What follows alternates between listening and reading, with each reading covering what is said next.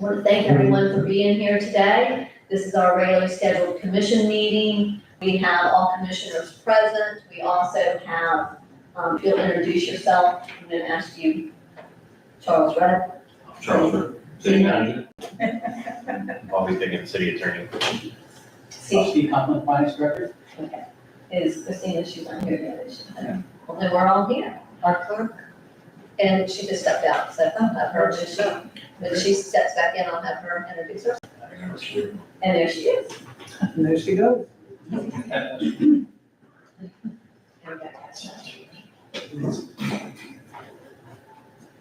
Karen, if you would please introduce yourself. Karen Hayes, City Clerk, MMC. And Captain David Usry, Putnam County Sheriff's Office. Lieutenant Shannon Pugh, Putnam Sheriff's Office. thank you. Everyone's careful and present. With that, I'm going to ask Commissioner Banks, if you would please give our invitations. Please stand if you're able. Father, once again, we come before you to give you thanks and to praise and to lift up your name. God, we ask you that you continuously pray for our commissioners and our members in our community. God, continue to lift us up and keep us safe. In Jesus' name, amen. Amen. You continue to stand for the Pledge of Allegiance. I pledge allegiance to the flag of the United States of America and to the republic for which it stands, one nation, under God, indivisible, with liberty and justice for all. Again, thank you all. Before we get started, I have a couple of announcements. I think our biggest announcement is congratulations are due to, I guess, Your Honor. Not yet, almost. Do you want to tell us just a little bit about that real fast, Bobby? I know we get to torture you one more meeting, maybe. Yeah, no, I guess it was official last night. I was appointed by Governor DeSantis as a circuit judge in the 7th Judicial Circuit, which is the judicial circuit that we live in, Putnam, Flagler, Volusia, and St. John's. I start July 22nd, and my first assignment is in Deland. Well, congratulations to you. And it has been a pleasure and an honor working with you on behalf of the commission, so. Congratulations. With that, we've got a couple of more announcements. The Women's Club, of course, is holding their bingo. It's going to be June 21st, that's a Friday, starting, doors open at 5 o'clock. Bingo starts at 5:45, you don't want to be late. They also have dinner, same evening, and it's $20. Jackpot payout is $50. Their bunko seems to be a big success. They're continuing it on the third Wednesday of each month, and that's from 1 to 3 o'clock. And the cost is $6. Snacks and drinks will be available for a minimal charge. They are also holding an election forum there for the primary election. That'll be July 18th, 2024 at 6:30. We have, for the children, for anybody listening that might have children, the district, they're continuing with their free bag meal to the children at 11:56. It started on June 10th, which was this past Monday. It will run through July 25th. And you said Bay Lane and Grove Avenue is where they will be delivering those. Also, breakfast is being served at the Middleton Bernie School from 8 to 9 in the morning. They will not be delivering on June 19th, which is Juneteenth, or July 4th. And then we're going to have our Juneteenth celebration on June 22nd, and when that time comes for Ms. Duke, she's going to give us the rundown on that. And I think that's, we also have a fishing tournament this weekend. Karen, I printed that, I don't know where it went, but I think it's a junior fishing tournament, is that Yes. correct? So it's Yes. a junior fishing tournament, I believe it's more of a fundraiser, at Sunrise Park. And the ramp is still open, that's why. And the ramp will be open, they will not be We closed. can bring ramp county commission. That's the only one we have. Okay, with that, commissioners, do you have any other announcements, anything that's? Okay, then we're gonna move on to our approval of minutes that you have before you. You have the May 9th, 2024 CRA minutes. Do we have any changes to that? Okay, hearing none, commissioners? Yes, One motion. yes. I move that we approve, minutes of, was it May 9th? Second. All in favor, please say aye. Is that the CRA minutes or the regular meeting? The CRA, Sorry, zero minutes. all in favor, please say aye. Aye. Opposed, nay? Okay, so moved. Then we've got the commission regular meeting minutes of May 9th, 2024 at 6 PM.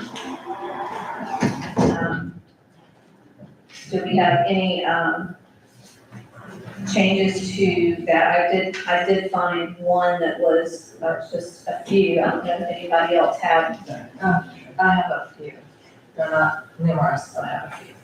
Okay, do you want to start with yours, please? Sure. On page 1 of the May 9th minutes, I sent a note about this to the city manager under public comments. It says Diane Sykes read the city ordinance about the powwow. I think she read part of the city parks ordinance. She did, and I have that in my notes as well. Okay, part of the city parks ordinance, I guess relating to powwow. That would make sense. Then, on page 3, up at the top where it says decision of funds for backhoe, let's see, I don't think it says the amount of the, it doesn't say anywhere the amount that we approved. And we probably should have caught that when Commissioner Lori made his motion. But staff recommended approving, what, it was 134,000 for the backhoe? I think it was 135,000. The not to exceed, it was not to exceed, we did not to exceed. But somehow I think that Commissioner Lori indicated the general fund line item, but he said it was general fund, but we left out the amount. So maybe that could be put in. We had approved. Staff recommendation. Okay, we had approved, I believe that we had already approved the purchase, correct? Yes. And this was just how we were going to fund it, is what we, where we're coming from. We had already approved the purchase. So, yeah, we approved it. in- Yes, okay. Well, maybe it could Reflect that, so that can reflect that, okay? under there, so just so we know where to look. This comes up sometimes.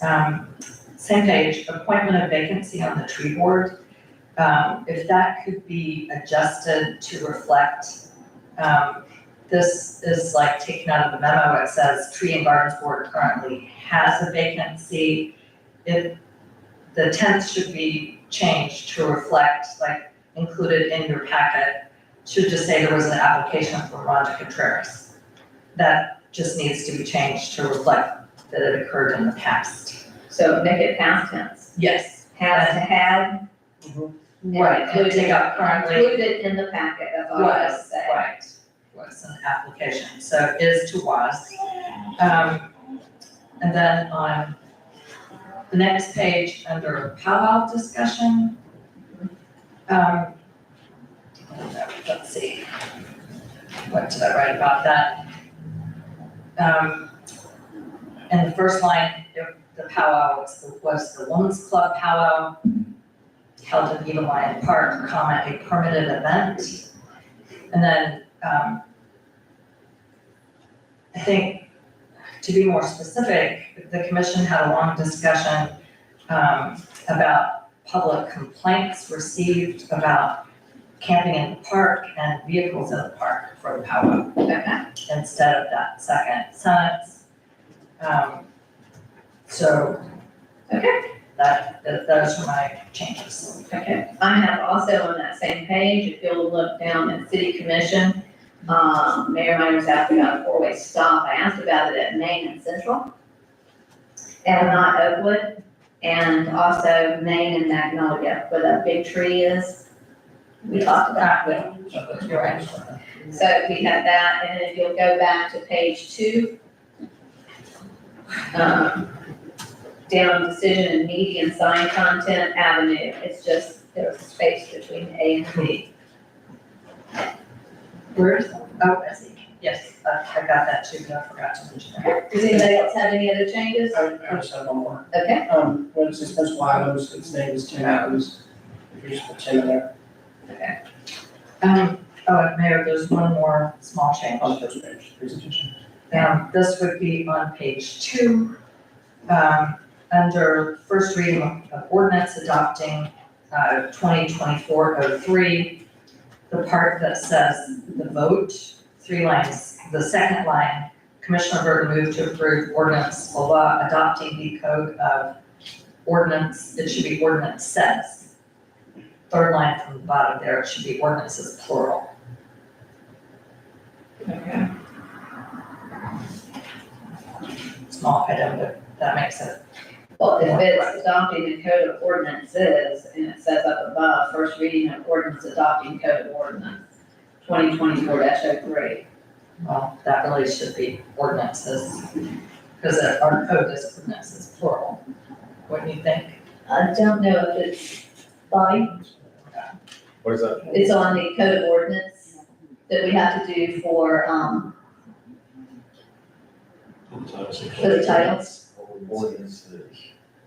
You can't change the title, is that what y'all Where are does it saying? say ordinances? No, it's after the title. What they're saying is, I approve the ordinance 2024-03 adopting the code of ordinance. Oh, well, They want that to be ordinances.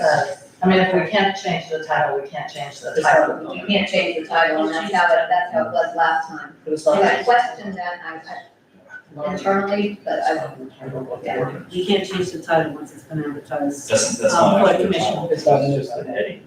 Just a heading, No, it's just so should be it wouldn't ordinances. be the title of the ordinance. No, it's just the heading in the agenda, Right. the, Okay, It's not actually in the title of the ordinance, Okay. what it's saying.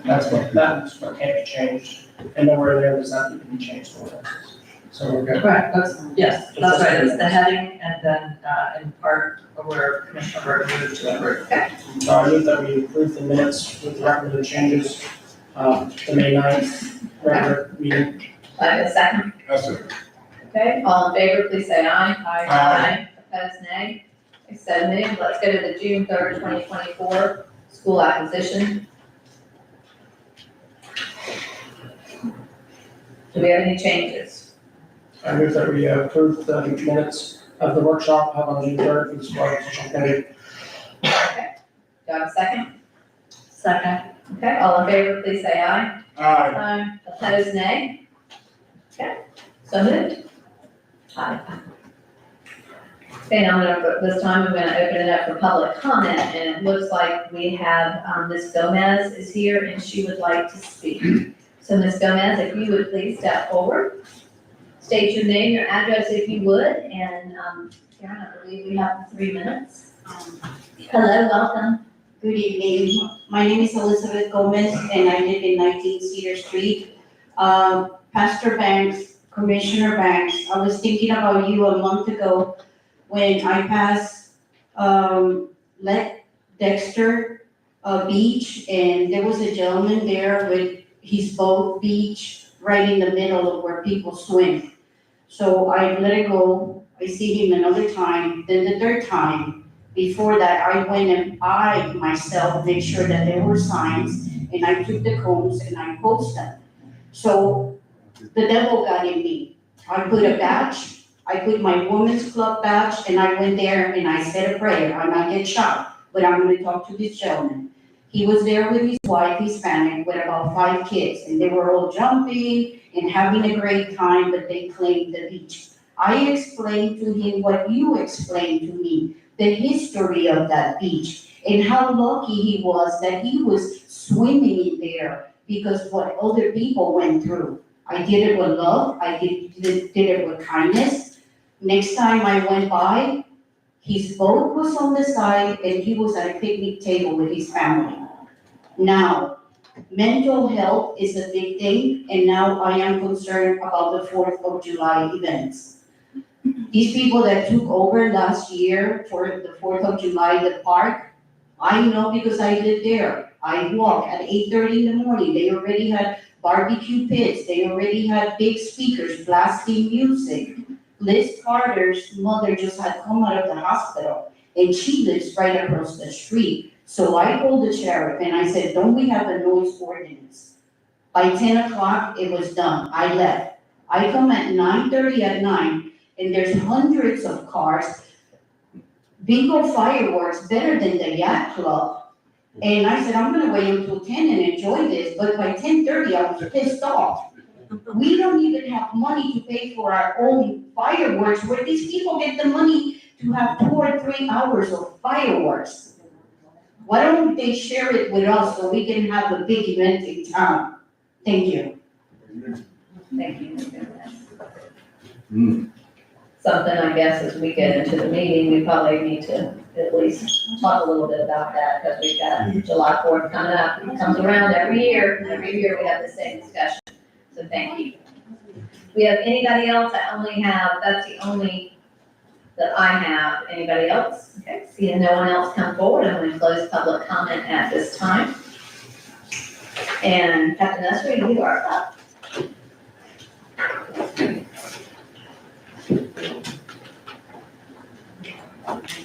Before you get started, Commissioner Banks, you look at all that cognition influence. Liz. Good afternoon, everyone. I'll go through the reports you had there really quick, and then we'll get on to some other things. We'll start off with our briefing, the crimes that were actually reported in Crescent City. The first one is covered under Marcy's Law. But the gentleman you see there, Mr. George M. Brooks, was arrested for aggravated assault with a firearm and possession of a firearm by a convicted felon.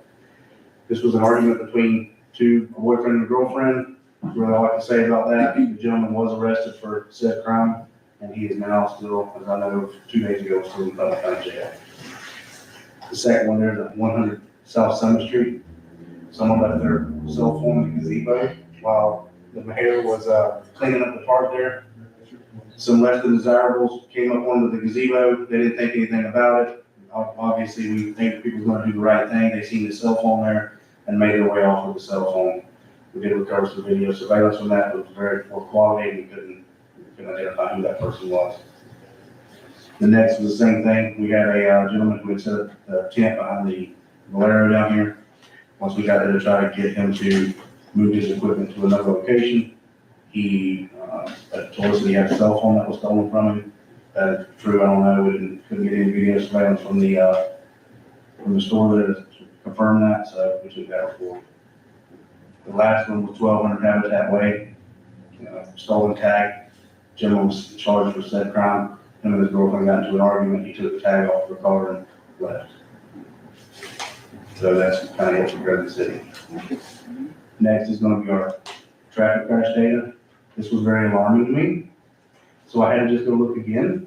And in fact, there was not even one reported, let alone even in parking lots. And that's rare, because you usually get at least 3 or 4 parking lots where somebody backs out, not paying attention to back, somebody said that he has one going on.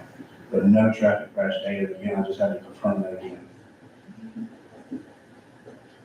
Those are general activities, your 6-month timeline, kind of tells you where your calls for service is. You see the number there for this month is 265. That is a very high month, I know that. We did do an operation in conjunction with the Department of Homeland Security, DEA, the Customs and Border Patrol, and there's one more missing. I can't remember which letters it was. It was one of the alphabet teams. We done a joint operation here in Crescent City, which netted about 11 arrests, and that's why you see the inflation in the traffic stops as well, was particularly because of that operation. We had about 25 people down here doing the operation. We ended up a little outside of Crescent City as well, but it was very successful.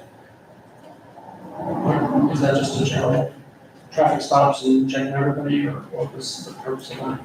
Yeah, what were you looking for? I usually try to run this, anything. I usually try to run these operations all the time. Oh, we also, did I say Customs and Border Patrol? Yes, they were here as well. So we try to run this like once a month. You can see a couple months there I skipped. and the number's a little bit lower, that's usually when we don't run the operations. Usually when we see certain things going on in the community, see the temperature, and we decide to make, to do an operation, that's the weather's work, anything like that, I have to keep that myself, so.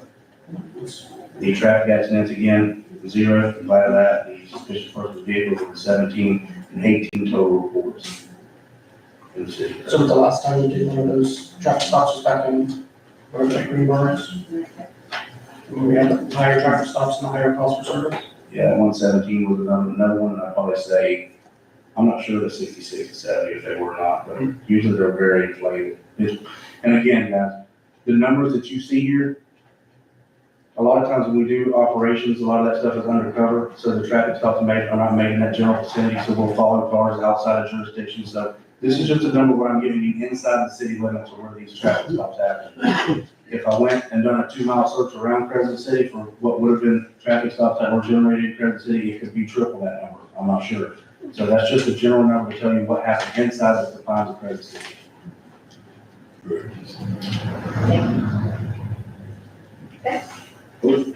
And there's your total crimes, as you see last month, we've been having one, we had the cell phone, the tag splurge, and, it kind of, It was not my cell phone. I'm not looking at you, I was just looking at you. I was present. I was looking at you because you're the mayor. I was present. That's okay. Quite sneaky. Other than that, that's all I have right now. Do you have any questions for me? I got a question,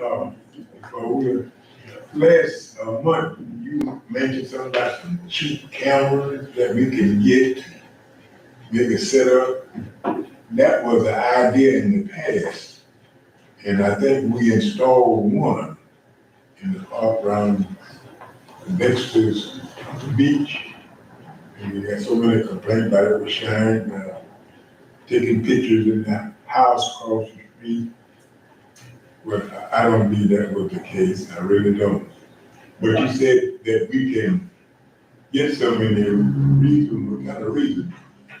As long as you have an internet service there, as long as we can get what's the cord for park? Plug it in the back, USB. not USB, no, No.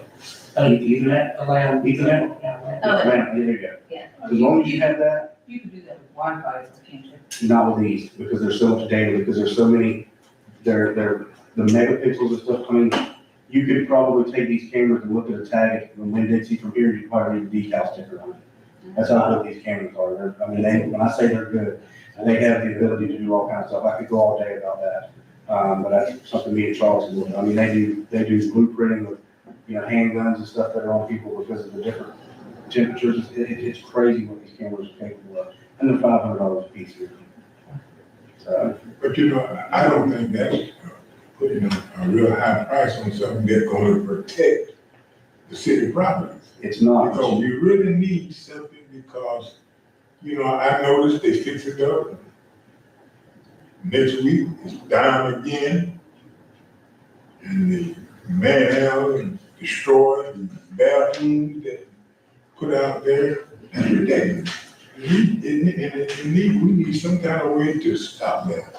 But our IT consultant is gonna meet with me tomorrow to talk to me about how we can do Wi-Fi and, or we could even have, internet service at those addresses for the parks. Just open an account for that address. So I'll have that discussion tomorrow, I'll get more information. Okay, sound good. If you put them on video, it has to be noticed, doesn't it? So does it have to be surveillance, like there's surveillance or there's camera, does The it? best thing it does for us is before we have something, like, let's say we get a general call for service at one of the parks, we can go on these cameras, uplink to it, and watch what's going on, and we know how many resources we need to send there. Okay. It's gonna get them. But we have to put a sign up that says you are being videotaped. I probably would. I mean, You would? I would, yes, that's I think one of that's the a things. deterrent, I think that would be a deterrent if they knew that they were being I mean, videotaped. I don't think it wouldn't be a legal requirement, because you wouldn't have any expectation of privacy in a park, but, deterrence, yeah. Yeah, it would be a Yeah, deterrent. and Now, again, usually, would the sign be right underneath the camera so they'll know not to pop it off? I put them all over. You put signs Well, cause Even if we don't have a camera, let's put them up. I got cameras all around the house, but the fellow that installed them said it would help if you just put a sign on it, they say, you was on camera, you're on the camera. Yeah, you could be in the watch. Mine tells you that when you walk up to the house, Mine talks too. if you were being, hello, you're being recorded. Another one is beware of dog. That's a good one. Dog will bite. But something really needs to be did, because the city spend money, and manpower, when something tear, repair. And you know it's not gonna last that long. And I don't see what's in a person's heart to want to tear down a fence, tear down the gate, tear the bathroom, the toilet off the wall. I just don't know why people wanna do things like that. But it's happening in Crescent City. I think the only person who's gonna fix that, Commissioner, is the Lord. Unfortunately, that's why we're here. Send the message, so what better, technology is going crazy right now. But what better thing for us to have is to be able to hit play. Yeah. When somebody's done something, whatever, and I've always said that when I sat on, with your jury trials and stuff, and I'm trying to explain myself. So man, I'm just push play, everybody would understand that I would be having to go through this, so. Something to think about. Any other questions for the captain? Yes, Okay. I do. So first of all, you mentioned that somebody picked up a cell phone they found in a gazebo. And as long as we're talking about that and we're on camera, it's my understanding that Florida law says, not to mention the Bible, that valuable property isn't, it's not finders keepers, that you're required either to turn it into law enforcement or to try to find the owner, that just because you find either money or property is not yours. Is that not correct? That is correct, it's 2024, it's just. They did not find that cell phone, they Just took haven't that, They took it. I was standing right there. I just mentioned it because I've seen comments on social media or whatnot, some people do not understand that there's a law about not keeping people's valuable stuff. The other thing is, July 4th, that Ms. Gomez mentioned and we all know about, I think it was last year that, there was basically at Dexter Beach, there was an unpermitted, basically event. And by the time your office heard about it, you couldn't really shut it down because there were already too many people gathered. You'd have to find the resources. So I guess my comment and question is it possible to have someone monitor that area so that it doesn't get started? Yes, that is the plan. We're going to very methodically go to all these parks and make sure that way ahead of time when people start gathering. And that's the problem is once you get there, the parks are supposed to shut down at dusk. And then dusk gets here, you've got 300 people there. It's hard to move all those people away. Well, I mean, I got that part because I got calls and I went over there and then, it's my understanding, our parks ordinance says no fireworks in our parks. And of course, the ones that are, most of our parks are waterfront anyway and that. But I think we all got calls from, The last 2 years, So what 22 and I 23. told my officers are, don't try to do anything roadside. When you see people with these things, whether it's fireworks or whatever, the first thing they do is when you get there, you pull up, hey, who's fireworks with these? Nobody's gonna say 8 or 9. But if you can identify who they are or any ordinance violation that's there, get their information, get back with me and tell me what happened. We will sit down all together and we will file charges or send citations for ordinance violations to each one of those people. Not a problem. That's the plan. Wonder if we should send something out, if we should put some sort of a notice out there that, just no fireworks, all we have to say is, no fireworks in the park. Fireworks are allowed that day by law, but no fireworks will be allowed in any of our city parks. Fair enough. You know what, I see people who wait to the American, they look at the sign, but they don't react to them, so big sign out there say, no dog. Dog out there swimming in the park. Well, Mayor, you're talking about a special sign, a new one, like a big white one. Well, we could do, I thought you meant social media. we would put it out there on That's what I social would do, media social media, and I can, if you would like me to get a sign board, I can get a sign board, and maybe a sign board. whatever you guys need. I'm gonna change the subject a little bit. I was at the Market Square as a vendor, the very last, weekend that was done, and, while I was sitting there, something, prompted 6 sheriffs to come down 17, probably doing 120 miles an hour to some emergency. But here we are in the middle of the city. You got 6 sheriffs moving at a pretty good speed. And then there was one, lost duck, probably maybe 5 minutes later. They come ripping through about the same speed. And I thought, okay, I know we have emergencies and I know that we need to get there as fast as possible.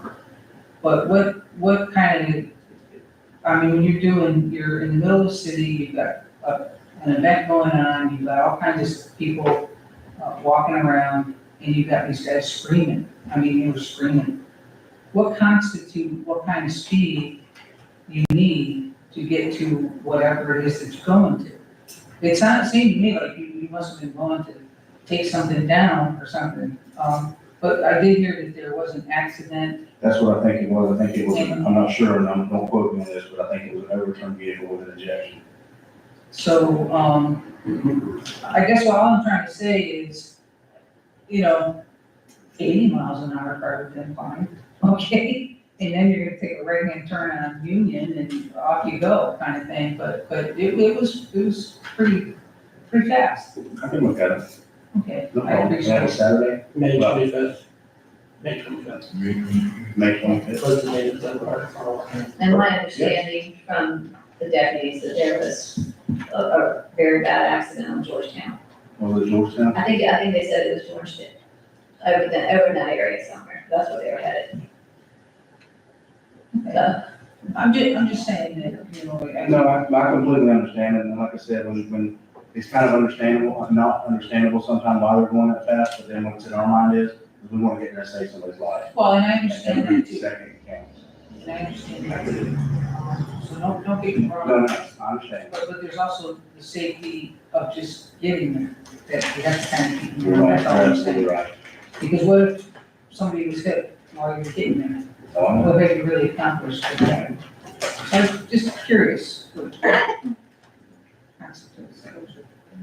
Plan is, like, oh yeah, just step on it. no, it's not that, just because we're Anytime so, you get caught. we got a rule where we try to keep it under 100 miles an hour, and when you're going to something, we do it, we try to abide by it, and when you're going 100 miles an hour, you're on an empty road, when my car has the capability of going a whole lot faster, you're on an empty road, you want to keep it kind of at 100 miles an hour as fast as you want to go.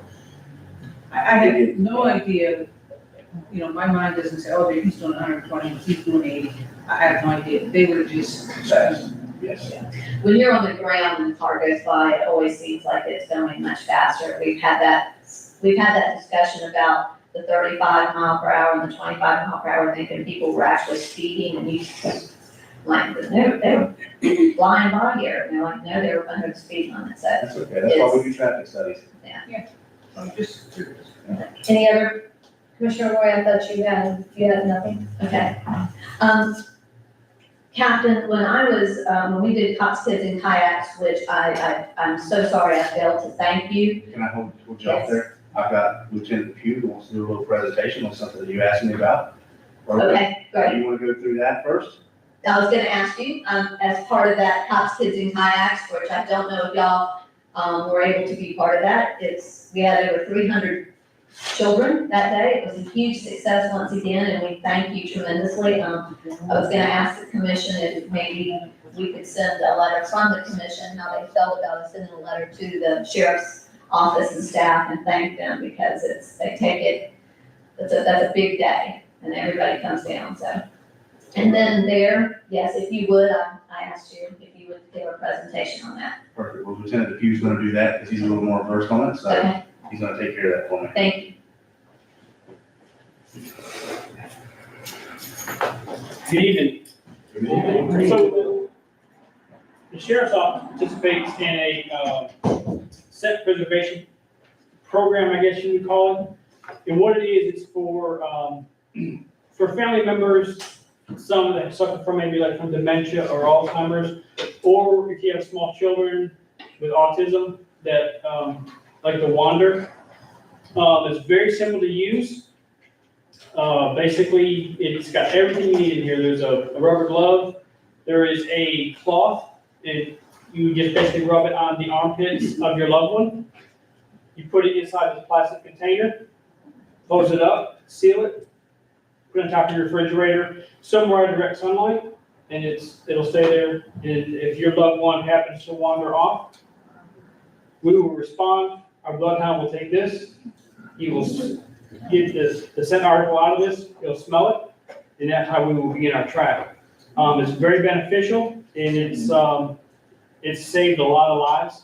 If you go to the website, there's a lot of statistics on there, but it's in the hundreds, very high hundreds. And that could be available to, our residents? That is correct. The residents of the county and in Crescent City as well, we will have them in our satellite office, and I will try to get some to, for this office here, so the public can come and get them as well. I was wondering if maybe we could have like a little workshop for the community that might be interested in this at some point in time, just an overview that they can come in and pick it up, or Yep, we so they know it was we can work readily that out. available. We can work that out. Okay, we can host it right here if need be.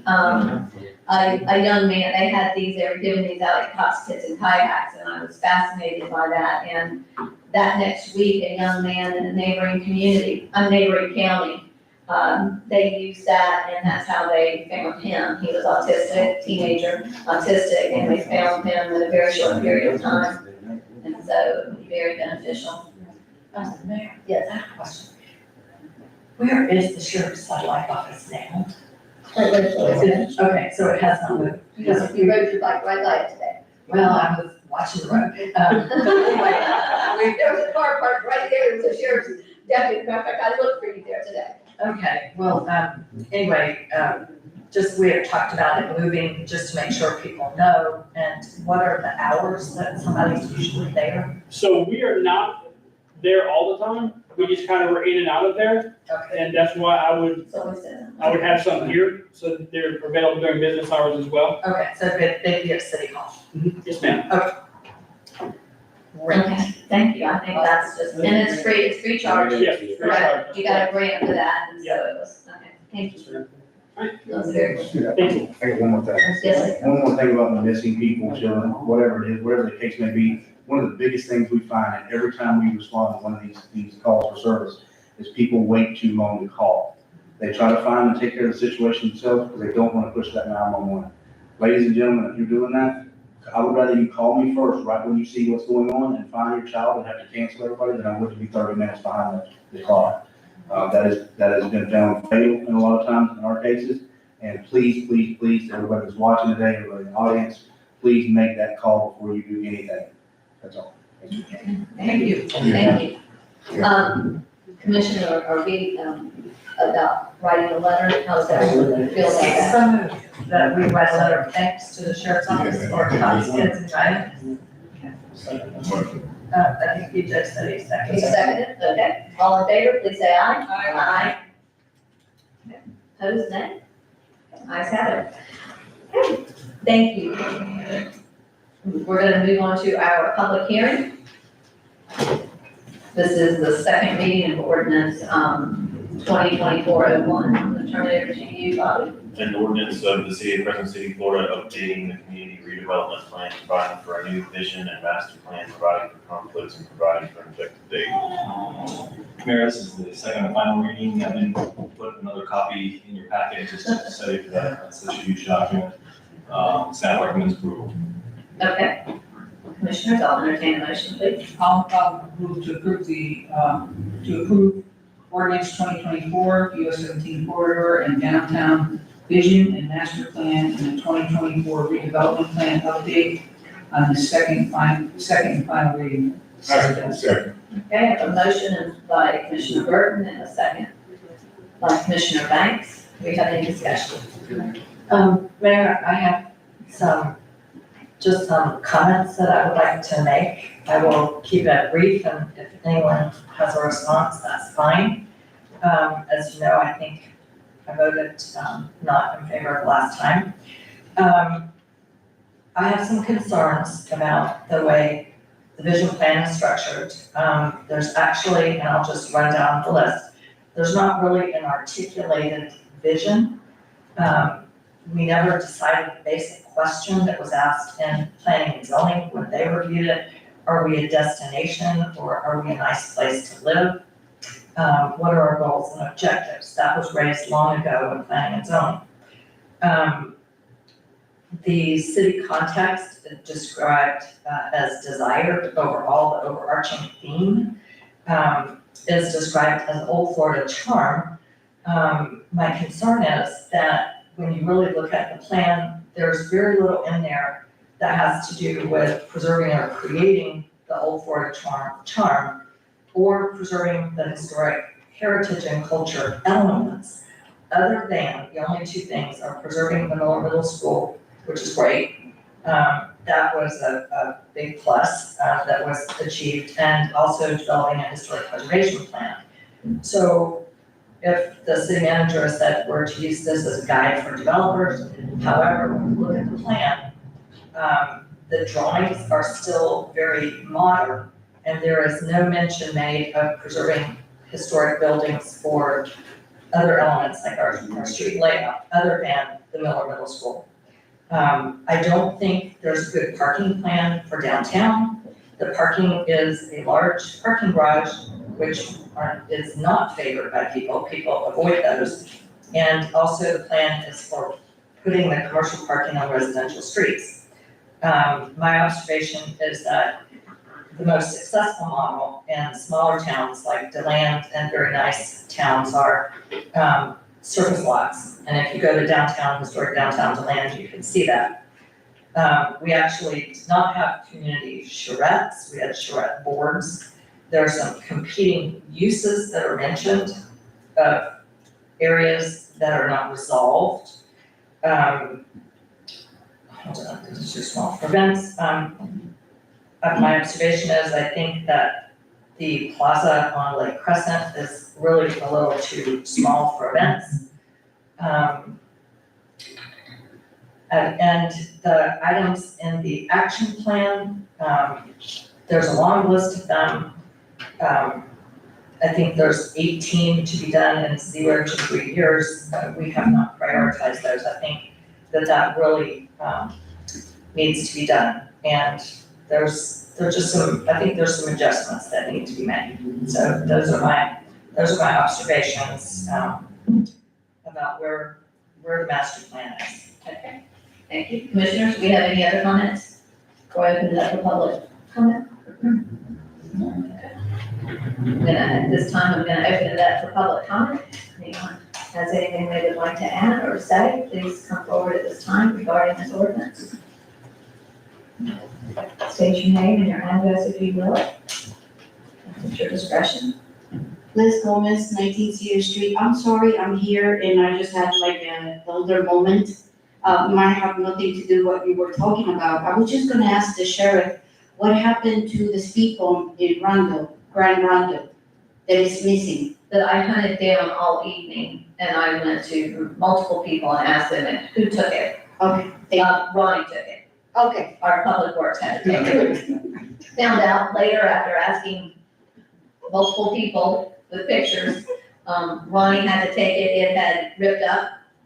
And so it was a hazard, so he had to, and I believe, Charles, you had to order more? Yeah, I think the other, yeah, so, thank you though. You went around pictures like shiny. Yeah, I did, I went around in the evening, yeah, in the evening, I did, and that's some time I can't get back in my mind. I gotta have it going around.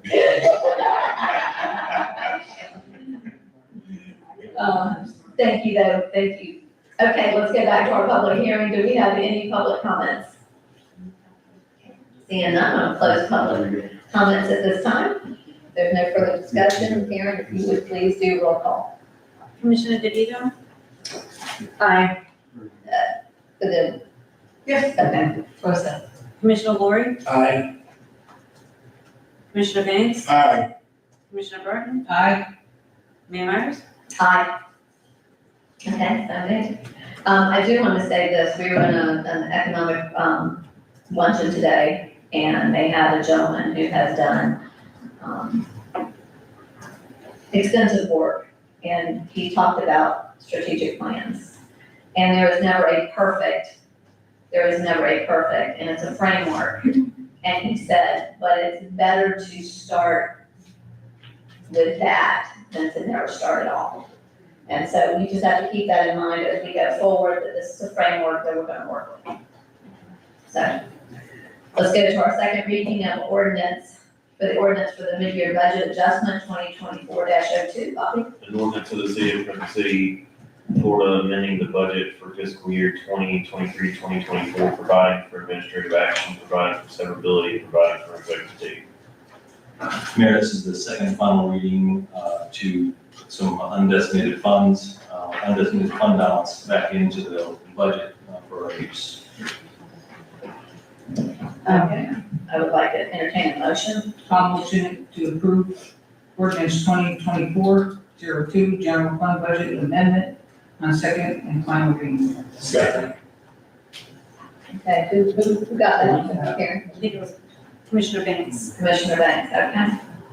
Okay, Commissioners, do we have any, discussion? Mayor, I have some observations about this and some questions for the city manager. Okay.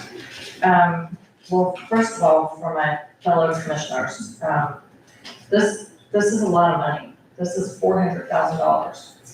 That is, if my math is right, that's what, 20% of our current year budget, which is about $2.1 million. Okay, so as well, so it's about 20% of our total budget, a lot of money. And I looked at actually what our ad valorem tax is for this year is $938,574 collected. It was less than $5,000, so it wasn't collected. So the $400,000 of unspent from prior year carryover money is nearly 50% of our ad valorem tax that we take in. That is a lot. And I think when you look at it that way, we do have a higher millage than other cities in Putnam County. The only entity that has a millage almost as high as ours is the county. But people do talk about the need for a rollback. So one concern that I have is that we are spending, or rather we are allocating all this money for expenditure in the current year. And if there is money that does not absolutely need to be expended, and I went through and I added up every, there's 3 columns in the budget that's presented.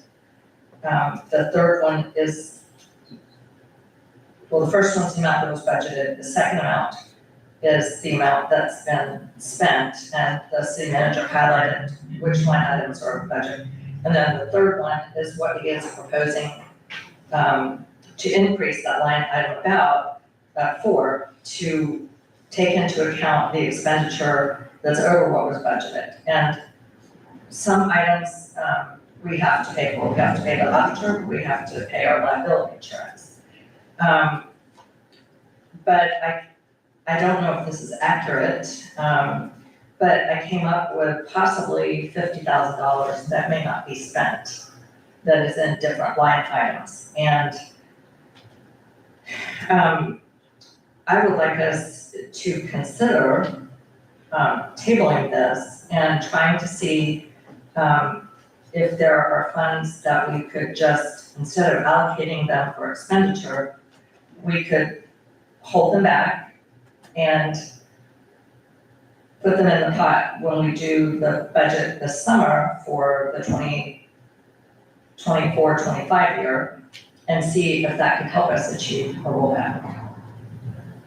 Or we might need the money for growing expenses. For example, our auditor amount, the amount we pay the auditor goes up every year.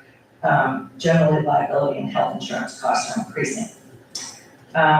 So I would like to see us talk about this a little bit more and see if we can put aside some money either for a rollback or for future cost increases.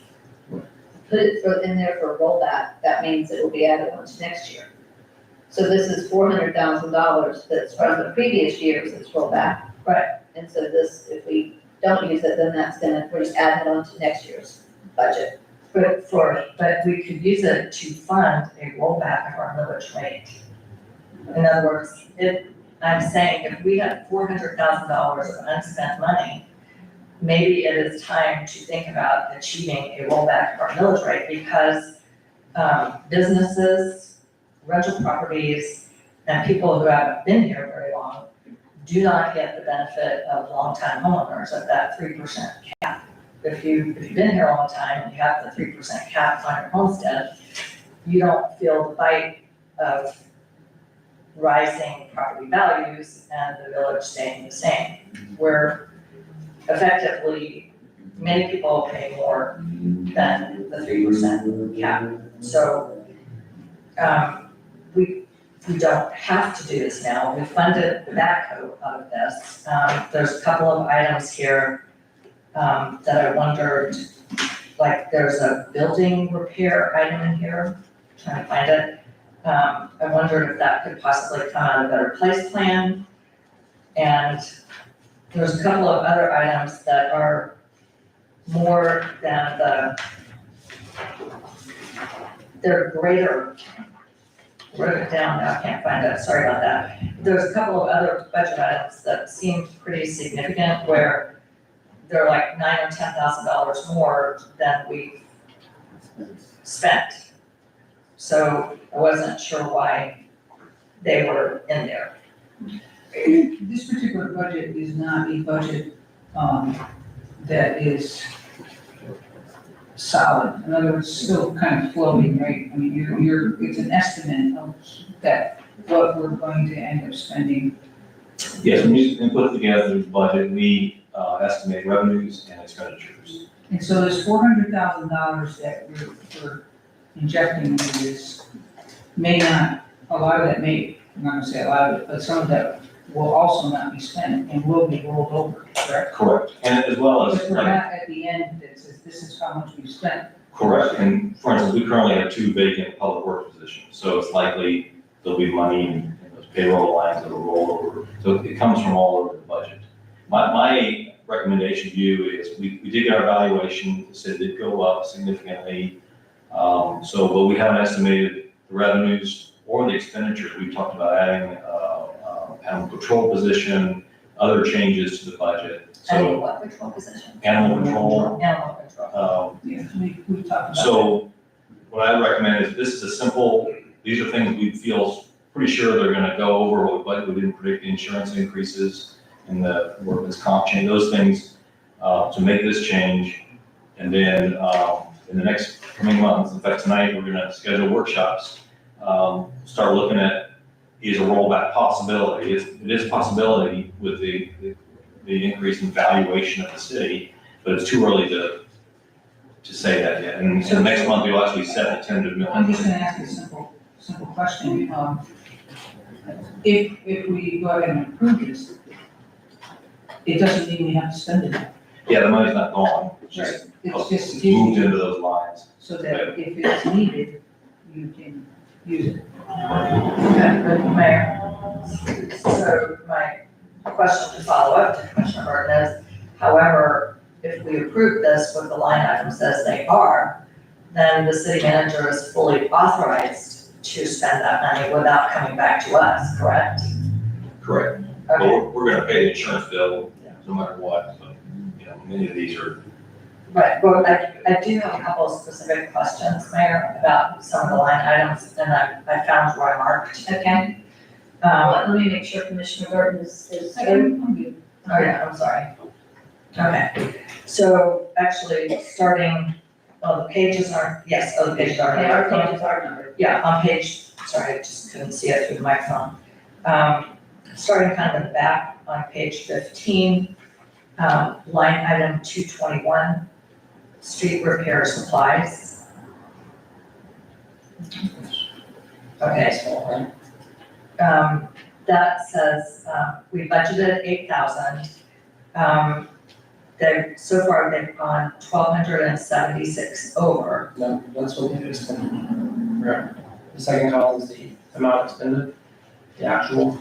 I believe so, yes. That's the actual That's the expenditure? actual. Okay, I thought it was the amount over. It just doesn't appear on every page. Page 15, Commissioner Banks. And just look at the line item 221. We put that there because we had 3 sewer repairs to patch, driveway paper to patch, and we're attempting to do the stormwater work on, down in Mr. Taylor's house under road repairs rather than the big giant project we had in Better Place. Okay, Free that money back up there. so if you're doing this, wait a minute, what about Better Place? We had about $170,000 of Better Place designated for that project. Right. And we're attempting to do it out of this fund because it's all in the street, it's a street repair. So we're put some more money in there so we can handle it. Okay, So we're using Better Place funds for that project. okay, but we are or we are not using Better Place funds? Hopefully we will not have to. Okay, but it would not be appropriate to use Better Place funds? Well, we may still need to if what we did then doesn't control the water. Okay, I'm just saying if there's a place to, whatever. So moving up on that same page, 214 liability insurance. Okay, so we budgeted $15,000. And so the middle column is we've actually spent $26,000. So in that line item, then there's a deficit of $11,000. And I noticed that there's adding $20,000. So are we expecting another bill before the year is over? Yes, we're trying to anticipate, because this idea actually is now a couple months old. We started this budget amendment. We were anticipating what we had left to pay. I had Steve go through and see what do we need to still pay, make sure we can handle it with this budget amendment. Okay, so in other words, for liability insurance, we receive the bills in increments, installments. I think It's quarterly. it's quarterly. Okay. And it's my understanding too, from looking at the invoices that you gave us from FMIT, that last quarterly payment is larger than the other 3. Because it kind of is an estimated third and then an estimated quarter and then whatever's left over. So that's what it was last year. It was like 40,000, I'm trying to look at it right now. 40,000 and 40,000, then like 60,000 that last quarter. So that last payment, we should expect to be bigger. And on line 217, Lloyd is no longer working for the city, so he's no longer repairing our equipment. Okay, I really couldn't understand what that was about. So you're saying we were saving money because Lloyd was repairing it? Yes. Okay, that was not really clear. And then, moving forward and closer towards page 1, what is this? I'm sorry. I think I'm on page 11. Okay, page 11, line 154, building repair and maintenance. So we budgeted $5,000. There were AC units that went per fluid. Actually, $18,000 has been spent. So that would leave a deficit of that line item of 13,000 and some, but we're putting 15,000 in. Yes, hopefully we're all caught up. We also had leakage, flooding in the tanks. Okay, so, when we do things like replace AC units, can we use better place money for that? We can, whatever you want to approve, it's up to you. Okay, so maybe that should be considered in the future. And then also on that same line, same page 11, line 157, beautification. We budgeted 772 for that. $2,629 has been spent for plants, mulch, and banners. That's an optional expenditure. Should that not come back to the commission before expenditures are made, optional expenditures are made over what was budgeted in the line item?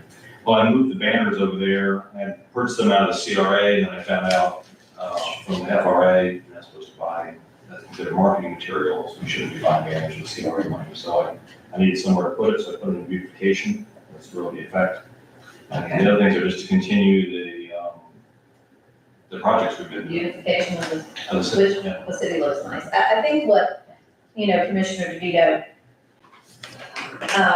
if we delay this, your recommendation is to delay this, but then we're gonna have to go through and then we're gonna have to figure out how much of this that is actual and how much of it is going to need to go where into reserves, because no matter what, it's my understanding this still has to balance. Correct? We've got this $400,000 overage, and we've got to have a balanced budget, correct? Yes. We're gonna have leftovers in other areas. Yes. And this is to attempt to address where we think we're gonna be over budget. And if you recall, when we did the budget last year, and I understand what you're talking about with rollback, and I think that's something that we definitely need to address. Yes. But if you remember last year when we did the budget, we had to back quite a few things back out Right. because we didn't have the funding sources for I this. remember, and that's why beautification is 772 and not the usual 2,000. I remember that very well. Yes. And also, we did not hire a grant writer, we did not engage a consultant for historic preservation.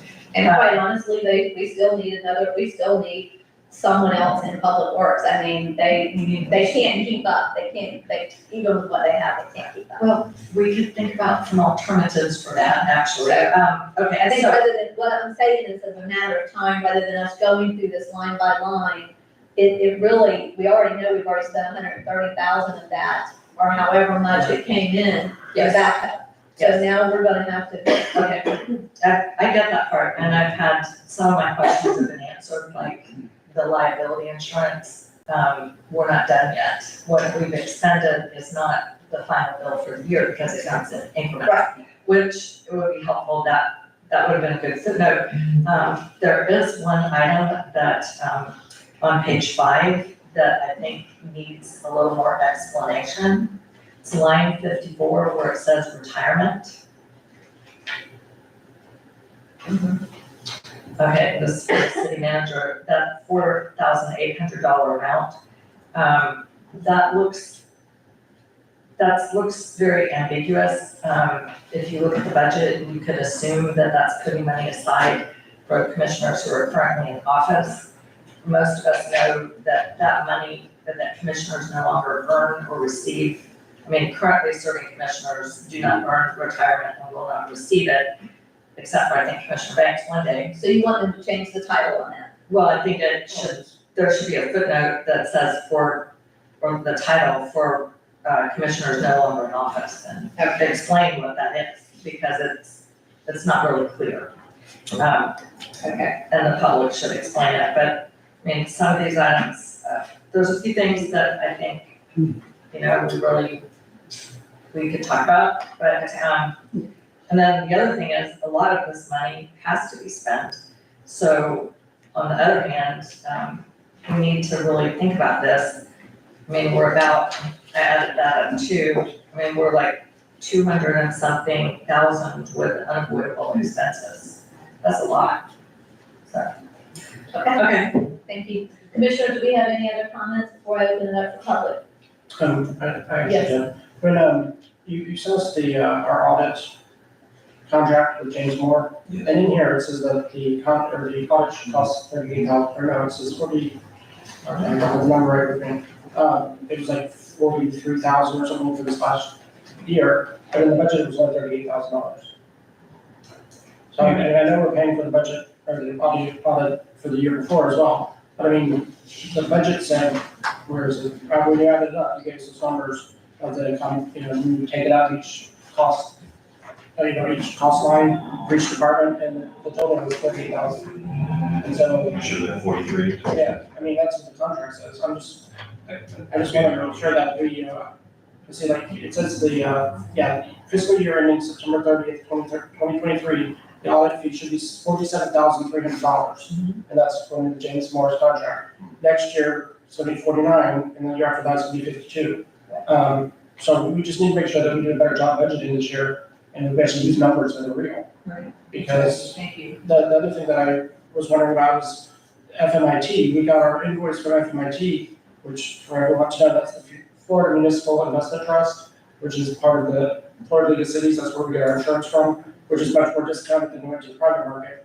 But according to this, it says that we got an invoice on August 1st, and it even gave us our numbers for what it's gonna cost through the whole next year.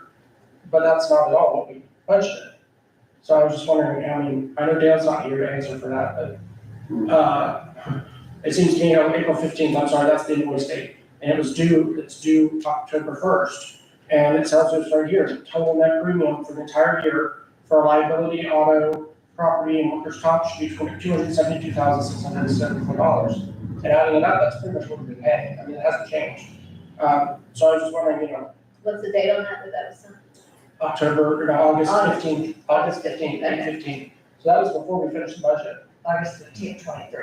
Yes. Okay. I have confidence that Steve, our finance director, has got a handle on this. Yes. And, as we move forward, and we all know what we have been dealing with our budget, unfortunately. But I do feel very confident that we're in good hands as we move forward. Let's hope so. And, But it's also up to the commission to make sure to check these numbers. I mean, that, we are the decision makers. I wasn't here last year when we did the budget, but I was out there in the audience. But, this is just something that we all need to keep a better eye on because it's our fault too. Well, so, Mayor, could I ask Commissioner Lori a question? Yeah. Okay, so since I've been a commissioner and starting in 2018, we've never really been given backup documents for the budget. So I don't know how they did it when you served in your prior term, but are you saying that when the budget is presented, we should see things like the FMIT bill or whatnot? We use the numbers that were given to us. I just want to make sure that, those numbers are accurate. I mean, I'm all for it, Yeah, but I mean, it does, there's a certain amount of, that'll kill us with paperwork. I was just gonna say, and time, and understanding, because a lot of that we're already finding that, so. well, I guess I wasn't really understanding if we're gonna keep on top of it, drilling down, how, you'll have to tell us how you expect us to do that. Because otherwise, we have to have the backup paperwork. We do trust the people that work for us. I just want to make sure that we know that we get the right numbers this time, because that definitely was, as we can tell, a big number that was off was that insurance. So maybe we can get that invoice on that one item, because that is a big item. Thank you. Anything else? Seeing none, I'm gonna open it up to public comment. Do we have any public comment? Anybody that would like to comment on this, please, if so, come forward. Okay, seeing no one come forward, we're gonna close public comment. Okay, commissioners, we have a proper motion, and a second to adopt this as our second final reading. Here, if you would please do a roll call. Commissioner Gardner? Aye. Commissioner Banks? Aye. Commissioner Lori? Aye. Commissioner DeVito? Aye. Mayor Myers? Aye. Okay, so adopted. We're gonna move on to our second and final reading of ordinance 2024-03, adoption of new code of ordinances. An ordinance of the City of Crescent City, Florida, adopting and enacting a new code for the City of Crescent City, Florida, providing for the repeal of certain ordinances not included therein, providing a penalty for the violation thereof, providing for the manner of amending such code, and providing when such code and this ordinance shall be effective. Mayor, this is the second and final reading of the update to putting our code online. This is the last step, the staff recommends approval. Okay, Commissioner, I'll entertain a motion. I move that we approve, ordinance 2024-03, amending and updating our code on its second and final reading. Adoption of the code, I'm sorry. Okay, we have a proper motion and a second. Commissioner, do we have any discussion? And just to be clear, this is the searchable code that's been prepared for us by the Unicode Corporation that we will pay to maintain, that will update for us. Right. Let's talk about that, and this really is really great, because for once, citizens or even us, can go onto the website and type in dogs, and it'll tell you every ordinance that has anything to do with dogs in this town, because this has never been able to do that. And it's something that almost every municipality and county in this country does. It just makes it a lot more accessible and a lot more, a lot easier. So someone doesn't have to call City Hall to find out how tall your fence can be, or something like that. So it's gonna make everything a lot easier and a lot more open. So Absolutely. I'm definitely in favor of this. And they're waiting on us to get this to them, and then we'll go live with it. Send it tomorrow with all the other ones we recently adopted, and that'll be the first update that we get. Okay, great. I'm gonna open, any other comments? Oh, the one thing I was gonna say is the charter still needs to be updated, that's on there. Because it did not take effect, or It does not when we did include the last changes. well, it didn't include passing the change from an administrative supervisor to a city manager. So you might want to mention that to them, because I searched it today, and it has administrative supervisor like 37 times or 47 times. Karen, make a note of that. Send it, let them know that's. Oh, Mayor, the only other thing is, when we passed this on first reading, I inquired of our city manager, can we please save in a separate document our existing code the way it is, so that if anything comes up missing unexpectedly, we will have that to refer to for, some period It's of time. archived, that's archived on our website. Okay. Karen, that's all right. Okay, I'm gonna open it up for public comment. Please come forward and if you would like to have any comments. Okay, seeing no one come forward, I'm gonna close public comments. Commissioner, you have a proper motion and a second for the second and final reading and adoption of the recorded code ordinances. Karen, would you please do a roll call? Commissioner DeVito? Aye. Commissioner Lori? Aye. Commissioner Banks? Aye. Commissioner Barton? Aye. Mayor Myers? Aye. So adopted. Okay, at this time, I'm going to close out, or I'm going to suspend our commission meeting, and I'm going to open up our CRA meeting. So we sit at the board. Yeah, so that's.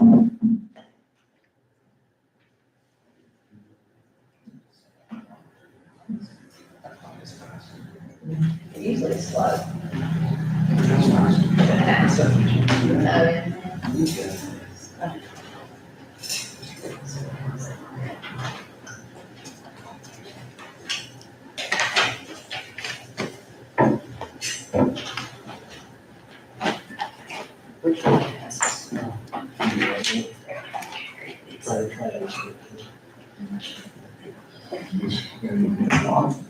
Did you try to run?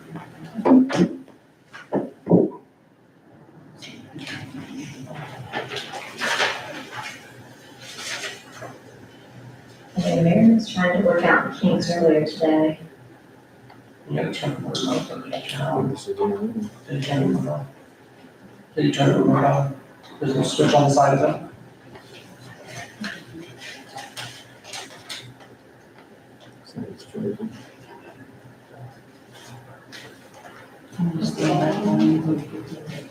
Yeah, you gotta move your legs, yeah.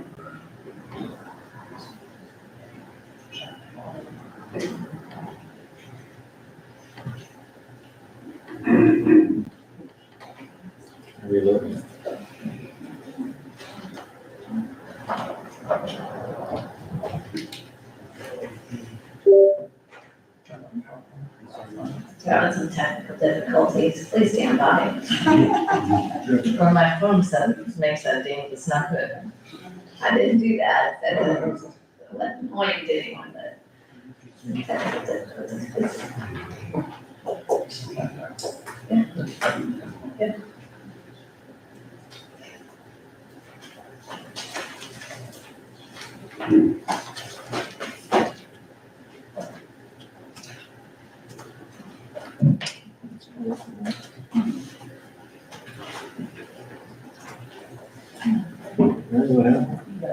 Commissioner Lori, my slide presentation put some random symbols up there, the circles and the slashes and the squiggly lines. Any idea why? No. Can't tell you without looking at it. Okay, every time anybody asks Commissioner Lori a technical question, you have to donate Yeah. 50 cents to the fund of this choice. Yeah. Historical Society. That'd be great. Oh, 50 cents is so cheap. Figure. $5 maybe.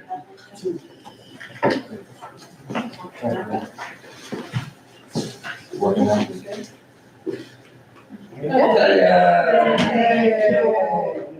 Thank you all. Good evening. Good evening. My name is Mary Robbins, and I'm president of the Crescent City Downtown Partnership, and I'm here to update you on what we've been doing this past year. You have a handout in front of you, at least I hope you do, and that is our 2023-2024 work plan.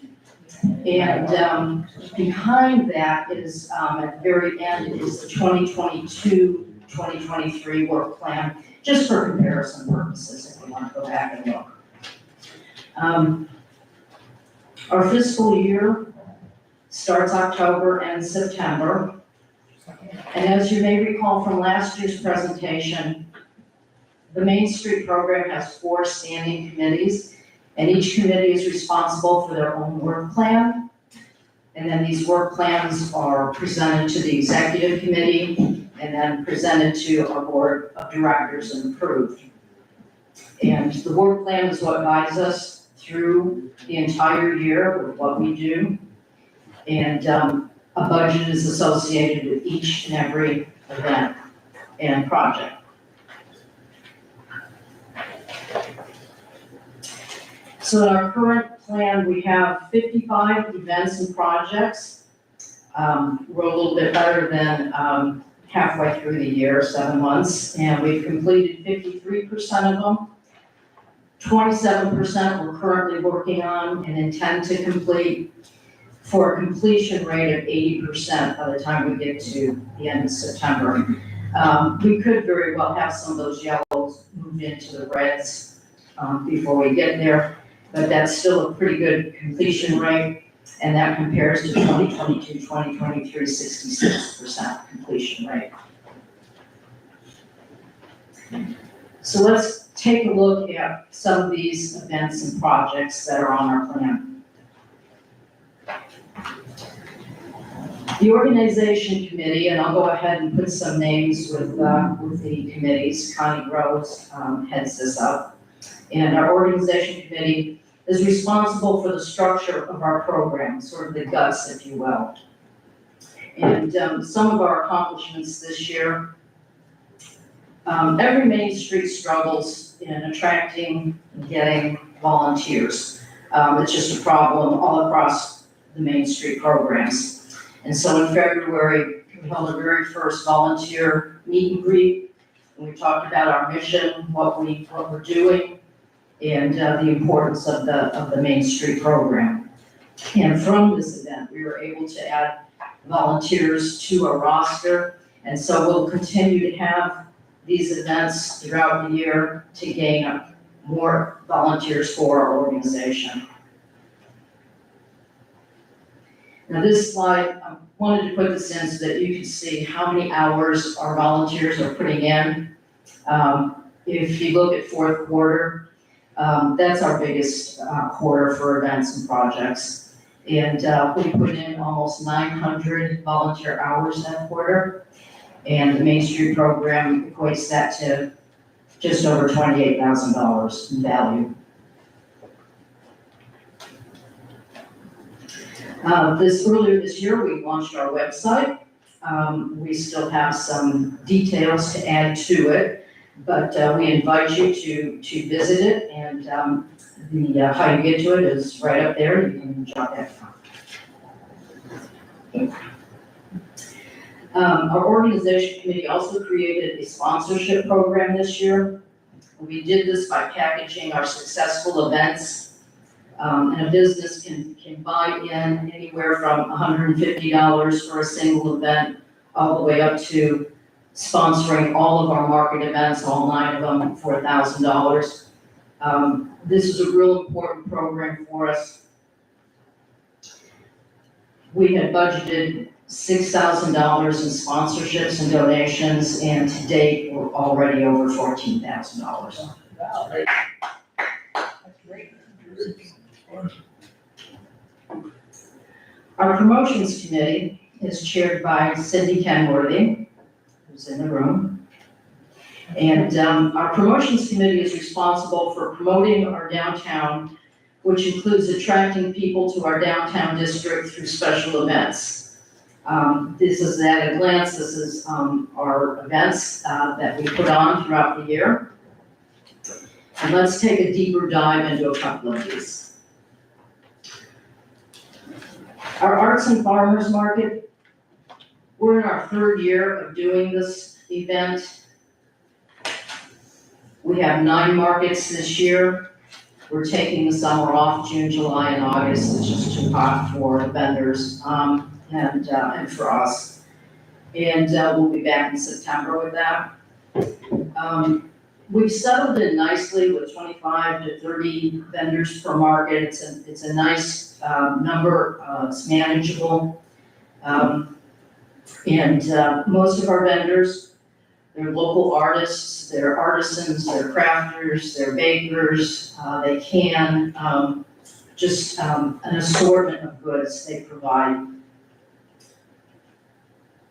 At every Arts and Farmers Market, we have live music. This rotates throughout. We probably have, I'm just gonna say, maybe a half a dozen performers. It really provides a good entertainment afternoon. It's not just people coming to the market and picking up a couple things and leaving. It's grabbing something to eat, something to drink, and then sitting on the bleachers and listening to music for a while. So it's a nice, enjoyable thing to do in our downtown. And then we're all about keeping it fresh. This year, we've added a couple of aspects to our market. This year, we added a cruise and car show. Steve Kenworthy has donated his time, and he manages this aspect of the market for us, alternating between the different local car clubs. And this has really helped us. It takes up space on that square. It's colorful. It brings a whole new element to the market, and it brings a whole new customer to market. And they love our hot dogs. Another thing is we've struggled with finding vegetable vendors. This has been a problem ever since really we started the market. And we realized that when you have a market, people come and they want to buy vegetables. So the partnership decided to fill this gap, and Cindy Kenworthy took the bull by the horns and sourced out vendors, sourced out people who sell vegetables throughout the area, worked on deals, and now before every market, places orders for whatever's in season and picks these up, and then we have them there on Saturday to sell. We'll do this until we do come to that day where we can count on a vegetable vendor being there for us.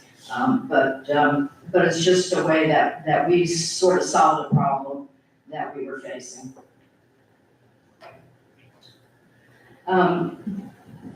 Did De los Muertos Festival. This is a really big festival for us. We've done 2 now. We're going to be doing our 3rd very beginning of November. It's a beautiful festival. the city does a great job lighting the trees and making certain those front trees are done. It provides illumination for us, but it also provides just a beautiful background. And not only is this an event that our Hispanic community loves, it's really culturally meaningful for them, but it's just fun for everybody to come out to this. There's costumes, there's music, we hope to add dancing and to make this festival bigger. There's good opportunity for us to do just that. It's really the only Dia de los Muertos festival in the entire area that I can find. So we have an opportunity to bring in a lot of people from the surrounding communities and even further. This year, the partnership had the opportunity to host the light up for the city. We decorated the gazebo, we coordinated the music and Santa and had hot chocolate and cookies. It was another beautiful event, and we look forward to having the opportunity to do that again this year.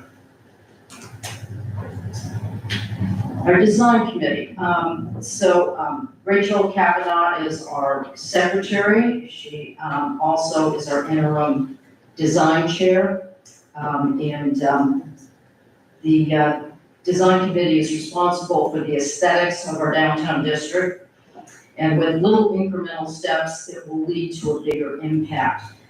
You all may recall 2 years ago, we started out by pressure washing the sidewalks and the light poles, and we painted the light poles, and this led to another project which led to cleaning the cement blocks underneath the benches, and then we had artists paint these. So we keep adding little incremental steps. This past fall, we had a light pole decorating contest that transitioned from the fall and went into the holidays. And our civic clubs, our businesses, and even our private citizens got involved in this project. It was a lot of fun. And then late last year, we started in November, we started our the AIR project. And what this entailed was having local artists paint canvas banners, and then these were placed up, I believe in March, and it became what we call the reveal for our spring art walk. And they're still up now, right? They're still up right now. Yes, they are all still up. Yeah, and if you haven't had a chance, you really need to go and look at these. They're beautiful, front and back. Yeah. Our design team has started the micro murals project, and these micro murals are small murals, and they're usually used to disguise eyesores, such as drain pipes and utility boxes. So they'll be starting their walk and looking for places where we could use micro murals, and this will be a process. It's going to take a little while because we'll need to identify, whose eyesore this is and get approval to do a paint over it or on it, and then find the artists that are interested in doing that. But we hope that this will become our reveal for our spring walk in 2025. Our Economic Vitality Committee helps the existing businesses to grow and expand while attracting new businesses to available property. This committee has hosted 2 workshops this past cycle with the Small Business Development Center. We did hiring and recruiting was actually our first workshop, and then we did a grant workshop. And these workshops are great for business owners and people who are looking to get to maybe open a business. And these workshops that we've done now, I think we've done maybe 3 or 4 of them since we started, probably attract maybe 30 people or so, 25 to 30 people. Now that we have several new businesses in the downtown area, this committee is looking to do a downtown mingle sometime in the 3rd quarter. And just an opportunity to get together with the new business owners, new property owners, and meet each other and talk, and give us an opportunity to tell them our story, tell them about Main Street and what our mission is. Something that Economic Vitality launched this past year, which was really successful and a whole lot of fun, was the Happy Hour and Halloween Parade. And we probably had about, I think, just under 30 dogs and their owners. And this, I think, is going to be repeated. But the group is talking about planning a Dog Days of Summer event sometime over the next few months. That pretty much wraps it up. I just want to talk about what's ahead for 2024, 2025. And one of the things is what we'll probably be doing is focusing a little bit more on promoting our downtown 365 days a year. I think we've shown that we do a very good job with our events, our festivals that bring people to the downtown area. And we're not going to step back from that. We're going to forge ahead with all those iconic events that we started and continue to do those. And it's a way, like I explained, to get sponsorships. But we're going to take another track. And now that we've got businesses, this is a hard thing to tackle when there aren't a lot of businesses down there, because usually this involves their involvement. When you only have 2 or 3 businesses, it's really hard. But we're going to take a look at doing this this upcoming year. Another thing we're going to look at is we'll be doing a 3 to 5 year plan, a transformation strategy, which will be aligned with community vision, the local market. And then we'll continue to just grow and strengthen our organization. This 2024 will end our affiliate Main Street program, and will become a certified Main Street after that. So that concludes my presentation. Are there any questions? Commissioners, do you have any questions? I don't know. I think you're doing a good job. Well, Ms. Waters, I do want to say this, that from the very get-go, I think from the very first meeting, you were there, and you embraced this, and you with your leadership have made this happen. And it's something that we can all be proud of. I'm very, very proud of what's happened with our Main Street. It doesn't matter where we go. No matter where we go, somebody says something positive about the energy that's happening here in Crescent City. They love the festivals, they love everything that's going on. And so I just applaud you. I applaud all your committee members, all your volunteers. It takes a village, and you've definitely proven that with a village, many good things can happen. Thank you for that, Mayor. And we don't do this for ourselves, we do this for the city. I know you do. Thank you, Mayor, for that. Okay, Commissioner DeVito has a question. Ms. Rollins, I apologize. I didn't even have a question. Commissioner. So, Mary, thank you very, very much. Thanks to everybody who volunteers as part of this. And also just for the general public, we have to thank all the residents of the city, because it's actually the city applied for the Main Street program. We provide the part-time staff for the first 3 years. We provide the use of the annex, the golf cart for the CRA manager to use. So this truly is something that everyone in the city is doing, because we are contributing city resources to it through the CRA, which is the model. This is a hard thing to do, and as a community volunteer who's run a lot of projects, basically you're doing an unpaid job. So thank you very much. I do have some questions about, I just have some questions about, first of all, to understand better who is involved. You mentioned that we don't have a lot of businesses downtown. But we have some, and I've noticed that some of them are listed as sponsors. But how many businesses in the downtown area, in the Main Street area, are actually active participants? Some of them are committee members, and some of them are sponsors, Ace Hardware. Right. And If they then, don't, I mean, it would be nice to know what percentage of businesses, actually participate as opposed to being a sponsor, because they hopefully get the benefits of this. That was an excellent PowerPoint. But I think it's different from what we were given. We got the work plan. Could we also have the PowerPoint? Because it's really good and it's got those figures like 900 volunteer hours, and things like that. So one thing that I don't see, I've always understood that the purpose of Main Street is to restore and provide reuse of historic downtowns. And there's a historic preservation element that's supposed to be to them, but I have not seen that really come forward yet. yeah, sure. And Agreed. I don't see anything in here, you have a resource. So I think you'll see that this upcoming year. There's a big difference if you look at our work plan the first year, and this is our second year. It's a really big difference in what we've been able to do and what we've been able to accomplish.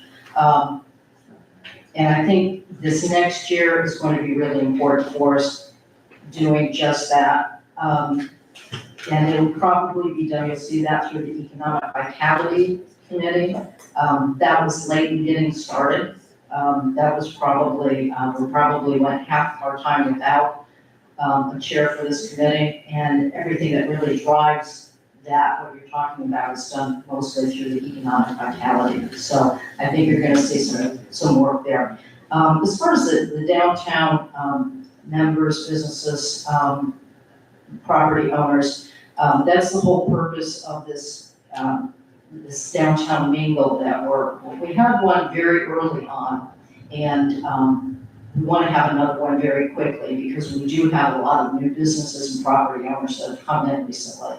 And this will be a good time to handhold, to tell them our mission, and to get them on board.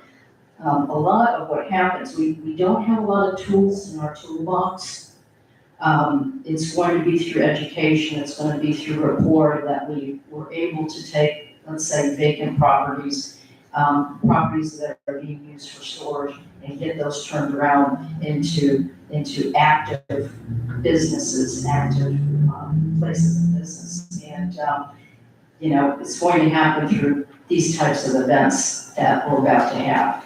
Right, and hopefully the city will be partnering, I mean, there'll be a joint effort, and Absolutely. so everyone can do what is in their area, Right. so to speak. The one observation I have, y'all do a lot of events. As you know, I live right across from Eagle Eye Park, and, my husband and I bought my grandparents' house, so lived there a long time.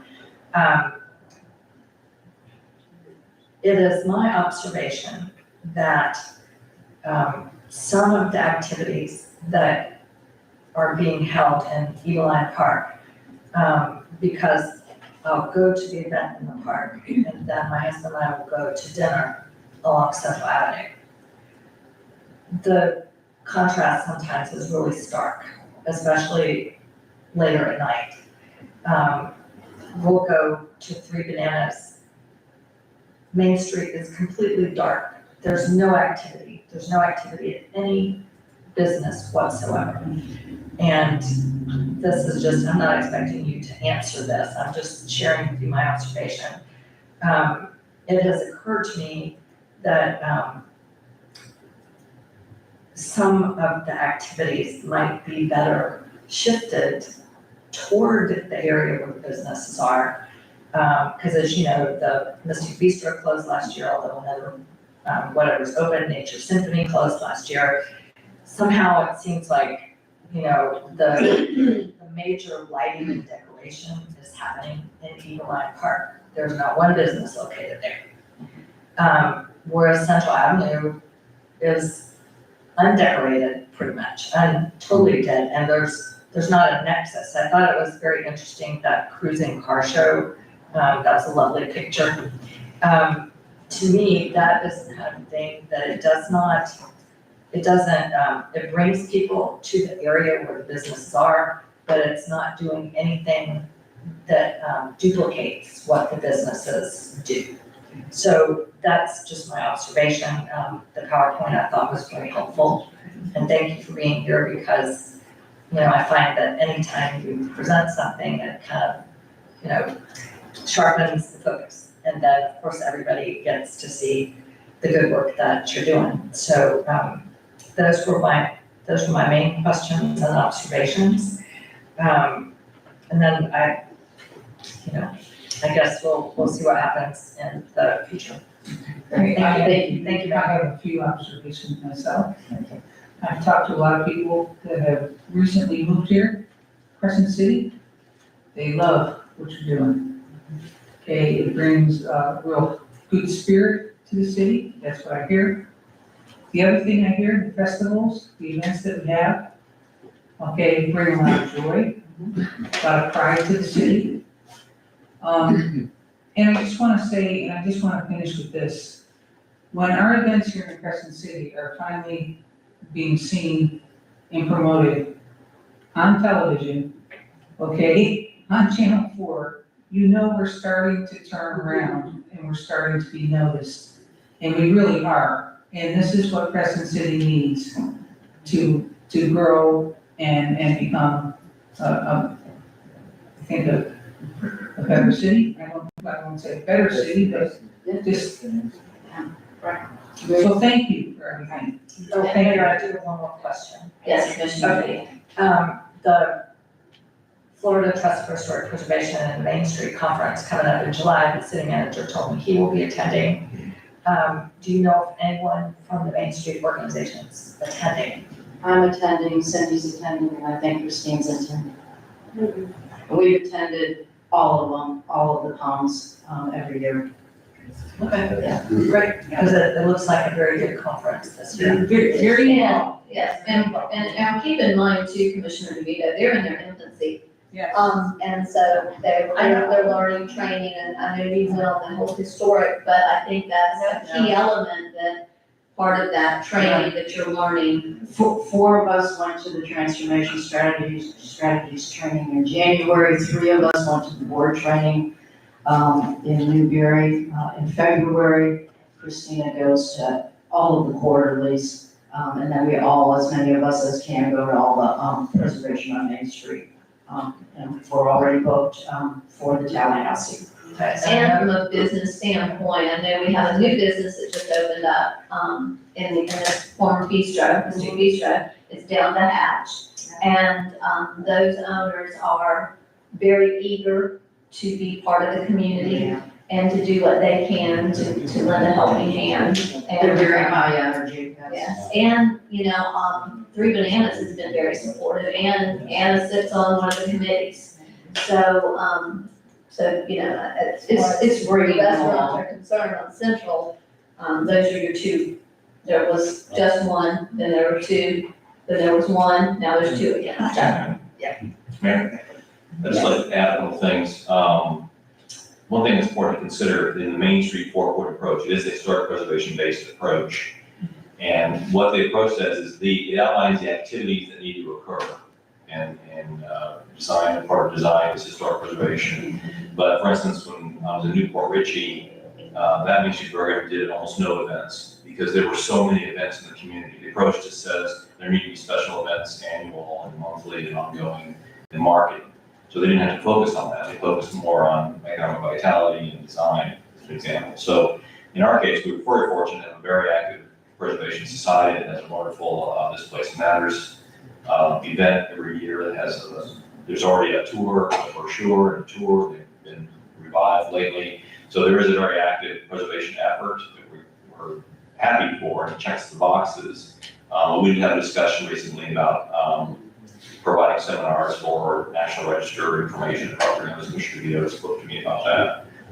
So we'll be adding those things in partnership with the preservation, the local preservation organization. Well, Mayor, now that the city manager has mentioned it, yes, that's one of the things that concerns me the most, is that, Central Avenue, which is the Main Street area, the core of it, has, more historic buildings, part of our historic district per square inch than any other section in town.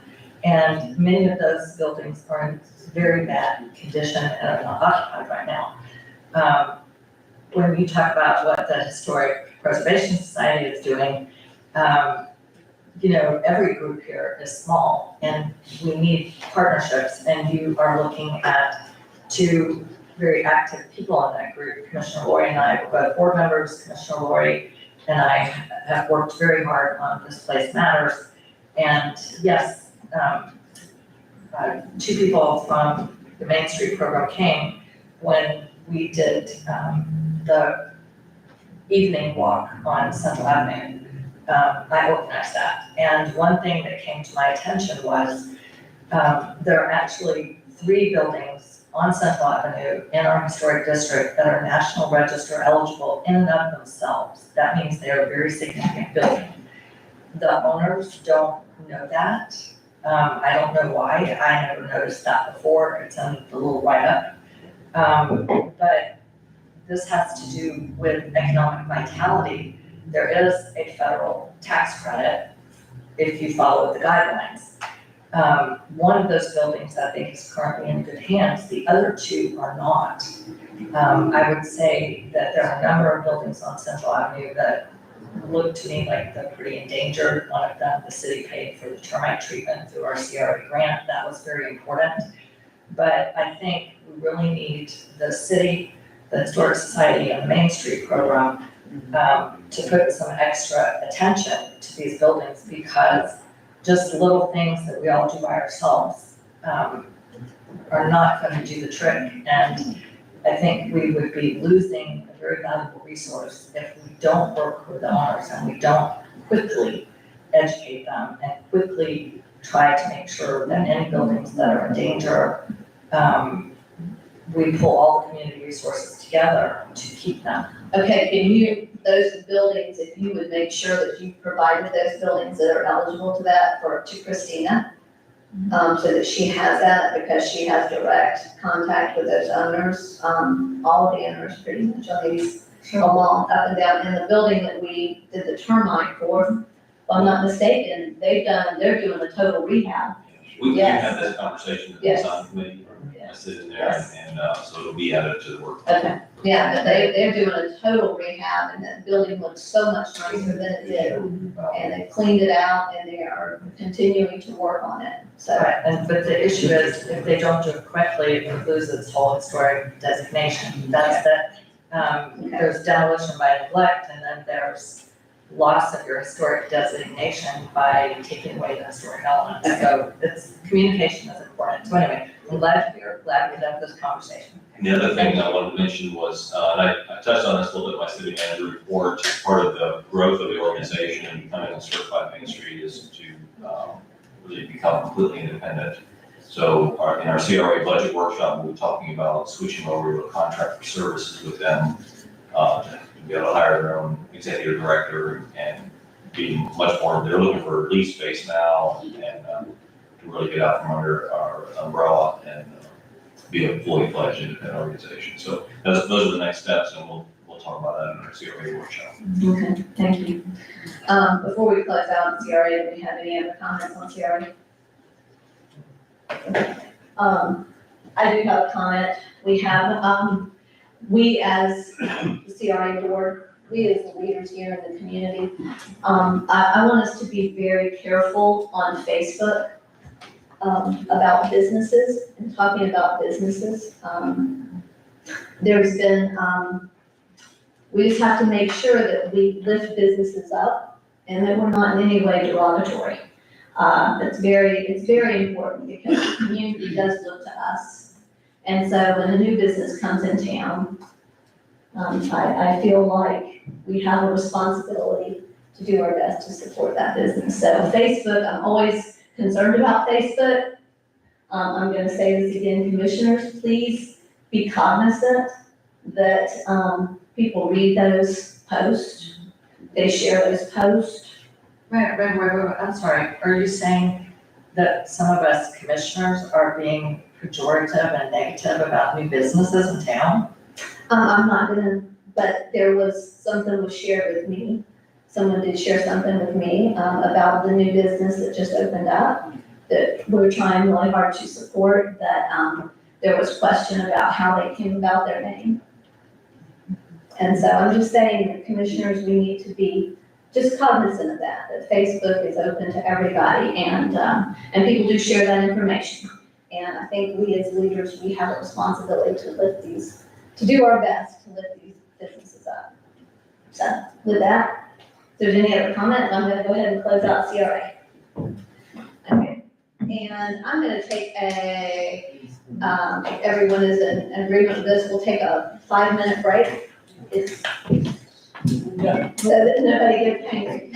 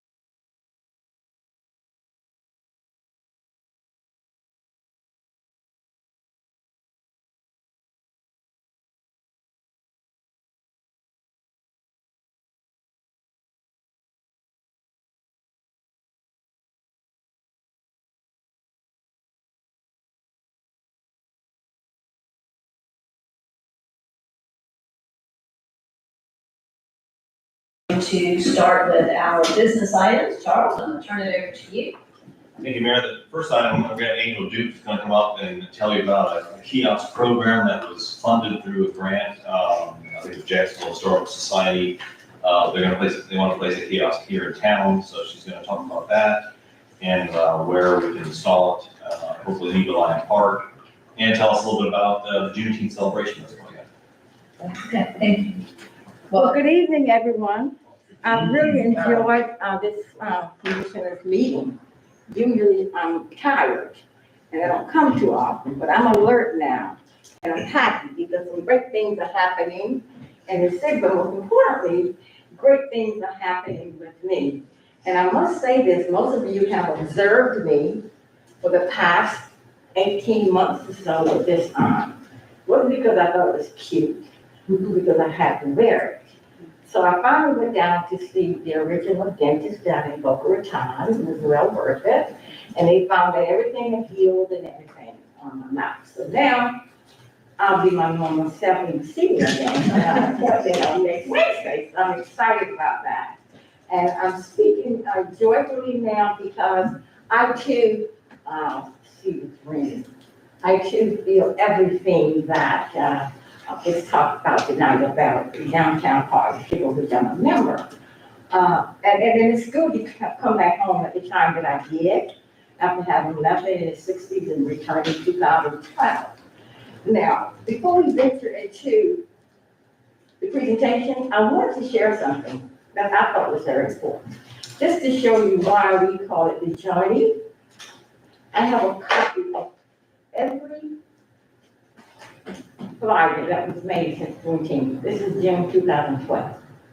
And we have 13, 14, 15, 16, we have the flyers.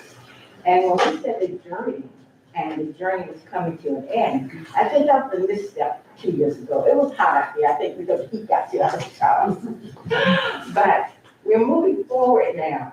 And as Charles mentioned, in cooperation with the Jacksonville Historical Society, and Dr. Jameson at Edward Watts College, and us down here, they just ranked up.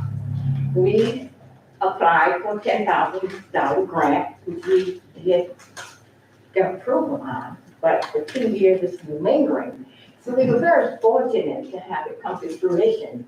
So now we actually have the kiosk that's telling all you guys about, oh, she's dreaming. There's no kiosk. I was even dreaming for a minute. But it's painted beautifully, decorated by Mrs. Delaney, our teacher, and one of her top students, Mrs. Deasia. And they did a beautiful job with that. And that is what we want to unveil during A. Philip Randolph Day celebration. So we'll be celebrating A. Philip Randolph Day, Juneteenth, and of course Father's Day.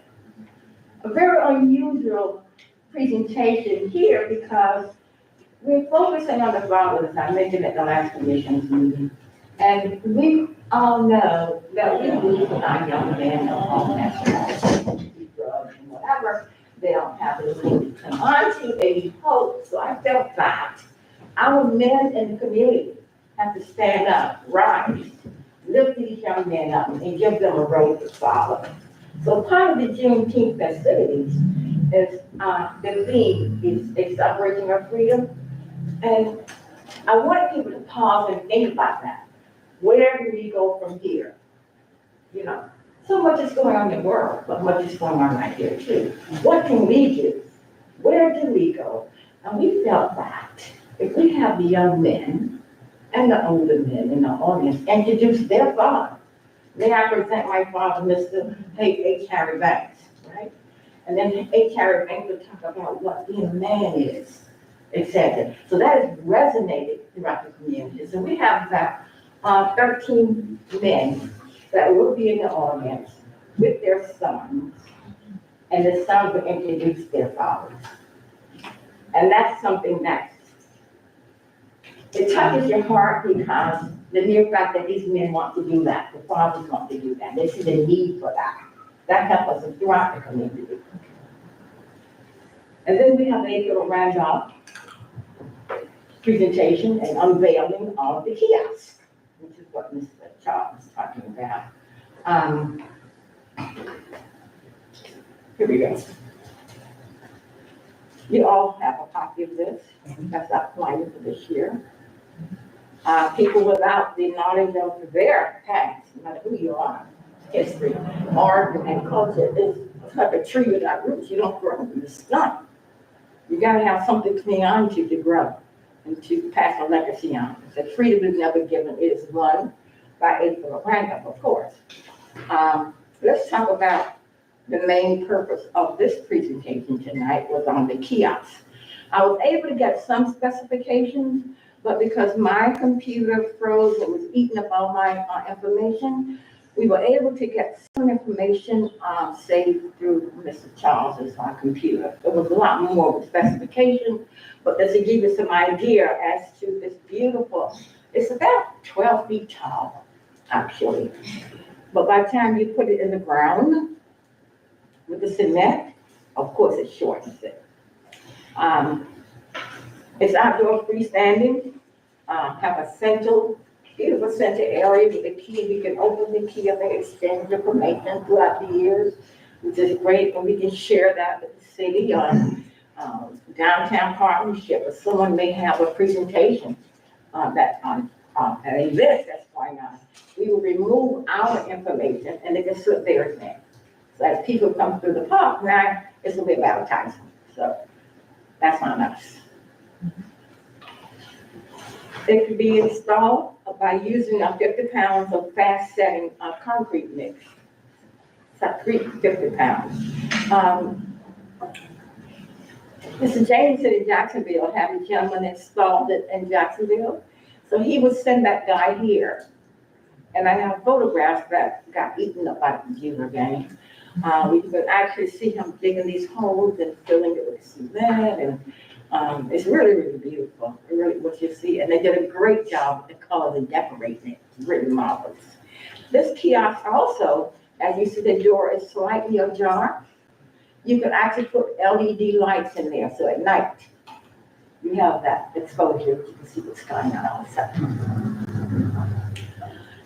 Some of the post options that tell you can do a surface mount on the surface, or you can do it in the ground. I think where we're looking to place this, if it's approved, it would be better suited in the ground because you have about 4 feet, maybe 3.5 feet in the ground, in cement, so nobody can take it away. They can't damage it and, knock it over. Have to be pretty strong to do that.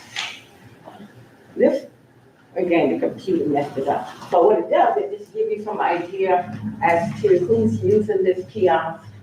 That tells you the functionality of the kiosk, what it can and cannot do, with the lighting and things of that nature. It's waterproof, snow-proof. We don't have snow, so not to worry. Termite-proof, because it's not really wood. It's lighter than wood, but stronger than steel, right? And it will not ever blow over when storms and hurricanes come in. There's a website for specifications. You guys don't have this in your package that you have. I think Charles gave you guys a package that shows you photographs of this kiosk. Thank you so very much, Charles, for putting that together. I appreciate it. I was convenient. Coming soon, you're gonna see it's going to be maybe on the 22nd, you'll put a black tarpaulin. They gave us all this stuff to put up there until when they want unveiling. And then perhaps we can choose a date later on when it's cooler to install it. We looked at an area right behind the kiosk coming from Main Street, right near your electrical panels and things in that. Well, to your left, there's 3 beautiful trees. And I thought perhaps we could put it there. And as people walk through from different angles, they can see this. But that's a decision that she made by you guys. I looked around the park, and Liz took a lot of pictures, and I just didn't see anything where it would be in an environment where people can congregate and sit there and watch it, and sit on the bench and discuss it and things of that nature. So there's some good locations there, of course, but that is to be determined, by you guys to see where we should put it. And then there's also April Randolph Day. which we, received the, dedication ceremony back in 2018, a big ceremony over at April Randolph Church, I call it, Union Beverly in the church. And people came from all over, I mean, it's pouring rain, but they just wanted to be a part of that. And that sort of triggered the excitement to continue the legacy with April Randolph, and then eventually we got a little small office, and then I was renting the building, April Randolph Gallery, and I purchased the building, then it became too much, and I just recently sold the building. Then we have the April Randolph Memorial Highway sign. See, April Randolph is very much involved with everything we've been doing here, quietly as it's kept. That's why he stays here. And now we're doing the April Randolph kiosk, informational kiosk. These will be with us forever. It's leaving a legacy for our kids. Now they too will learn about April Randolph. I didn't find out about him even though I was in Middleton High School until I was in Paris. I was with UNESCO. And this, we're at the General Assembly. I'm sitting next to this lady. And she's looking at my back. She said, oh, I see you from Crescent City. You guys must be so proud of April Randolph. Who is April Randolph? I said, oh yes. I had no clue because we were not allowed to do Harry to come uptown. I lived in Long Station. So I didn't get to socialize with anybody at Crescent City. It was home, church, and we were like to go to a basketball game, think I could shoot, you know. I did. So anyway, I learned and I wanted to pass it forward. And I wanted to make a difference when I came back here after graduating, having been gone for about 20 years. And I'm so happy we did so. So that's what Juneteenth is always about, April Randolph also. And the things that we do is all encompassing. He's been there somewhere. You're going to find April Randolph, a laborer, a person about freedom rights fighter. All those things that we fight for is what he was all about. Now, Juneteenth, we decided to do it on the 22nd. And Charles was a good idea because I invited the president of April Randolph's organization for the state of Florida. They're doing something on the 22nd. Many people chose the 22nd this year to celebrate Juneteenth, but they don't want to do it on the 15th with everybody's crowd, right? And Juneteenth, as you know, is on the 19th, on Wednesday. So I'm certainly hoping that you guys come out. It's going to be a joyous occasion. We have food, it's going to be opened up with authentic African dancers. They're going to open up the ceremony with a welcoming message to welcome everyone, regardless of race, creed, and color. And after that, we have speakers. We have the fathers and the sons. We have pastors coming. Unfortunately, I'm sorry, you won't be able to make it, pastor, but we pray for you. We're going to miss you. Okay? So that pretty much sums it up. All the rest of the great things we do, have great food, great people, great music. And it's just going to be a most enjoyable occasion because this year it has a different twist to it. And I certainly hope, and I do mean this, that you guys will come out and support us. Come, it's for everyone. It doesn't matter race, creed, or color. We're all one. Like April Randolph said, we're not free to everyone is free, so we have to blend and make sure we're all free. Don't you think so? No, this is a beautiful, and it's a federal holiday now. As of 2 years ago, we are recognized finally as a federal holiday. And this is something to be proud of. I know I talk about April Randolph and Juneteenth. It's my heart, my culture. We talk about my people, their ancestors, bringing them together, awakening their spirits. That's what I like about it. And I think if we do that and come together as a community, it's going to make Crescent City an even better place. And that's what I'm so proud of. And I'm proud of all you guys also for supporting us and look forward to seeing you on the 27th. I'm leaving on Tuesday. If you come back, you won't see a mask. That's what I'm looking for. So thanks everyone, and thank you, appreciate your time. And again, congratulations to our new, your honor. Mayor, what I'd like to have is a motion to approve the kiosk in place in the park.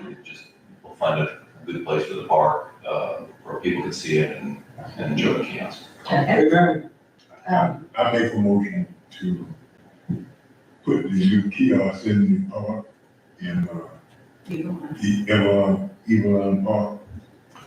Okay, so a second, Second that. we have a motion and a second. Okay, commissioners, do you have any questions before we? I had a question. Yeah, just, I think we need to find a place in the park where, it's involved sinking 2 really big post holes and putting cement. We need to make sure that it's not going to disturb, the tree roots of our heritage trees, which are already stressed. And as well, there are quite a few pretty ancient camellia bushes out there, so I'm all in favor of it. Angel is one of the board members of the Historical Society, and she does tons of work. This is a great part of our history. I just think we need to find a place for it that is not going to adversely affect our heritage trees and heritage camellia bushes. But, and Angel, didn't you say you don't really want to install it until the fall? It's so hot out. Well, I mean, I would agree, And a yes. lot of people are back in town, students are back in town, there's a delay to be back in schools. Not necessarily fall, but not in the next month or two. Right, wait until it's not boiling. Yeah, exactly. We cooked one a couple of years ago. Right, so we have time to find a spot. Yeah, Okay. but as we peruse the park, and I understand your point, because those are things that, I was looking for also, I would be in this office. Right, because, you know, You got it, and I'm looking at a lot of the trees out there already dead, around the roots. And also, the bark's are peeling off the trees. that's fine, the arborist has reviewed them. Yeah. But when the electric was, some of the improvements that have been made to the park, the arborist has noted that the tree roots were already cut under some of the heritage trees and that was a negative thing. So I think we need to make sure we don't do any more negative things. Okay, Commissioner Laura, you had a question? I just want to ask Angela, have you put the information together that you want to put in the actual? Well, they did that with the grant money that we received. Okay. I have a considerable, they get a grant off and some quotes from county and whatever. It's just ready to be placed inside. It's on my porch now. Great, I just want So we to, have everything that we need. Just a matter of just planning time and place for the installation. and it also looks like on here, with the website, there's places for you to put pamphlets or something so you can pick them up. And maybe put something together for that, or you have ideas? Because I was thinking, I mean, there's other organizations too, like the Historical Society that might have some stuff to put in there if you want to do that. Oh, absolutely, that's why I kept mentioning at the Historical Society meetings, because I wanted the Historical Society to get more involved, because it was, started by the Historical Society in Jacksonville. And I said, what better way they want to put our information on a national website that they have, they still will do it, promoting Crescent City through the Historical Society. So there's a lot we can talk about, and I want to keep wasting everybody's time. I appreciate it. Okay, Thank you. Is it two-sided? Is one-sided. one-sided? What's on the other side? Is that where the art's going, Yeah, you put- where they've decorated it? They decorate the whole thing. They're decorating the whole thing. It's already decorated, you gotta see it, it's beautiful. It's on my front porch. Information. So we just have to insert posters so we can. I was just thinking on the back side, how we, if there was anything on the back side. The back cover is painted beautifully. Okay. It's from April Randolph, and it says Crescent City for her down the coals, and they did a great job in high school. Great. Yeah. Okay, commissioners, we have a proper motion and a second. Karen, will ask you to, if there's any other discussion, I'm gonna ask Karen to do a roll call. Commissioner Burton, Aye. Commissioner Banks, Aye. Commissioner Lori, Aye. Commissioner DeVito, Aye. Mayor Myers. Aye. Okay, so approved, and everybody, please, if you're in town and available on the 22nd, the hours are what, 10 in the morning till 8 at night? Yes, sir. Yes, ma'am. Yeah, please come out to the park. Can we have a question from the audience? Yes, sir, if you come forward.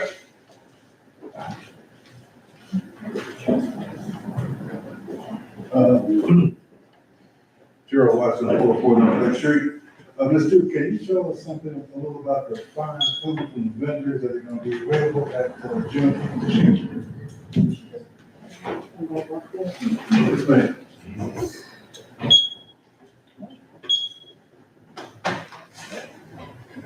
What we are doing is, doing the authentic Southern food, some beginning doing, the Emancipation and Freedom Day. Most of the foods were red, they had, grits, barbecue, things of that nature, watermelon. So what we decided to do, because it's gonna be so hot out there, we're gonna serve little cups of, watermelon and blueberries. Nice color too, and just serve it to especially dignitaries sitting at the table so they can kind of cool off a little bit. And we're going to do red beverages. This probably would be a strawberry lemonade. And I'm gonna do one of my favorites, it's some red Kool-Aid with lemon in it because it's hot. And we have all home baked goods, pound cakes, chocolate cakes, coconut cakes, they have me on. We have the standard chicken, pulled pork, everything you can imagine. As a twist, there was someone saw a flyer at the marketplace, he sells beef, he sells meat. He is a rancher, he called me. The beef jerky, the one that does the beef jerky? Or another one? Live food. He Oh, cooked, beef tender, okay. they cook food, right? But they have a big refrigerator that they pull behind their truck. And it's all their frozen, beef goods and all these kinds of things. I was surprised he called them, quite honestly, I've never seen anyone like that at a farmer's market. And we have people from kitchen decorators, with all kinds of people coming in now to show their career, because they've heard about Crescent City. Keep that in mind. Thank you. The fried crab legs. Thank you. Thank you. All right. Fried crab legs. Okay,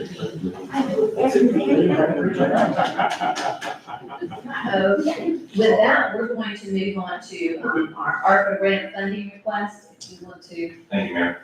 This is an ARPA grant funding, not a CRA. We did use the CRA grant application, but it's not a CRA funds or a CRA program. These are the ARPA funds designated for economic development some time ago. As you all are aware, back when the announcement came out that Winn-Dixie was bought out and that our pharmacy would be closing, it was quite a concern from the commission, from the community, filling this need. We did meet with our local pharmacy and asked about working with her to expand her operation, which wasn't in her plans. So there's definitely a need. I know my prescriptions were shipped to Walgreens, and I have to wait a huge line every time I go there. It's just, it's not been a pleasant experience. So there's a need in the community, and we have an opportunity before us to assist in the project, to bring a pharmacy back to the community, to redevelop a much-needed site that we can do redevelopment right in our downtown. And I think it will be a tremendous asset to the community and a draw to the downtown and partner in the revitalization of downtown. So what I have in your packet is there's a plan set, and the applicants are here, they'll come up and answer your questions. But the idea is to convert the building both into a pharmacy, and then there'll be leasable space still remaining in the building at the southern end of the building for another tenant to go in there. So this will be hard to see on the screen. These are in your packet to show you how the building will be redeveloped. My recommendation is that we do like we do with our CRA grant program, where we pay the vendors directly as the work is completed. The work would be permanent improvements to the structure that would be there ongoingly, and a concern the commission may be if the project were to stop. We would still have the improvements to the structure for other potential tenants. So the applicants are here today to talk about their project, the business, and what they plan to do, and their aspirations for the site. okay? Can I ask a question? Have they purchased the site? I didn't see a deed or anything in there. Yeah, actually, the pharmacy will be the tenant. You can explain the relationship. Okay. Yeah. Hi, good evening. My name is. Who's talking? I'm Thomas. Hi, my name is Trey Wade, or Tremaine Wade. I am a pharmacist, and yes, one of my business partners actually purchased the property already. Can you tell us a little bit The name of about the owner, Tell you guys, sorry, what was the question? the name of the owner would be, he's right here. well, that's okay, I mean, that's fine, we'll hear from him, go right ahead. Okay, that's fine, Stay here. Yeah, it's all about business. that's fine, don't let me interrupt you, please. Oh, no problem. Go ahead. Yeah, my name is Tremaine Wade of Trey Wade. I am a pharmacist. I've been a pharmacist for almost 20 years. How I got to know Crescent City is I was the district manager for Winn-Dixie Pharmacies for the state of Florida. So I was very familiar with Crescent City. And to be honest with you, when I heard the news, out of all the stores that I managed, I was the most concerned about Crescent City. I knew this community very well. And, the Winn-Dixie Pharmacy, when it closed, I knew the impact it would have. You guys can just Google the term pharmacy desert. Your community is actually bona fide Google definition as a pharmacy desert, which we all know. If you have a pharmacy desert, not only do you have to make longer travel times to the pharmacy, right? That definitely leads to non-adherence for patients, which leads to lower, health outcomes or worsening health outcomes, with either higher, hospitalizations and of course, ultimately worsening health conditions. So this is a big deal to definitely have a community that, is in a pharmacy desert. So I definitely believe in purpose. And for me, when I knew this was coming up, I thought, hey, what can I do to help, fulfill and help with this purpose? So that's why I'm here today. And I do thank you guys for the time and allowing me to, to present. And yeah, I met with some contractors who came up with the plans. You saw the exterior. So the exterior is basically, we're just going to create like a storefront. Yes, we want to maintain some of the gates because let's face it, there's a pharmacy and security is a big concern. So we definitely have some of the gates. There'll be the ones on the interior will be on the, I call it the more northern side. They'll still be there. You won't see it from the outside because we'll have a storefront, but the gates will still be on the interior for security. As far as the pharmacy layout, I'll be also on the next page. It's going to be about right around 2,000 square feet of pharmacy. So it will definitely be a larger footprint pharmacy. Of course, we have a retail space for your over-the-counter goods and, other purchases they want to make, hopefully healthy snacks and foods. And then on the other side will be just the general pharmacy. Okay, thank you. And this is kind of be where the pharmacy staff is here. We will have a immunization room here. As you know, immunization services are big and definitely big in this community.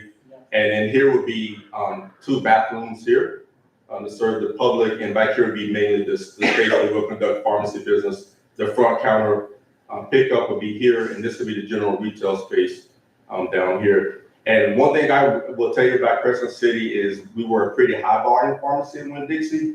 And so, yes, in order to meet the needs of the community, you will need a pharmacy of approximately this square footage for it to be successful. Because again, if you build a small pharmacy, you just cannot keep up with the demand that this community needs.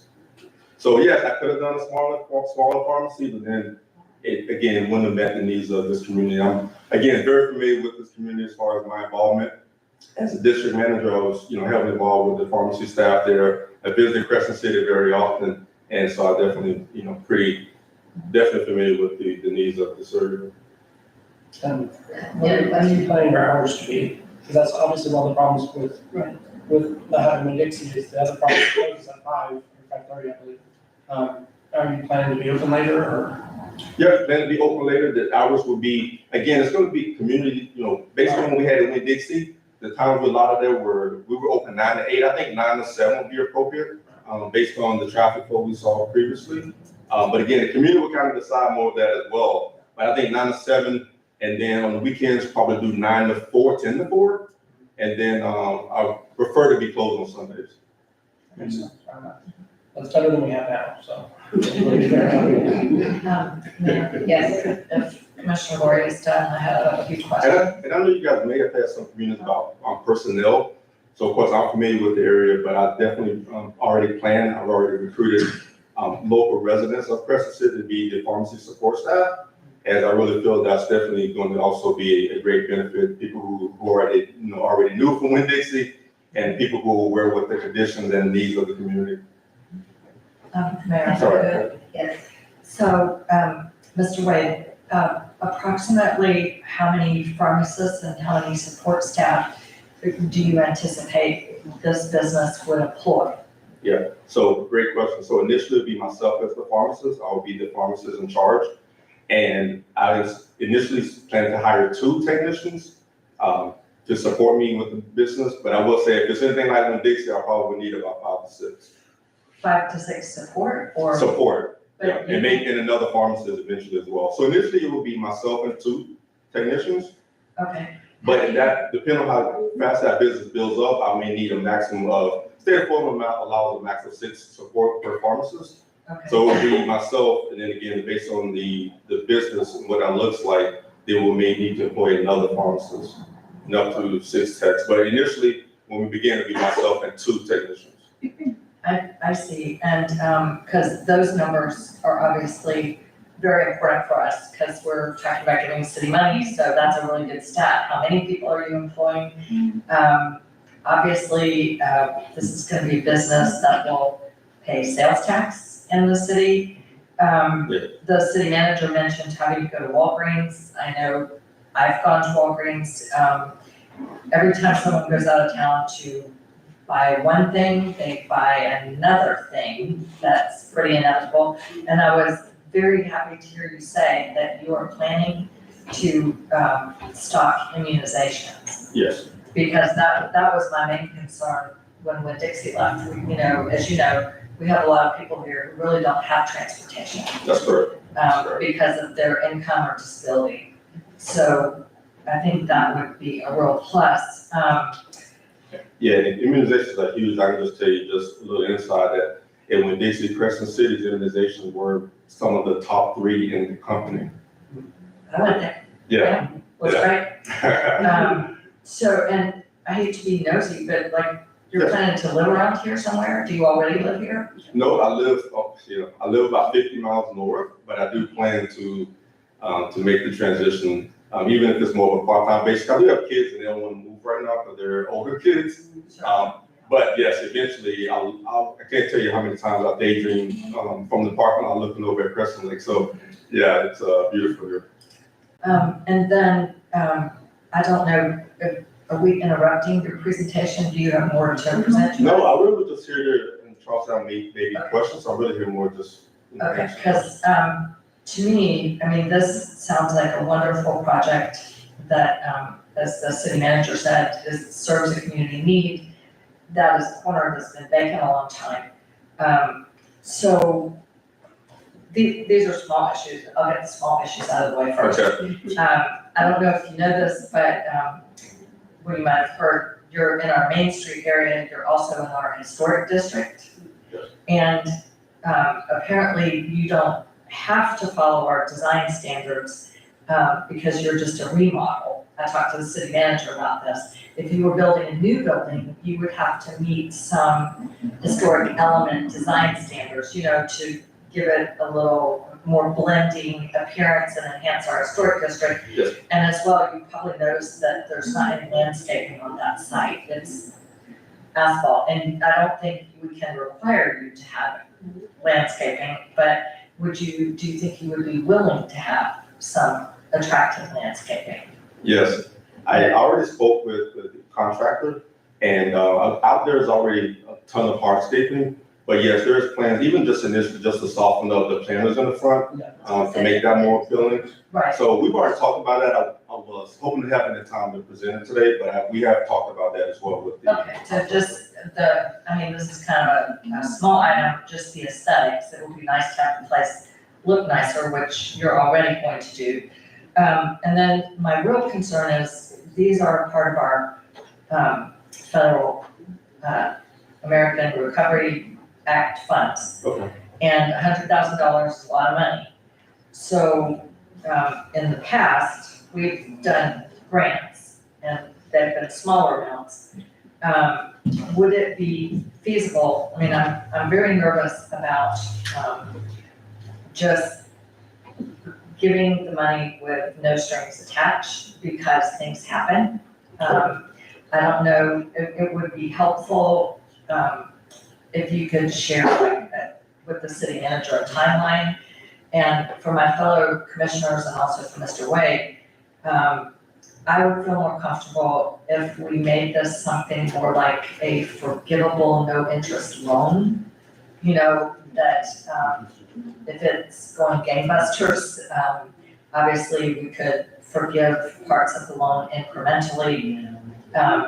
Maybe have a lien on the improvements, so in case, you know, something unanticipated catastrophic happens and you have to stop the project, then we would have some kind of a lien on the property, because unfortunately, sometimes people start projects and for whatever reason they get abandoned. I don't know if that would work, but it would give me more comfort for the money that the city is putting in. Although, I mean, I think it's a great project. What is it that Charles said, we're going to be paying the vendors directly, correct? Correct. Could you advance one more slide for me, please? So I went through the proposed budget and pulled out some of the big items, some of the big improvements to the building, and that's up pretty quickly, as you can see. And that budget that you saw still had some to be determined amounts as well. So my recommendation is to do a grant, do it not to exceed $100,000, such that if it turns out the electrical came in at $20,000, we could do some more. So this would be the intent would be to do these large, significant changes to the property, which in my view will still be there. So if something happened in their lives and the project just ended abruptly, we've got framed, plumbed, electric, we've got all these improvements that we funded and they're still there. And another tenant could use it. I look at it, we're investing in that building and property and location as much as we are this new business in town. So that's why I feel comfortable, you know, as they come in and do this work, we pay the vendor and the vendor's happy, and then the other items that haven't currently, they'll pay the vendors for those. And then when we get to our maximum amount, that's the end of the grant. And we do have a CRA grant program that you can come to the finishing touches and maybe aesthetic improvements and so forth. My only question I see is that we are making improvements to property that we don't own. Right. So if. That's a major grant program. Right, so I mean, are we gonna do the same thing that we do with the CRA grant and we get paid back if within 5 years he sells it? Yes, we typically have a clause, so like if we frame out the whole thing and then they gut it out within 5 years, they undo our improvements, we have a payback clause. But it's unlikely, you know, especially these types of improvements, that they would be undone. I feel even more confident that it's not like we put an awning on the building and then they swapped it out over the weekend and our awning's gone. If the property owner sells the property, are we gonna get paid back? That's not my intention. The improvements are still there. The property owners probably sold it for a higher price, made that pocket that money and left. Not that I'm saying that's, I'm just saying, I need some sort of protection. Well, the way I view it, the nature of redevelopment is people need to make money. Somebody's gonna have to make money. So we're hoping these folks will come in and make money, and we can have a profitable business there, property owner will make money.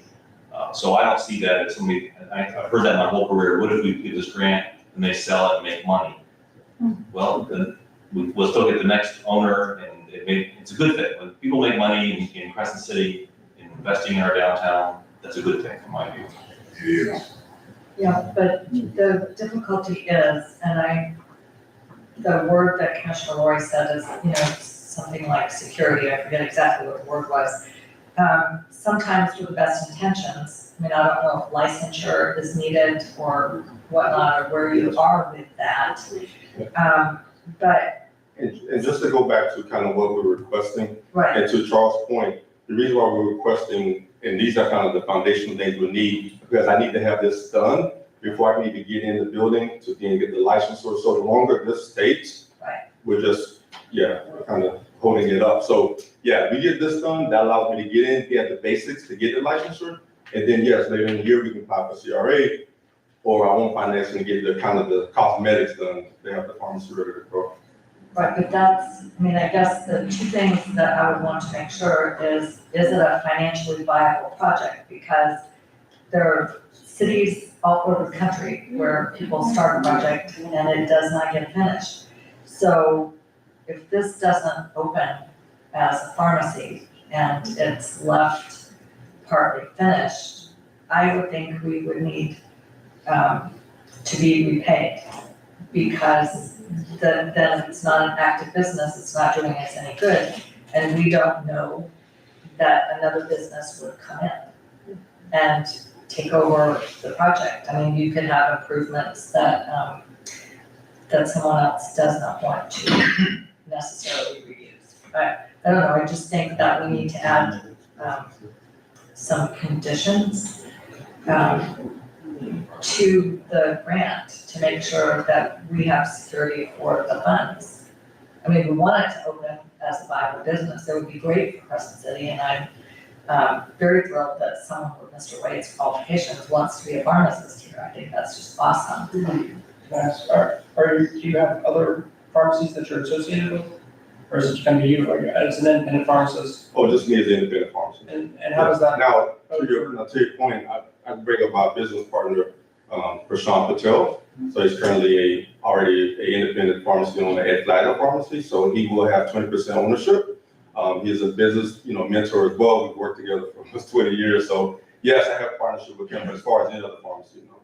I'm just looking as far as insurance goes. So are you gonna be accepting everybody's insurance for? Yeah, so the reason, bringing him in as a partner is because I can kind of piggyback off of his clients and his contracts to have contracts, load quicker into my pharmacy. Yeah, that was my concern, because it's not gonna help us. That's an issue that our current pharmacy has, is being able to accept, for our citizens to be able to utilize their insurance policies. That's right. Yeah, pharmacy reimbursement with PBMs are unfortunately just, concerning, to put it lightly. So that's why you have a lot of the, independent pharmacies that will not contract with certain pharmacies, because if you sell a prescription for, $100, you may lose $30. So how do you handle that? How are you handling that currently? Well, you'll handle that by, with contracts, making sure you have the best contract you have with the PBM, but also making sure when you dispense, you also add services to it. That's definitely gonna help offset that, whether that's, MTMs, immunizations. I had all of my business plan. In the future, I do plan, and we've talked about this before, we have the facility size that we need to, we can expand it to even long-term care. Doing IVs and other things that also help make the pharmacy more profitable. You kind of get around some of the PBM, reimbursement issues as well. So, and we get to that point, we're talking about we're employing 20, 30 people at that point. Yes, I guess my only. And then, he wanted to add a comment, you will come up with that. So Trey just introduced me. I'm Pat Patel, pharmacy owner, Flagler Pharmacy. If you go straight on 100, one block before the ocean, you will see Flagler Pharmacy right across the Veterans Park. And when I opened a pharmacy, when I approached, town had a pharmacy for 100 some years. We left pharmacy 2-3 times, but then I came back and backfilled the niche, just like what we are doing here. At that time, I was also in the same council committee room, and I asked for an ambassador meeting. I asked for 2-3. I asked for city ambassador meeting. I asked for I would like to have. They told me to get 2 or 3 key personnel that you would need. So I asked for a city manager to come with me. We asked for a sheriff. We asked for a zoning. And then we worked out, because Flagler Beach is small. It's very happening. Like here, we don't see that much traffic. There, it's too much. And I'm right in the noon spot. So the requirement for pharmacy, he was my boss when I was at CVS. So, and I'm pharmacist 28 years. And we worked together for many years. He's a big person. It's with Walgreens, Winn-Dixie now. And he was the district manager for CVS for many years. And we attended many events together, but now I'm also an independent pharmacy owner. So I worked with CVS. I started Acres in Palatka, Interlaken, Farm Tools, Then I went to CVS for 14 years. I was manager with Publix. So somewhere, like you mentioned earlier about Facebook comments, and I kind of felt that, you getting a very good pharmacist in town. You can go to Google, search for Collateral Pharmacy, and you will see our reviews. Our reviews are highest in state. Also, my wife is the one who purchased the property.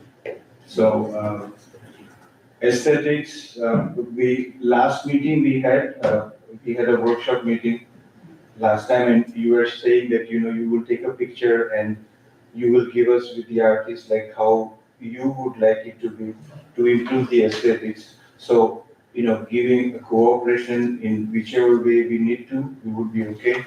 And even I mentioned that, there is a need for a public restroom or something. It's nothing there in between. Yeah. We mentioned it, but I said if there is a need, we can help with that part also. Anything that can be done, I'm sure she will cooperate.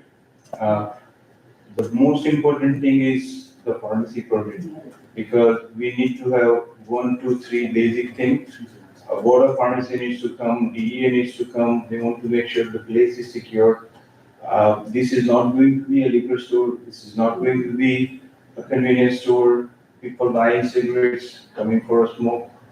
10 times, we don't want to see the customer 10 times. We want to see you 1 or 2 times, give you one-on-one 10, 15 minute time, get all the medications and do a medication synchronization, get you all organized. What hurts me the most is I have 360 active hospice patients, so we work with all the hospice. God bless me so much when we were taking care of homeless people near the beach, somehow community like here, they took a notice, 6 churches took a notice, and now we take care of all the homeless patients in the county. I work with the city government. Unfortunately, they have Florida healthcare, so they only allow their own pharmacy. This town has a different insurance, which I have it. Because I have it, I can transfer a lot of insurances faster. Otherwise, that's a 1-year wait, extra fees. So that's a reason for me to be there and also, earn the time that we are losing in the process. We also take care of first-time heart attack, first-time diabetics, and there are kids here under 2 years old. There are patients who are 80, 90-year-old on hospice in this town that I'm serving from Flagler. Okay, when it's staff, I'm training them to work with me so they are ready to go when Dr. Wade gets here. So I'm helping you, but I'm helping you from far. But I'm also, and we are planning to hopefully come here by January or February next year. So right now, we are right next door, so. Well, the concern I think I'm hearing is a worry that the project stops, that we won't get our money. And I was talking to Bob, there's really no way for us to lien the property in the event of a business failure. We would have to sue them for the money. So we can have assurance, we can have clauses in there saying if you don't reach a certificate of occupancy, you have to repay the grant, but we have no way to really enforce that. So I think the fear is that the project will not succeed, and I think we have just invest in the project to help it succeed, to help it get to the finish line and open up and see it go. Well, I am glad to hear that you have a business plan. I think that's something that is lacking with some people, especially this town. Not disparaging one, but you obviously know what you're talking about and you have experience. So on a side note, like when we apply for a business, we also need to have a liability insurance, 100,000, 300,000, 5 million. So pharmacy is required to have 3 million, and you put the name as a certificate holder. Usually landlord's name is there. If you're dealing with Medicaid, Medicare, we put that as a lien holder. If you're taking a loan, SBA loan gets there. This is something that can be done or worked out, but that is not the intention. The building is in a very primitive stage. There is no air condition. We don't know how old is the place. You know it, but we're trying to make it something that, I was mentioning about gas station earlier. We don't want customers to come 10 times a day. but pharmacy needs to be in a very known place. So the patient needs to see, oh yes, I know exactly where Flagler Pharmacy is. So if Central and Main, and if the location is there, that's it, and you will have a very good name, and you will have a very good pharmacist here too. So professional liability insurance, somewhere you can mention something, or we can work, but the aesthetics are concerned, we can do whatever, because it's actually own property here, so. You have something? Thanks, Pat, and he just said, I'm a really good pharmacist, so. We all believe that, we all know that. I've only heard praise from the community, or people that have worked with me. But the one thing I did hear that does puzzle me, this is, as you realize, this for us is a big decision. And it's subject to criticism, okay? And so that's why we're not trying to be hard on you, we have to also protect the citizens. But you said something in your comments that caught my attention in that, have you secured the funding for the remaining repairs at this time? Cause it seemed as if you said something to the effect that when you get the funding for those additional repairs, because $100,000 is not gonna open up a pharmacy.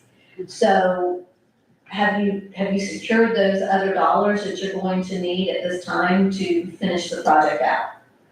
Yeah, so Pat and I will apply and get those additional funds. The main thing we need to right now is, like I say, get the funding to just do the basic of it, because then once we get that, we can apply for the permit, and then we can get, then start applying, because it's tough to do that if you don't have the pharmacy permit already ready to go for a pharmacy, because this is a startup. Okay, so Mayor, so my thought, I heard the same thing you did, and Mr. Wright, I'm just gonna chat with the mayor a minute, and the rest of the commissioners. It concerns me the most, I mean, we have the construction plan, but we don't have the business plan. And what you said, is the other funding needed available? And that seems to be, not. So I am concerned about that as well, and I don't, can Bobby explain to us why we cannot lien the improvements? I don't, You're speaking to you. I don't off the top of my head think of a mechanism that would allow us to lien another person's property.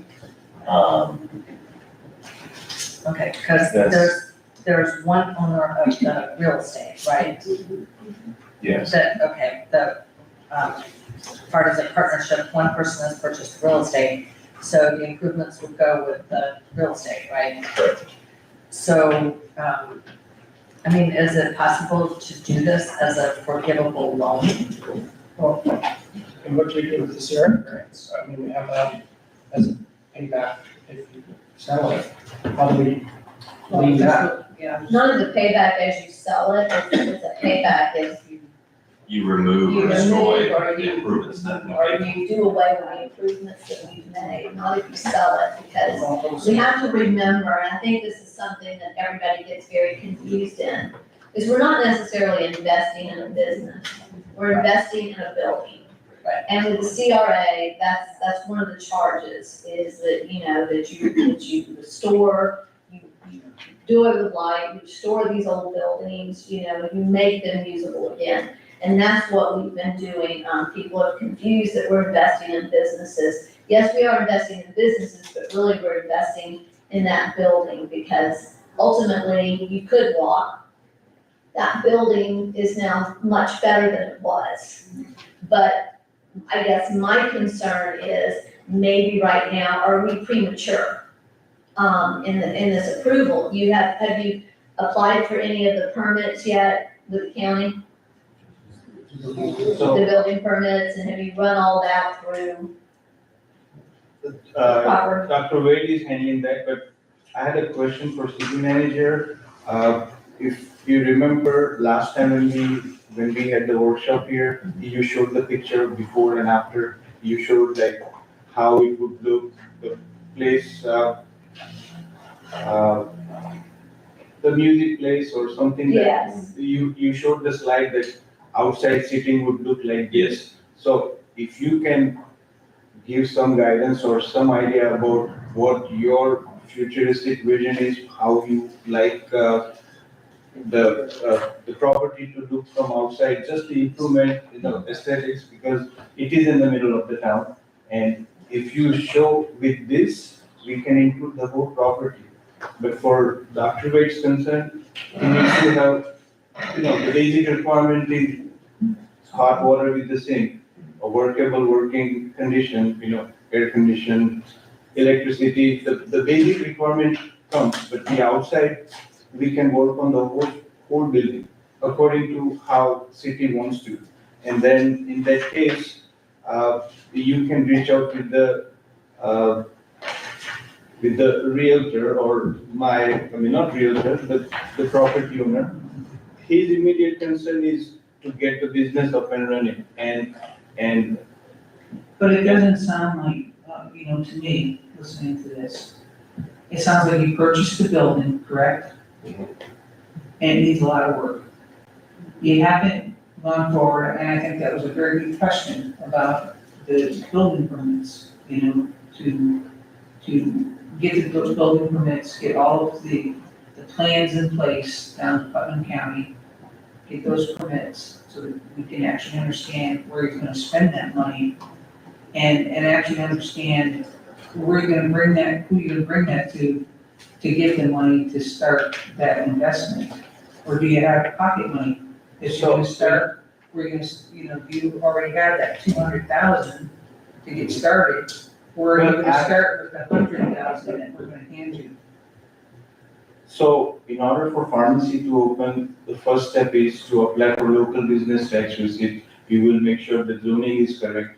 Once that is there, that's the first piece of document. Then we begin immediately with the interior. And in order for that to go to interior, certain things needs to happen before he even gets to the interior. Interior, we can work on it right away.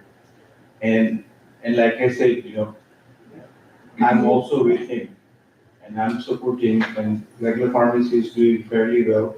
We are okay on inside part with the inventory because it's a $300,000 to $400,000 project,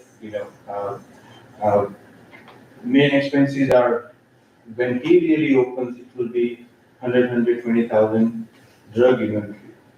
And that is something that he will get help because of me being an established business owner. When I do $5 to $6 million, I generate a lot of sales. I generate a lot of revenue for the town. And this is in a better location. Also, it will be a rural pharmacy. Rural pharmacies get better reimbursement than what we get. Like you heard of weight loss medications, Wegovy, Zepbound. I dispense more than 2,000. We have big name in state that these pharmacists can get it because I used to work with USFDA. I knew when the shortages that happened, and I reserved and I was proactive. I made a name, but like I said, we are losing money. When we are losing money, then it's a different thing. So rural area will have a different reimbursement models. Okay. I think the question, just to make sure I clarify, as far as doing the rest of the project financing, yes, the financing I need is for this. I want to make sure we're clear about that part. So I need help on this grant because I need the funding to get it up to code and ready to go. As far as the cosmetics pieces, the inventory, we can get that from the drug manufacturers. I just need the help with getting this thing ready to go. So I want to just make sure. Did you say that the loan you plan to get, you need to get licensed as a pharmacist in order to get that loan? For the pharmacy, yeah. And that's in my business plan, that's like $1,200. But I can't get the licensing unless the plumbing is there, electrical is there. That has to be there. So that's why I'm applying for this now to get that done because I don't have that money. So that's what I need. But as far as the cosmetics, the cabinetry, I can get all that stuff myself. But I need help with the structure of that building to help with that part. Okay, all of this that you're doing here is going to require a permit, Yes, okay? and then she asked the So- question so- about, Talking about the pharmacy. and then she- I understand that. This is a permit though for the building, For the building, construction. yeah. There's two, we're talking two different permits. You're talking the pharmacy permit, a licensing Yes. for that. This is the permit for the construction. Yeah. And that was my question and my concern. Okay. Have you already applied for that? Have you gone through that process? The application, I mean, Oh, no, submitted all of that yet? Yeah, no, because like I said, everything was dependent on getting the grant. And our, So and you they're need- working you to need- So my point is, what's the point of doing permits? I'm not gonna be able to do it. Well, So that was but yeah, I already have a contract, I already paid them, almost upwards of 10 grand to do this plan. I need to get the building going. So if I don't get the grant, there's no permit needed. so you're basically telling us that if you don't get this $100,000, then you're not gonna be able. Or it's gonna take longer because I'll have to piecemeal it. A little bit, here and there kind of thing, because pharmacy is a big investment. It's gonna be about $200,000 to $300,000 all in. We understand that. And we understand that, but, and we're not, please understand, we're not being, we have responsibilities too. Oh, no. And so I just don't want anybody to think otherwise, but we have, It's a good we have question. fiduciary responsibility to. Yeah, no, it's a good question, but also I think it was just at that moment for me to just inform you, to be realistic, that if you don't do it, it won't happen for me. So can I ask a question? Yes. So on this application, you say the total redevelopment cost is $257,000. Is that including, you're talking about inventory? That includes, he got stuff in like cabinetry, I mean, there's a lot of stuff, bare bones. I think we could do it for $100,000. Again, he just went out like, hey, this is it, but we can adjust it down, because for the permitting, for the pharmacy, I don't need all those other bells and whistles. I just need to get the plumbing, HVAC, that stuff there, get the floor looking good, and then the rest, like I said, and the interior stuff to be done through our pharmacy wholesalers. As far as the fixtures and those kind of things, do their own financing. Because that's why we came up with this $100,000 numbers, because we're splitting it with you. But if we're paying for I'm not sure. It No, sounds we're like not we're paying in for the it. seed, we're kind of seed money to start this program for them. That's what it's But that, you know, So- they have no money to do this unless we give this to them. That's what it sounded like. So let me ask, let's go back to Commissioner DeVito's suggestion. Because we need to weigh all the options here. I mean, we need to make sure that we've given it a thorough review. With that, and no interest, forgivable loan. Bobby, how would we structure something like that? The only way you're gonna be able to do that is like a security agreement or mortgage, where it's not a mortgage based on repayment, it's a mortgage based on, they have to be in business for 5 years, 10 years, and then it automatically falls off. If they were to sell it before the 10 years, 7 years, or whatever, then out of the sale of the property, the city would get the $100,000 back.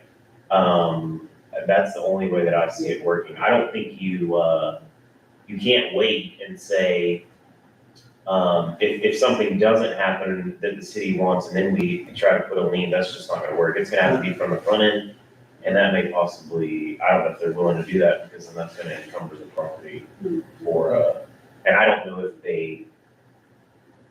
the property's encumbered by a mortgage right now, because then I would be concerned for us, because then we'd be second. It would be secondary, is that something that you would consider, knowing that, we would be willing, if we were willing to do that? Can we go one slide back, a couple of slides back, where you are showing the left side of the property that will stay vacant until something happens. If you are trying to improve the whole aesthetics, what city has in mind, if you can give us some conceptual drawing, how you want to improve the outline on the downtown, how do you like to see your vision? Yeah, we can do Pharmacy side is only half, where he needs help with the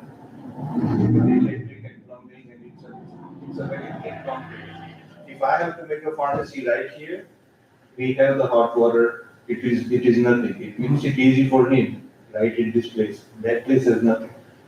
So if you like, however way you want to do it, outside, inside, every angle, we can take a look and we can go with the estimates. I think I also like his idea also, about if there is a sale of the property, you would hold back the money or, give away loan, but the building is really old and his purpose is a very noble purpose, he has a reasonable reason, but the building needs a little extra lifting. And it's really in a bad shape, It's It does, We understand. we if understand like that. I said, you give us the building here, we So- have a pharmacy right here. You so- put there. So again, we're gonna go back to rather than this just be an out and out grant, would you consider this, as us doing a no interest? You're not gonna get a no interest right now with something like this would be anywhere from 7 to 12%, maybe higher. A no interest loan that's forgivable, once you demonstrate that you're up and running and you're serving the community. No interest loan is one thing, improving the downtown look is another thing. We are presenting both. You improve the whole property, whole look, let trade take care of the electric part is the main thing, because he needs to have this in place, so we apply for the board of pharmacy. We apply for And that's this. what we're offering, I mean, that's what we're saying, is we'd be doing that, but we would be doing it through more of a loan type document that's forgivable, no interest. And that way we've also protected our interests. So Because we'd be you could looking- go in and do all of this and then, and not that you would, please, again, I hope you understand, No, we've but- been so beat up here in this community for everything we've done to try to help improve these businesses that we have to be somewhat, So like if the whole property improves, the aesthetics improves, and of course, we are coming here, so we also worry about our safety, family, and we will be a part of the community. You will Right. see us more often and you will see us more contributing. I would say, let's improve the whole thing, give the look that you like, you present with the looks, but the permitting that is required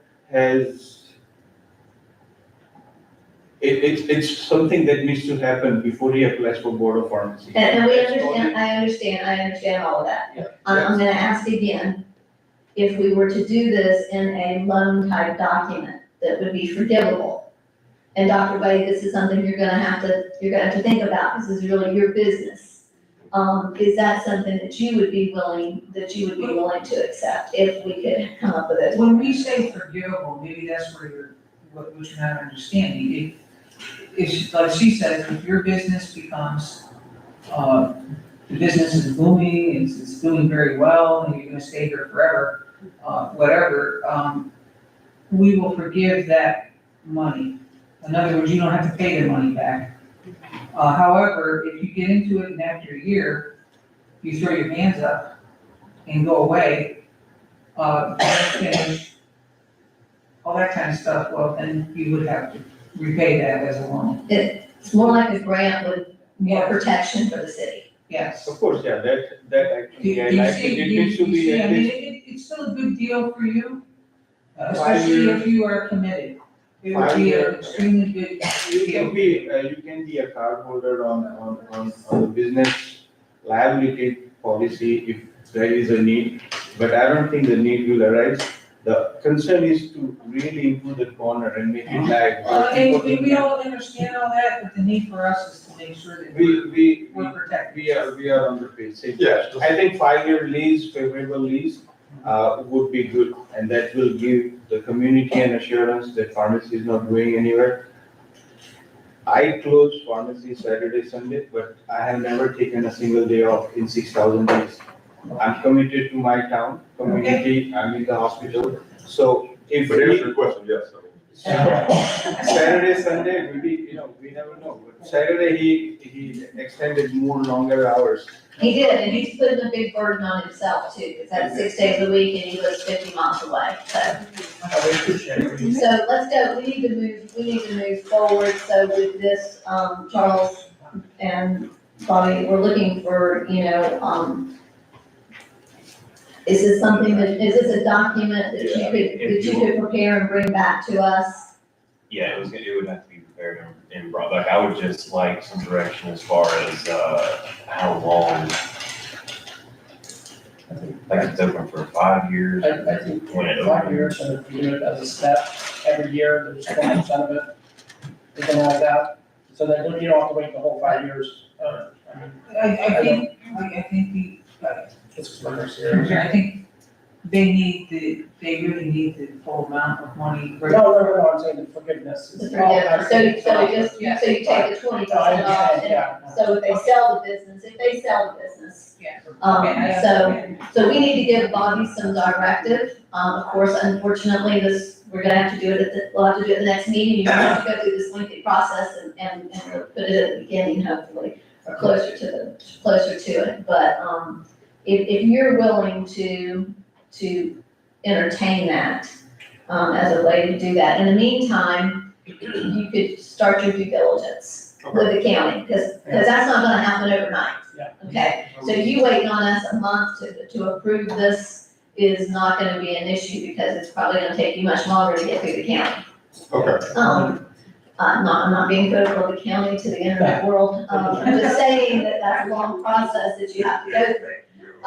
So, commissioners, what we need is we're gonna need a motion to direct Bobby to do his research and to design a document.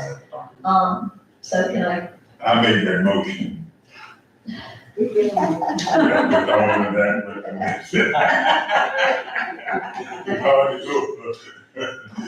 it's hard to repeat all she said. But I do make that motion. I really And I'll do. second that motion, what she said. what I said, that I'm sure somebody will share with me what I said at some point in time. Mayor, I'm sorry, I was coughing. What did you say? It was very profound, I'm sorry you missed it. It's very profound, but I'm sorry you missed it. But you can listen to it on YouTube. Those days when you're not on Netflix or something else. So anyway, I think what we're doing is they're directing Bobby to create a document to bring back to us. Yes. That sets the parameters, and it would be, a loan document. The forgiveness, and I think we're talking like a 5-year, I think that's what we had all discussed, 5-year stepped, yes, step. Is that 5 years starting from the day we start and get the money, or opening? Just start. That's something for Bobby, he's gonna have to tell us the legal ramifications. Yes, Charles? We were just saying that step thing makes it challenging. It's very common to have when someone gets a certificate of occupancy, then the loans are given, because they can open. Okay. Right. If we want to make it successful, it's hard to measure. That would be a very challenging thing to quantify. Yeah. Okay. But I think it's achieving a certificate of occupancy, means they did what they said they would do, and I hope they can open. So, Cause And they need to stay open for at least 5 years. yeah, that's what I think what we're saying. Because I mean, staying open and staying in business, because that's what we're giving you to do, is to start a business then. So after 5 years, it's. I just gotta beat Peter down on the inside, because stay open, we definitely need another pharmacy in Crescent City. Yes. You imagine, how many people ordering it by mail, and it gets sent somewhere else, and We're just pulling my parents right now. Right. I'm not dealing with that up there anymore. and have to go to East Palaca, and have to go to Palaca, and we'll even draw some people from out of the pollution country. So Bobby, we're going to rely on you to come back to us with your recommendation. We also need to make sure that through these ARPA funding, that that's a little loan is allowable. I wanna make sure that we've checked that box too. Could I just make one Pretty more? sure it is because it's for economic development. Yeah. And they don't really put any parameters on that. Yes, sir. I just like one more suggestion. Because of the plight of pharmacies in rural communities, I think it would be mutually beneficial for our pharmacy to even have exclusivity rights if we're gonna do this grant as well. I don't know that we can do that. Bobby, you have to look at that. I don't know that we have that ability. Look at us with auto, I mean, we have, Napa's been here since the beginning of time, and then all of a sudden now we have 2 more automotives, and we couldn't do anything with that either. So I don't know if we can. Did they get the same grant?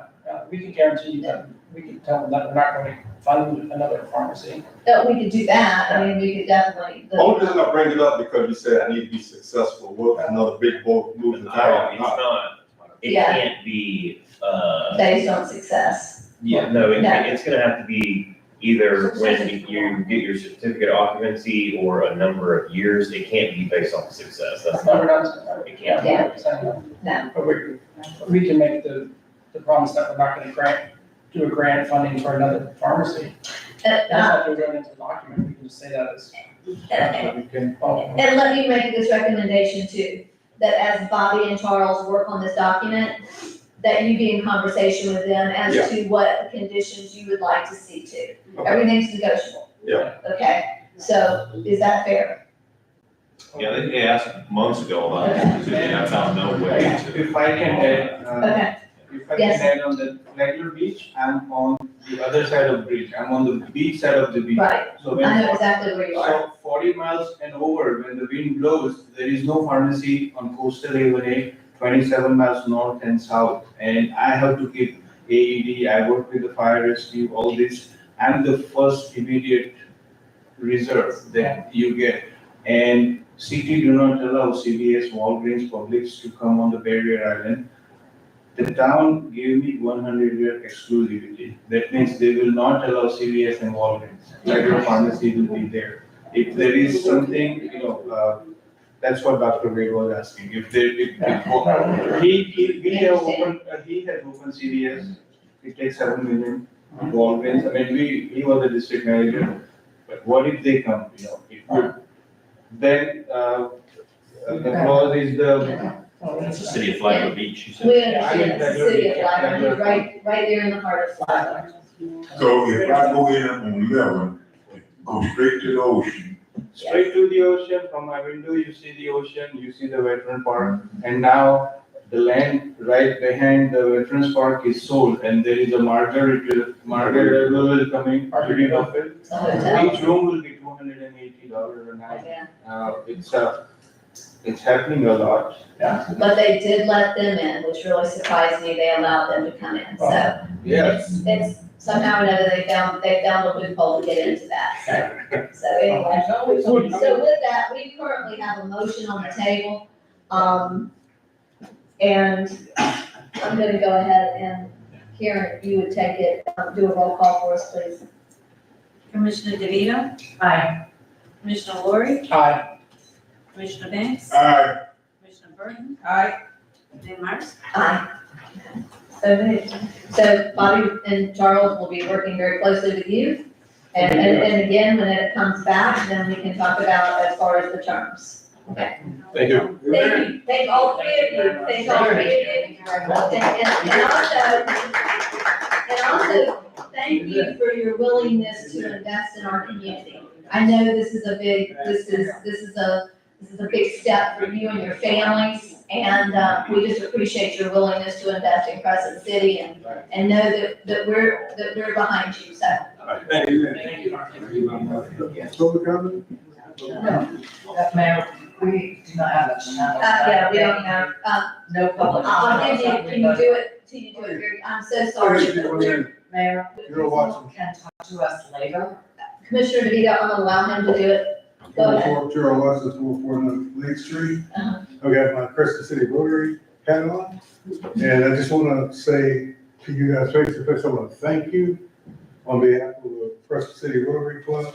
And when we did catfish this year, for those of you who didn't know, we needed additional parking for our vendors because the parking lot across the street was taken up with the car show. And I reached out to the mayor. She put us in touch with the owner, which presumably was your wife. I called her and asked her if she would allow us to use that parking lot for vendor parking. She said, yes, no problem. It worked great. I just want to take this opportunity to thank you face to face. Thank you. Thank you. Okay. Charles, we're gonna move on to our appointment of the Blue Ribbon Committee, charter. Yes, Mayor, I synthesized what we got at the workshop, and then, Commissioner, Laura did the same thing. I'm fine with just adopting his, with the one change to note that I'll be a non-voting member of the. Okay, commissioners, do we have some discussion? Well, don't we need a motion? Yes. Yeah, okay, so I would move that we adopt Commissioner Lori's version, of the charge for the Blue Ribbon Committee with the change, that is needed on page 3, C, paragraph C, item 3. The city manager will serve as a insert non-voting member. Okay, And okay, well, I would also like to make a change. let's, we need a second on her motion first. Okay, so we have a motion and a second. Okay, now let's do discussion. Commissioner Burton, what's your change? Well, I think we should approve, the charter. But I also think included also with that charter, at the same time, we should include a referendum placed on the November 5th ballot. So the citizens can vote on whether they want to pay the added increase in taxes that may incur the bonds needed to purchase the school. So we can go forward with the committee and that would allow the information to continue to come for the citizens to hear what's going on, trying to get the school. But at the same time, because this has to be put on the ballot, because I would like the taxpayers to vote on whether or not they want the school. It has to be done in August, so we need to vote on that tonight. And then I think, is there a second vote that needed? I understand it, to put a referendum on the ballot. Bobby. No, Yeah. that's basically wait to do that this year. We can't do that. I mean, you have to bring in a whole, you can't just vote yes or no, I mean, there has to be the amount. It'd be like the school board did, I mean, they hired a whole firm. Well, no, she's not talking about actually doing a bond issue, she's asking about putting a question on the ballot to ask if the voters want a bond issue. You know, especially since we would, yeah, I mean, basically, that's the thing. I would just like to say, I think it's premature. We don't know any information about what the amount is that we might be paying for the school. It is really you're kind of cutting the legs out from under the BRC before they even get a chance to meet. I agree, I do agree with Commissioner Burton that before, in my conscience, with my own conscience, that, this would eventually have to go before the voters. Well, yeah. That we'd have to hear from everyone. If you do a bond issue, you have to have them. I understand that, so I do believe that, I agree with you, I just don't, I think that right now, we need a recommendation to even know, because for me, we have in here, and I think that's something that we need to be, that needs to be removed, fully committed.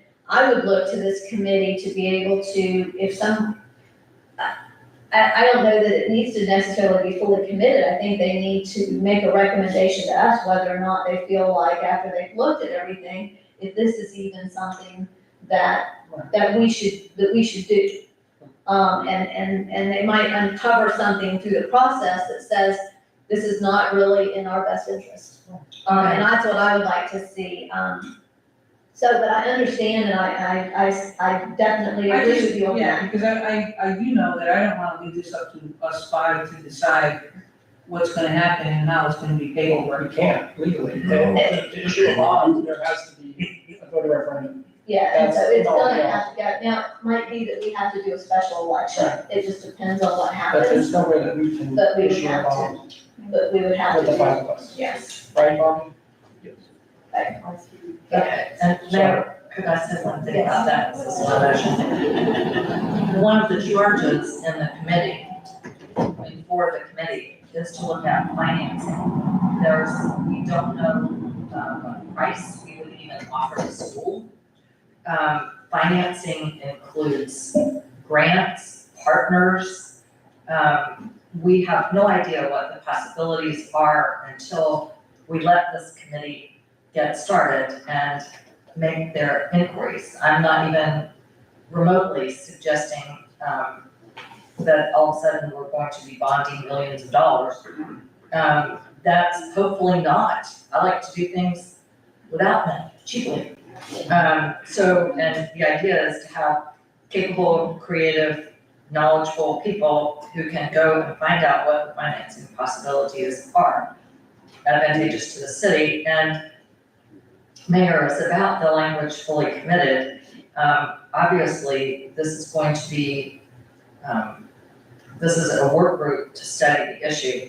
I think the words fully committed mean that they're fully committed to the project, but yes, if they come up with negative information, they have to let us know. I mean, we have to have a viable project.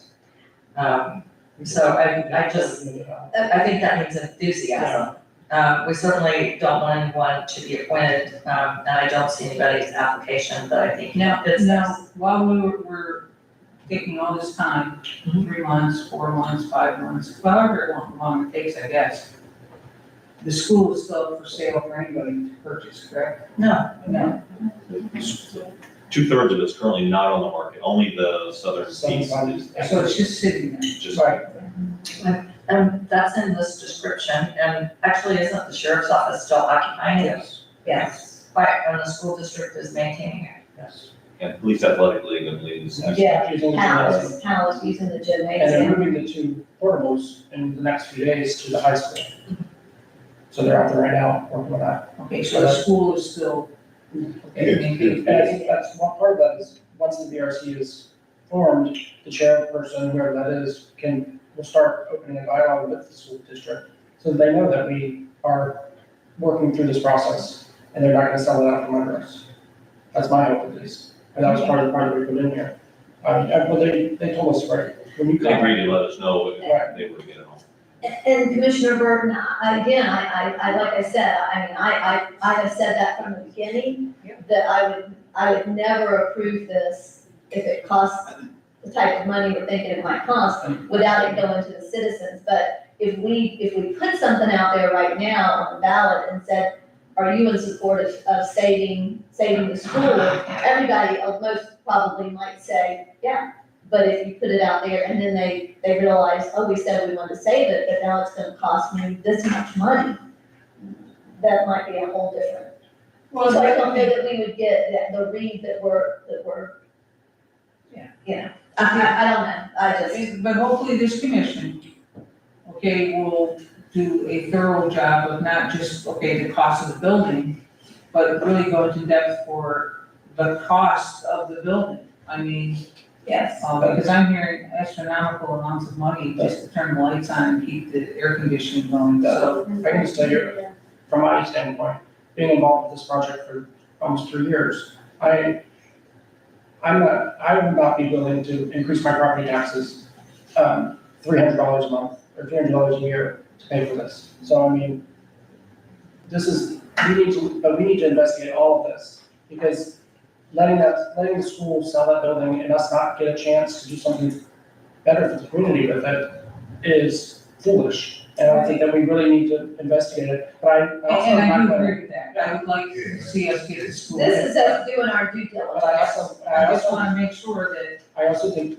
burdening us with an $8 million bill would be foolish as well. So I mean, it's not getting to school at all costs. It's figuring out what it's going to cost and figuring out a way to pay for it and figuring out the best options. Yeah. So that's my feeling. Okay, That's what. so we've got this charter in front of us. Does anybody have, any other any other changes.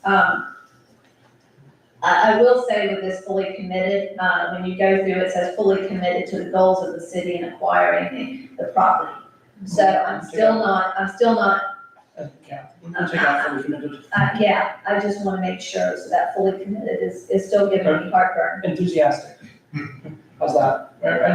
I think this is Commissioner Kavita's, these are Commissioner Kavita's words, I just was putting them together. But I think it just means that we want someone on the committee that believes in this becoming a possibility. But we are. Commissioner Vita's words from, She was the one that wrote this, she wrote that memo for the workshop. She right, had her version and my version, I put so them you together. put them together. This is not all my creation.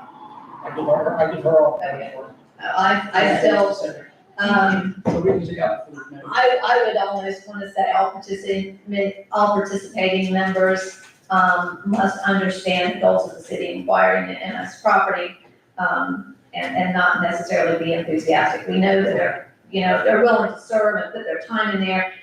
I'm uncomfortable with that, but that's just me. We have a motion on the table and to accept this. What was your wording? Did you get that? No, I would rather just go forward as it is. I don't think that this commission, they're gonna meet public, they're gonna have minutes. They're not going to be deceptive. We have some very good applicants to serve. I did not say they'd be deceptive. No, but I'm saying fully committed just means they're committed to the project. If it comes back with negative results, then so be it. I think we all understand that. Bobby, is there any language in here that could interfere with someone's First Amendment rights? No, that was the other one. That's the other Okay, so I just wanna make sure that with this one, there's no words. Okay, I also think that for the city manager will serve as, and will facilitate, I don't necessarily staff, yeah, I think it should be facilitate. And he's not voting. So that would be, It's subject to the record. yeah, Yeah, definitely. So you want to substitute the word facilitate for staff? yes. Okay, I will accept that. Would you, amend your motion for that to include that? Well, I just accepted it. Okay. Okay. Do we have any other comments? Okay, do we have any public comments? Yes, please.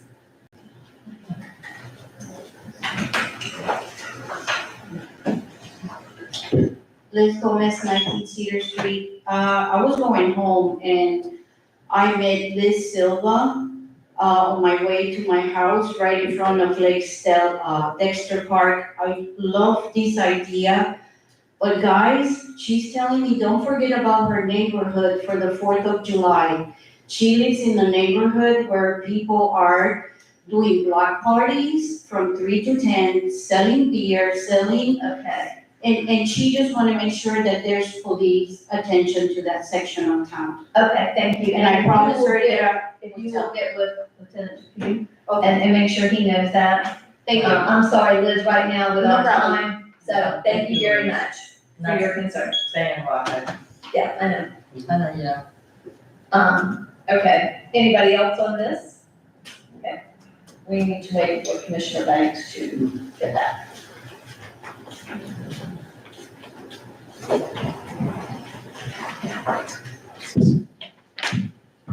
And I know we can go on because he hasn't been here.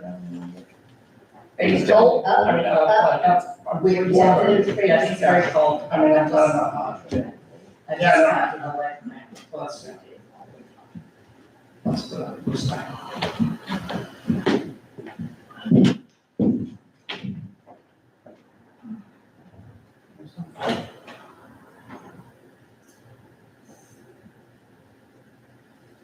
Where's Charles? You know, it's just- Right. I'm gonna tell you. Era. We're waiting on Commissioner Banks.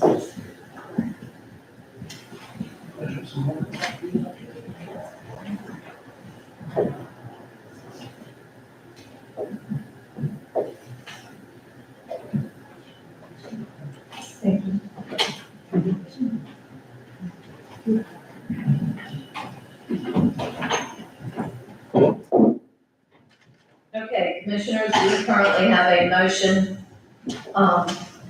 to accept and a second, and so Karen, if you would please do a roll call. Commissioner Burton? Aye. Commissioner Banks? Aye. Commissioner Lori? Aye. Commissioner DeVito? Aye. Mayor Myers? Aye. Okay, so approved. Let's move on to the consideration of Blue Ribbon Committee appointments to the BRC. It looks as if. We have 8 applicants for the Okay. 5 positions. Okay. And what I recommend is if each of you could maybe discuss, in case somebody doesn't know some of the people on that list.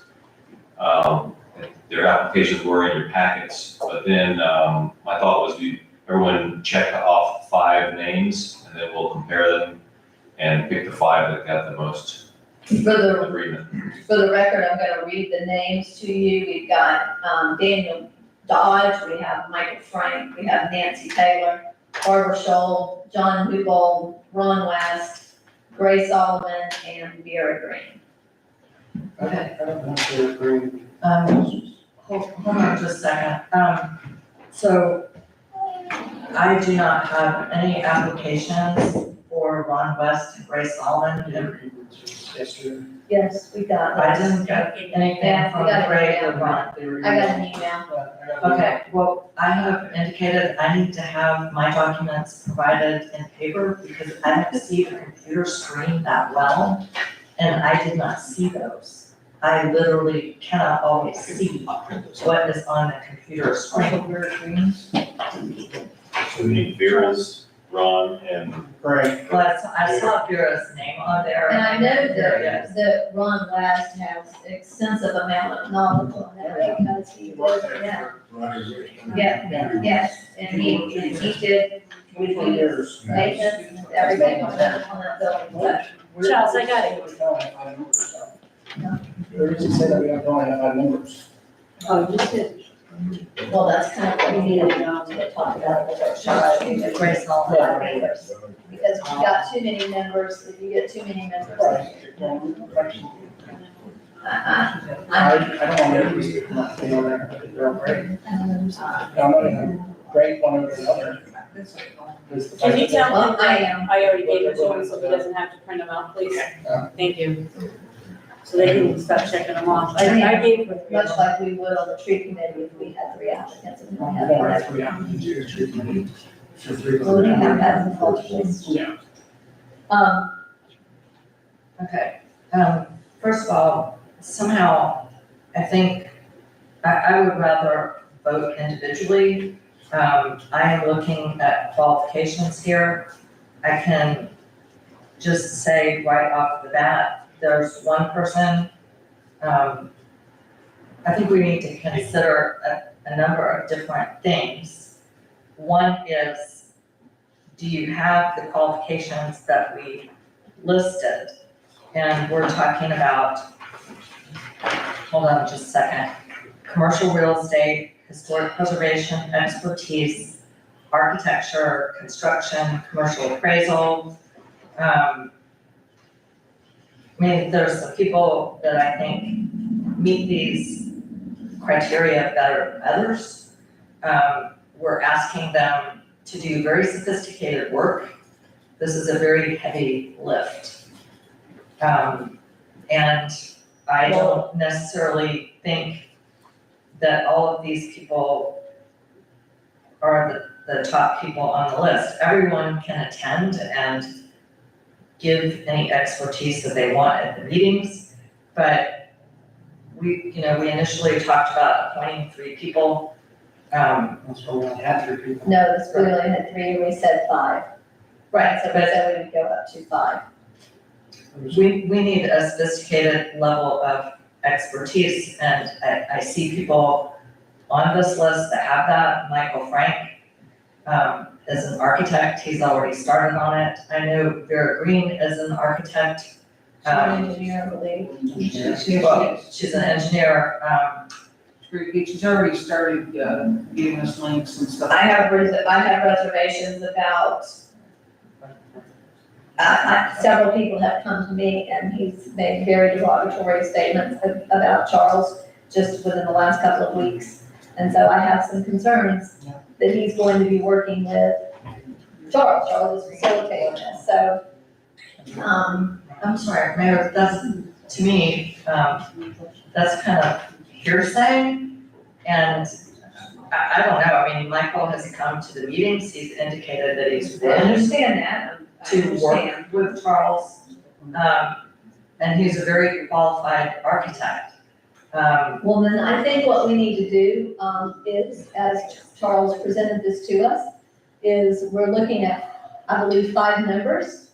Is that where, That's the number. that's the number that we talked about at the workshop. It's not, and actually, we just approved the charter and it's not in there anymore. Just to be specific. Okay, guys, I'm just saying. I understand. So then I need a motion for how many people that we want on this, that we want to serve on this. That's what, at the workshop, that's what we all talked about, was there being 5 members, so. Make sure we have a forum. Before we do this, we need a motion. We have a motion. I know that. We need to determine how many members we're gonna have on this. I move that there's gonna be 5 people on this charter commission. I second that. Okay. So, we have a motion and a second. So, okay. And so Karen, would you do a roll call for us, please? Commissioner DeVito, Um, this is for the number of people that are on the board. That we're gonna have on the board. Plus, we have the liaison, which would be Commissioner Lori, and we have Charles as a facilitator. I don't know, 5, whatever. Okay. This is ridiculous. No, it's not. We have to set a number. Go ahead. Commissioner Lori, No, you're not good with 5, okay? Sorry. Commissioner Banks, Aye. Commissioner Burton, Aye. Mayor Myers, Aye. So we got 5. So we have 5 members. So now, Charles, it's your recommendation is that we do this by ballot and we all choose our 5? Check 5 names and then I'll call them in, and people with got the most votes will get 5 seats. Okay, and we need to sign these, correct? they're public record. Yeah, I mean, yeah, it comes to Yeah. public. They can't be room secret. Oh, well, then I need a new one, because I accidentally wrote my line. We're gonna set it on meetings like this. We can't. Yes, yes. Oh, do you need Rachel to come? Rachel. No, I just need a pen, and I can put it in between my fingers. I just roll. I have a bunch. Mine's the same kind. Yeah, just push it between my fingers. Thanks. Yours is sanitized, thank you. Do I get the mark, I just wrote it myself, that's great.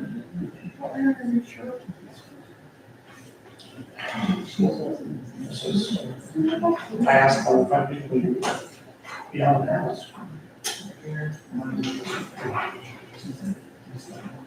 Sometimes it doesn't always go in our. Yeah. You're gonna have an even comment to do it, and, we got 7 people. And we're saying thank you. Actually, we had 8. Yeah, that one was on,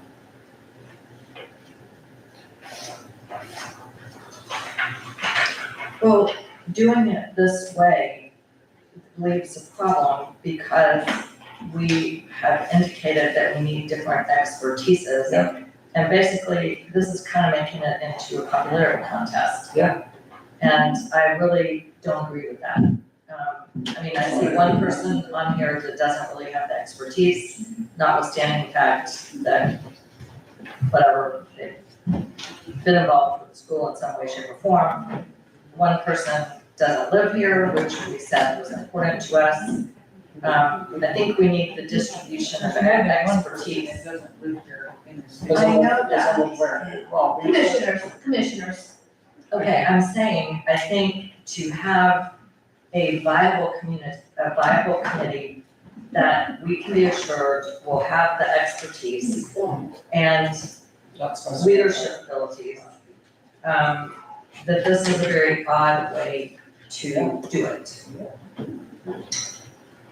So, commissioners, are we all in, I mean, how do we feel about doing it this way? So I've heard from 2 down here. Okay, So so what are they saying? they're saying that they don't like doing it this way. And Commissioner Lori doesn't like it at all because he doesn't get, we are only limited to 5. Okay, so you wanna take all 8? No, No, I mean, we I can. need an odd number. I thought one person was gonna be here. So then if we take 7? Yeah. Just circle the one you don't want. Well, I turn my ballot in. Well, I don't think this should be a popularity contest. I We're think, not making it a popularity Okay. contest. excuse me, I'm not finished. I think that this is making it a popularity contest because we should at least discuss the qualifications and level of interest that the people on this list have shown. I certainly see people who, I mean, we need to look at the list. Commissioner DeVito, Page 3 of the charter and make sure that we wind up with people who have those, as many different expertises as we can possibly get. Okay, Commissioner DeVito, you have the applications in front of you. We do not have the time, to go through their individual requirements. And they committed to do this. They submitted their applications. Nobody submitted their applications for them. Okay, but, So they've committed to do that. So we already know they've made the commitment. okay. Now, let me finish, okay? So currently, we said 5 members. Yeah. Both of you feel like we need to have an odd number of members, okay? Bobby, we voted on 5 members.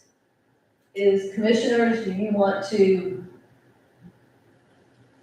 Are you I don't know. willing to go with 7 members? I get, yes, but I wanna make sure that, is it that you're just feeling bad that somebody might be left out on this list? No, it's we need someone that has qualifications, all of his qualifications. So we need an engineer and an architect. So I didn't pick Vera because I don't know her, and that's an engineer. Engineer and architect. Right, so it seems to me that she would be a good addition to this, but I have no idea who she is. So yes, this is a popularity contest. And is she, I have no idea who she is. Every But other she's person sent I in an personally know, application, have you that's seen her great, but I have to pick between the people that I know and someone I don't know. So I'm gonna pick all the people that I know that I've talked to and asked to be on this. Well, this is Make what I sure thought that was gonna be the problem to begin with in the committee. well, Just So- those people you know. So, No, it hasn't. okay, wait a minute. commissioners, Bobby, do you have? I think we need to table this one more time. No, we don't. We need this needs to We be. currently have, okay. I would like to nominate 3 people that I think have the core expertise and ability to get this project started. And if they want to call upon other people to help and other people want to come to the meeting and discuss what is really expected of them. But I'm gonna make a motion, I move that we appoint John Revolt, Barbara Scholl, and Dan Dodge as the initial 3 members of this committee, with others to be considered at the July meeting, so that they can get organized and get started, and I will tell you why I'm doing that. John Newbold has been interested in this from the get-go. He is an extremely qualified businessman. He is a former school board member. He has 6 generations of history in this community, and he's a great leader. He lives slightly outside of town. Okay, keep moving. Okay, thank you. Barbara Scholl, grew up in this community. She's a realtor. She has appraisal experience and realty experience. She has served on a number of different, public committees. Okay, we all have Barbara Shaw. Right, well, I don't know. And then, Dan Dodge has been interested in this from the get-go. He explained to us, I think he's not here tonight because He's had some issues. under the yes. weather. Right, so, but he has organizational ability, he's held city public office before in South Florida. He told us he has developed historic inns with acres of property and multiple buildings. And I think those three are a good core group to get started and Okay. frame the issue. So we currently have a motion on the table. Does she have a second? For what, to For start? hers, to just start with the three people that she recommended. Suppose it's a motion first. So we have her motion, huh? No, we have another motion on the floor to dispose of first. No, the motion that was said first was already, it already had a 4-to-1 vote. Yeah. And that was for 5 members. Okay, and then She's moving to do 3 right now. Right, which we talked about before. For various. Okay, so I need to know, if anybody wants to second her motion. Okay, motion dies for lack of a second. So she just picks 2 more people, I think we'll have a committee. The 2 people that I would choose to add to that group would be Vera Green and Ron West. Vera Green is a historical engineer, architect, I'm saying that wrong. Thank you. Reservation architect. Preservation, yes, and she's already done a little bit of homework for us by, she knows the St. Augustine Historical Society, has done a lot of work up there with them. Her son is actually, I forget what she said, he's licensed in Florida as well, but she's a structural engineer, a historical structure engineer. She knows what she's doing. She's got the right people to call. She's got a very, very good handle on things. She sent over some information that I sent along, with her packet. Ron West is a guy who, lived here all his life. He was the main maintenance technician over at George Miller School. He understands the operation of how the school works, the chillers. Anything that's in that school, he's had his hands on. And he was the lead guy, and he knows, what he's doing. He was involved when, they took the asbestos out of the school. He has a good handle, and he has a lot of knowledge. Those are the 2 people. So we currently now have 5 people that 2 of the commissioners have recommended. What we can do at this point is we need to start off with the 5. We've already had that vote to have it to 5. If this committee determines that they need more expertise, different expertise than what we've provided them with, I think it should be their recommendation to come back to us and say, we have additional people that we need to add to this committee, would you consider that? Yeah, we talked about that before. Okay, She's the one that's moved to. Well, so, do you have 2 more that you would like to see on the committee? Well, I would accept that as a slate. Dan Dodge, Robert Scholl, John Newbold, Ron West, and Vera Green. okay, can I get a That matches motion? what I have. Why don't we just do a motion? Is that what you That have? matches what I have here. That matches what you have for the votes? Okay. She still needs to vote, no, so. She has, For public record. yes. I think what we need is, I would prefer at this time a motion recommending those 5 to begin this committee with the understanding, okay, are we? That's my motion. No, second. Okay, but with the understanding that if they needed to, Yeah, that's in the charter, is that they can come back and ask for other people. okay, I'm Yes. fine. But don't we need to cancel some of the motions already being motioned? no, we're good. So you made that motion, okay? Yes. I'm second to Do you have a question? We have a Yes. second, a motion and a second. Commissioner Vito said the first 3, is she amending her motion to add on? Her motion died for lack of a second. Okay, so now I need a full. So she motioned. Okay, so I am moving that we have a slate of 5 composed of Dan Dodge, Barbara Scholl, John Newbold, Ron West, and Vera Green. Yes, On the second time. and we second that, okay. Thank you. Commissioner, would you, clerk, would you please do a roll call? Commissioner DeVito, I, Commissioner Laurie, Aye. Commissioner Banks, Commissioner Burton, Aye. Mayor Myers. Aye, okay, so established. Thank you to all of everyone that put in their application for their willingness to take on this big Thank you, Brian. adventure with us. Can we Okay. get a motion to extend for? That's what I was gonna say, is that and Jenny, A little more than that. we've had Jenny sit here the entire time and she has a presentation, so I'm gonna ask that we have a motion to extend us to 10:30. If somebody would make that motion. Yes, so moved, but I don't think this is the time for a presentation. I really don't. Somebody asked Miss Jenny to be here, so I don't know. I didn't ask her to be here, she volunteered, and I don't think it's the time for a presentation. I mean, I feel bad she sat here, but we have things we have to decide. Right now, let's see where we are with our time, so can I get a motion to extend us to 10:30? So moved. Second. Okay, motion and a second, all in favor, please say aye. Aye, okay, Charles, go forward.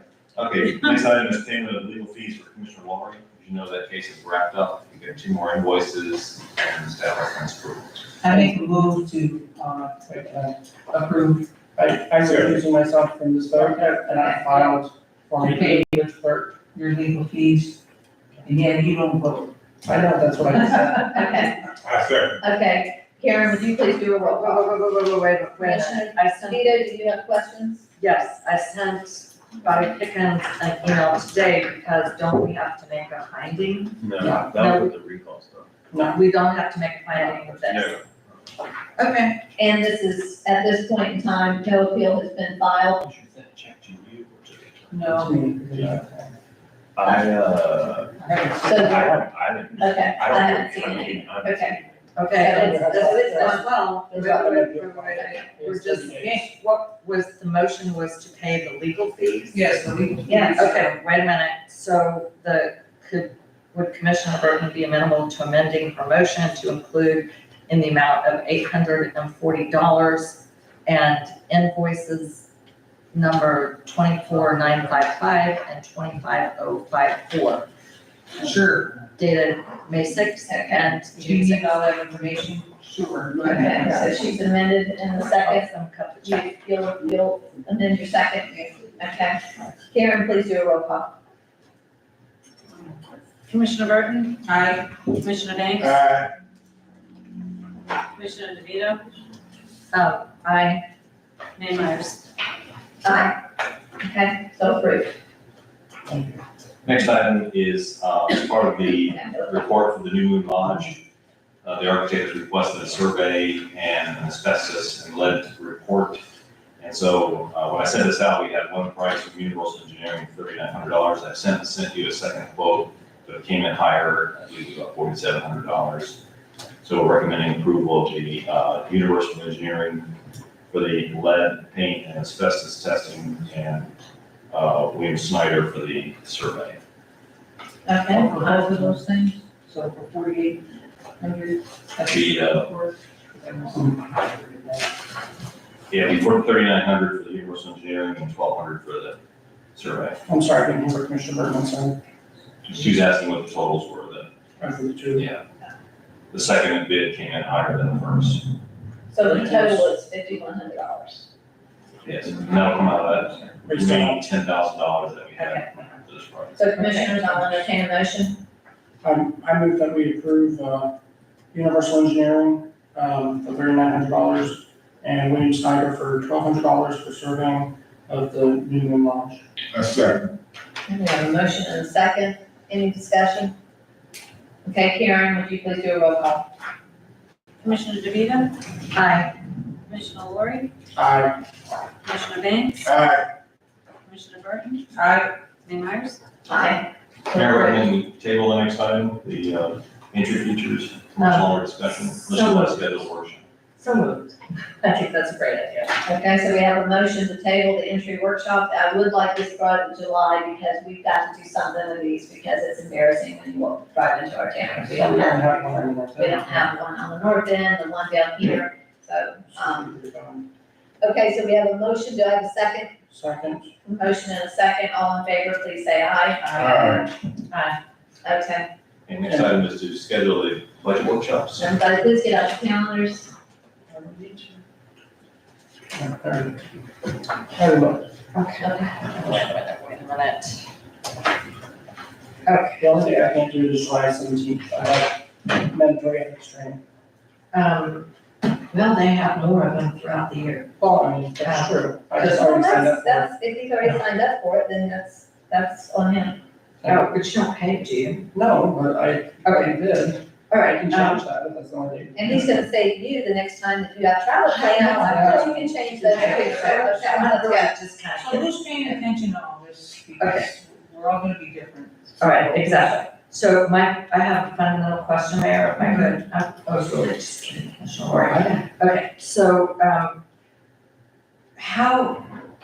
last year it seemed like we had a multiplicity of separate workshops, and I did not necessarily find that incredibly helpful. How many workshops are we proposing to have? Are you saying we should have 1, 2, 3, 4, 5 workshops?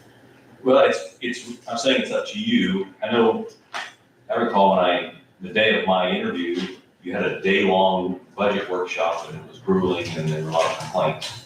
So after that, we decided to break it up into logical components. I think the CIP will be a long discussion. It's a big document, a lot of projects.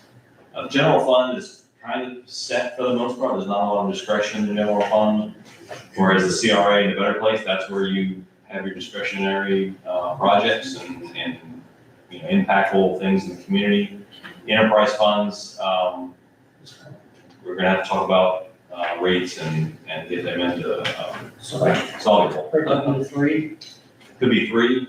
and then do a final, maybe after we get, because we're gonna have some changes in numbers as we go along. Yeah, I always bring it to the general meeting as a business item for the next few months, keep showing up with the tweaks from the workshop. So the 17th doesn't work for you, correct? That's the only day, that's the only day that I'm. But what does July 16th look like for? July 16th looks good. That seems to be good to me. Commissioner Banks, July 16th? It's 15 or 16. 16th, it's a Tuesday. Yeah, that'd be good. Okay, what time are we gonna wanna do this? 3 o'clock? Yes, school, No school is one. yeah, I said, go, yeah. Yeah. Okay, so is everyone in agreement to do, one on the 16th at 3 o'clock? I have a conflict on the 16th, actually. And you, Sorry. these were your dates. I know it. And I just put it in red in my calendar. Does it change it? So, yeah. It's important. So what is July 23rd look like for everyone? Okay, that week I am out, the week of July 23rd. The entire week? Yes, I'm taking that week. Okay, what does July 15th look like for everyone? That would be a Monday. That is a great day for me. Okay. I'm sorry, July what now? 15th. 15th. Is everyone okay with July 15th? Yeah. That's a Monday, okay, let's set that for 3 o'clock. And I don't mean to be stupid about this, but can our finance director lead any of these workshops? Can you what? Certainly participate. We do it Well, without I mean, Charles, if you're not there. if you're not there. Oh. No, I would prefer Charles to be there. I mean, I think that's in all of our best interests, with this being his First run through. Stephen's first run through, and, so that's fine, that to me Just is a not an thought. option. So we've got July 15th, and you need one more at this time, correct? Or do you, how many more dates do you need? Which workshop are you doing on July 15th, please? Let's follow. Which one do you wanna do first? Why don't we start Start with with, CIP. Okay, yeah. Thank you. Yeah, you, I think CIP, I would do CIP, you wanna do CIP and CRA? No, stuff that. CIP is gonna be on its own. It's one big, Okay, That's what I he know, said. but why? does it really need to be? How much time do you think it's gonna take with a CIP? We'll have to go through the 5 years worth of purchases. yeah. Okay. Okay, then let's look at another date, so, Well, Charles' first date is the 8th. Okay, we did that. I have the 8th. I guess Charles won't be there. Wait a minute. we will not be there on the 16th, but the 16th is out. No, but also, Charles, you're going to the preservation conference. Are you not planning to be here at our July 11th commission meeting? No, I'm coming back that morning. I get up and leave. No, I have to drive back. Oh, because I looked at the conference, it's long, okay, so, but, you put down July 8th as a possible date? Is that? I leave until Tuesday, so. Oh, okay. July 8th is coming off of a long weekend. I don't know that we want to do it July 8th. Okay. I'll be back from vacation I'm next probably week. gonna have one more. Well, I mean, I'm up for July 8th, but, because I noticed we don't have Friday the 12th as an available date. Friday's not great to do this one. Sorry. I'm saying, I'm fine with it. I mean, We can do Friday the 12th. okay. That might be a good time to do the general fund budget. I can use the general fund and then CRA and Better Place together. I'll tell you what, why don't we just get your days and then we'll decide how to fill it in. So I think that, so you wanna do Friday, the day after the commission meeting? No. No. That's too much shit. Okay. So, So let's go into the week of, you can't do it the 22nd, the 23rd, let's go to the 24th and the 25th. no, I'm out the 22nd through the 26th. Through the 26th. Yes. Okay, so then We let's, still in July. Yes. Yes. so let's look at the 29th, Monday the 29th. Month 29th of July. Yep, let's do 3 o'clock. Is everyone in with 3 o'clock? Sure. Okay, Charles, you want one more date? You want July 29th and 30th? No, I can't do that. Okay.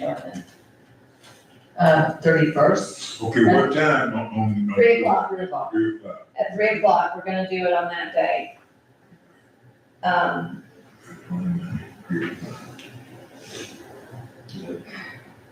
I know this is straight for Don. What's the last day you got? The 29th. We have August the 1st. Okay, so right now we have 2 dates. Yeah. Let's everybody look at their calendar, and at the next commission meeting, let's figure out our other dates, because we'll be into July at that point, okay? Okay, wait, just review with me again, what are the 2 dates that we chose? So it's, The 15th and the 29th? and the 29th at 3 o'clock. Okay, Yeah. right. Okay. So, Charles, We did we that. want to move on to our discussion of four-way stop. July 29th, what is the workshop going to be? We're gonna, Determine that, how they figure that we need to to be determined. be determined. Just a budget workshop. Generalize it, right? Let's go to, So the next item is for discussion and direction, consideration of a four-way stop at the intersection of Main Street and Central Avenue. okay, did I get I'll entertain a motion. I move that we put a fully stop at Central and Main Street. Okay, do I have a second? Second, Okay, do we have any other discussion on this? I have a question for the city manager and for my fellow commissioners. Maybe not tonight, but in the future, I think we should consider park on the other side of Central, parking Central, because vehicles speed there, they go downhill very fast. And when you have people crossing the street, getting in and out of their parallel parked cars, I think the city manager talked to me about this once, just an idea that we had. I think we could use one on the other side as well. There was a crash right there, and I've seen some people, nearly hit little kids. It's terrible. But anyway. Right now, we have a motion for Main Street and Central. I think there's also some other areas, and that definitely could be a traffic calming opportunity. So if we have no further discussion about that, Karen, would you do a roll call, please? Commissioner Burton? Aye. Commissioner Banks? Aye. Commissioner Ward? Aye. Commissioner DeVito? Oh, aye, I'm sorry. That's okay. Mayor Myers? Aye. Okay, so approved. You can get that up tomorrow. Can we have Public Works, like, draw us a diagram and show us where all the stops are? So maybe we could discuss further, making some four-way stops. Because I know, like, most of the blocks are like every other, but I know that on Main Street, there's no stop signs, right? Which that's also. I still think there needs to be one at Magnolia and Oh, yeah. at yours, because that's very dangerous with that tree. Yeah. There's somebody pulling out onto Main Street because they There's a did big that right oak there. tree. Anyway, I love that oak tree, but it's in the way. Um, You have to kind of work them out. Okay, I would move that we table until next month, the review and discussion of the 5-year okay, is strategic that your, plan. that's your motion? Okay, do I have a second to table this? Okay, we have a motion and a second to table, all in favor, please say aye. Aye. Okay, so approved. You didn't ask any discussion, I would just ask that people actually read what's in the packet and, you know, that we be ready to discuss it. I think that that's an assumption you're making about us, that we don't read what's in our packet. I don't mean this. No, no, Correct the grammar. not at all. So let's, I feel like this commission does come very well prepared. Okay, so discussion of the stray dog issue. Actually, Yeah. is Captain Esrick on? Yeah, he hasn't been able to. Yes, he's not here. So Jenny, thank you. I'm so sorry. Be so patient and wait. This woman has the patience of Job, always. She really does, but, Mayor, actually, before, Ms. Oakwood speaks, mainly, I asked this to be on here just so, Ms. Oakwood's, group that met, the Animal Welfare League, has the one pager in here with what they did. Would you And- pass that out too? Two pages, Mayor. Captain Esri, sorry, Captain Esri is not here. Well, do you have any updates on the stray dog situation, the loose dogs? I know you were trying to chase down one I today. got a picture of him chasing me down there by. Right, well, Used to be around. well, please don't, because I have a feeling what part of me that is. Thank goodness, I did not get an audio for that. Thank you. These are my notes that I brought tonight. Okay. Stray dog, as far as the stray dogs, quite honestly, I haven't gotten, any phone calls in some time. One did show up at my house today and decided to plant itself there, and I came out and said, what are you doing? I don't have time to deal with this today. And then he proceeded to chase Commissioner DeVito. She chased Commissioner DeVito down Prospect Street, and, I said, okay, well, then. But a gentleman, did pick her up, and, I had sent pictures to Jenny. She was a very sweet dog, very, she belongs to somebody, she chewed herself out of a harness.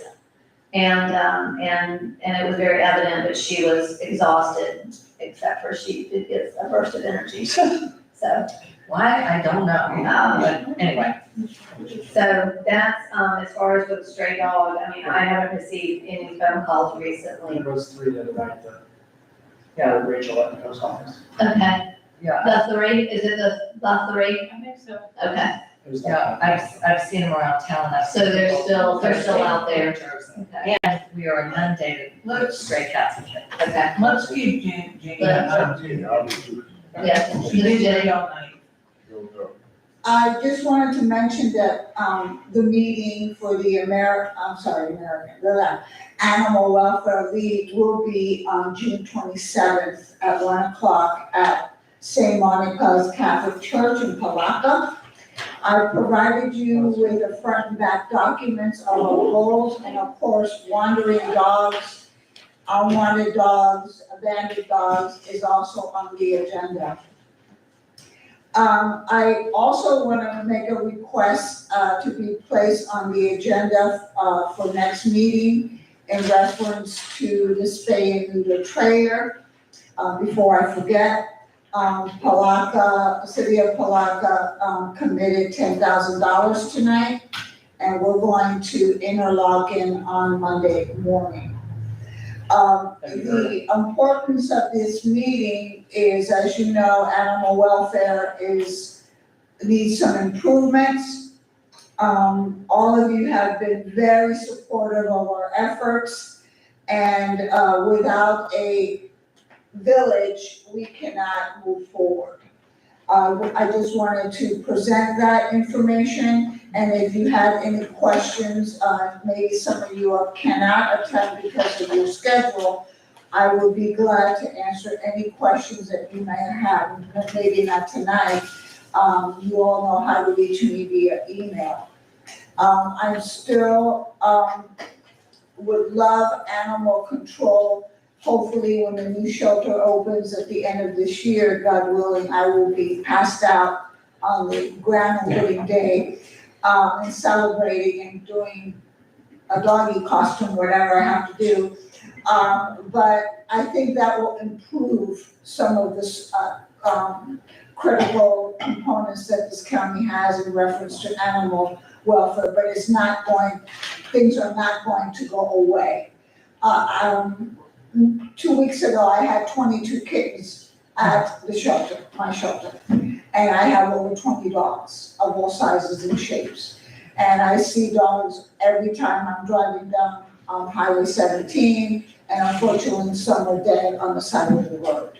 And did you know that the Waste Management does not pick up dead dogs or cats? Waste Management only picks up deer and any farm animal, or of course, bears. So I know it's a late evening, I'm glad I had this opportunity.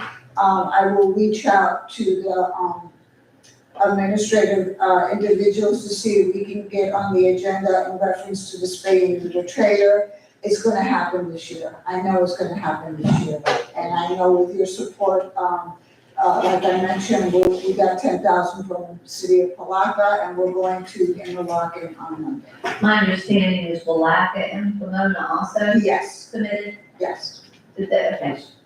We had asked, I think, for a copy of the grant application, and maybe did you have like a business plan that you put together for the? Yes, we have all that. I can present that to you if I can have. You can email it to us. And and also put it on the agenda.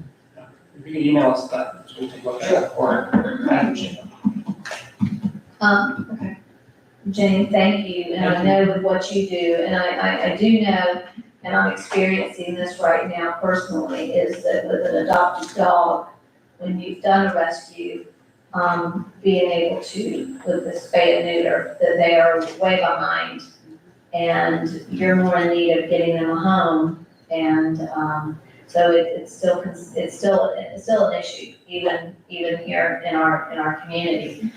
Commissioner Burton, it's my understanding, I think there was a handout that you went to the last meeting. Yes, I do. No, that's what came out of that last meeting. Okay. I think I put it. Yes, you did an excellent job. And so each table each table had a representative, and then we had somebody gather all the information and basically tally the importance, and that's how we came up with this proposal for our first quarter meeting from July to October of this year. So that's the main goals that are going to be discussed in this June 27th meeting. So is this now, the Animal Welfare League, is this a group that you've formed? I'm Yes, sorry, Yes. I saw the email about your first meeting. I didn't Yes. get to it. yes. So it's made up of your ARC and other groups? Other representatives throughout the community. It's not only ARC. Throughout Putnam County, there. Right, correct. Excellent people. I know, okay, and it's definitely not just a local problem. Correct. So, let me ask you a question, Bobby. Should we as a commission, should we appoint one of us as the liaison to go? Because I don't want us to have an issue with several of us showing up at this meeting. If it will have, what are your thoughts on that? I mean, that's fine, or just advertise it. Could we advertise it? Bobby's not talking into his mic, I can't hear that. Like, Bobby, You either, I think that they do advertise. you advertise it for the city, but there could be more. so we That's could the do that. safest way to do it. Okay, then let's make sure then that Karen, that. It's already on the website and it's on the marquee. Okay, that more than one commissioner might be in attendance. Okay, I just want to make sure that we protect it, so we don't do anything to cause harm to this, because this is so important to all of us. And the BOCC did that as well as, Okay, City of Palaca as well. Okay, then we'll do that so that we can, and if you can get this on your calendar, please do, because this is an issue that's not going away. Those 3 dogs, I know there was a pen that was, animal control brought those down for those 3 dogs. If it's the same, and I'm sure it's the same 3. And it sat there and they baited it for several weeks. And the dogs were outsmarted it, so they didn't want to have any part of that. We caught two male cats from in about a year. So that's it. That's what we caught. Yeah, so that was it. So they are smarter than the average bear, obviously. May I ask, when is the next meeting in July? It's always the second Thursday, it should be the 11th. The 11th, okay. And I would email her to be placed on the agenda? Please, Charles is. Yes. Okay, all right, just let me know if that's approved, and I will have all the information for you. You can get it on the agenda. Yeah. It's approved, right? It's approved. Yeah, it's approved. You're on the agenda. Thank you very much. You're on the agenda. And Jenny, thank you again for all that you do.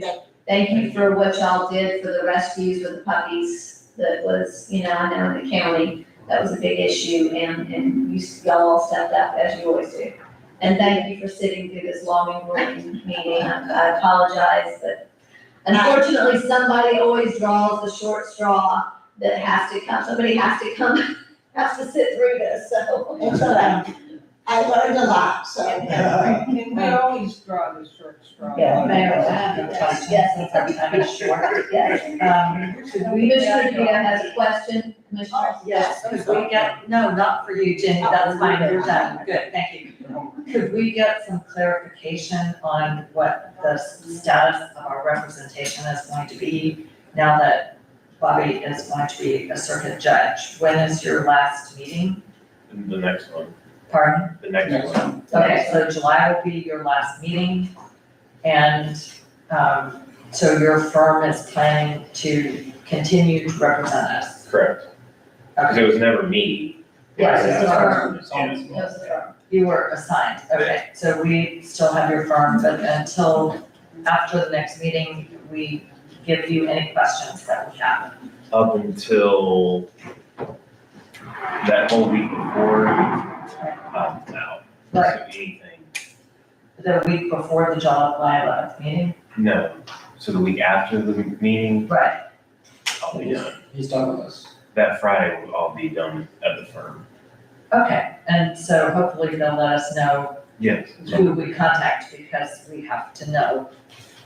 And it would be helpful maybe if whoever that is, maybe if they, at the next meeting, if they were at least in attendance or. I'd be, they can sit here.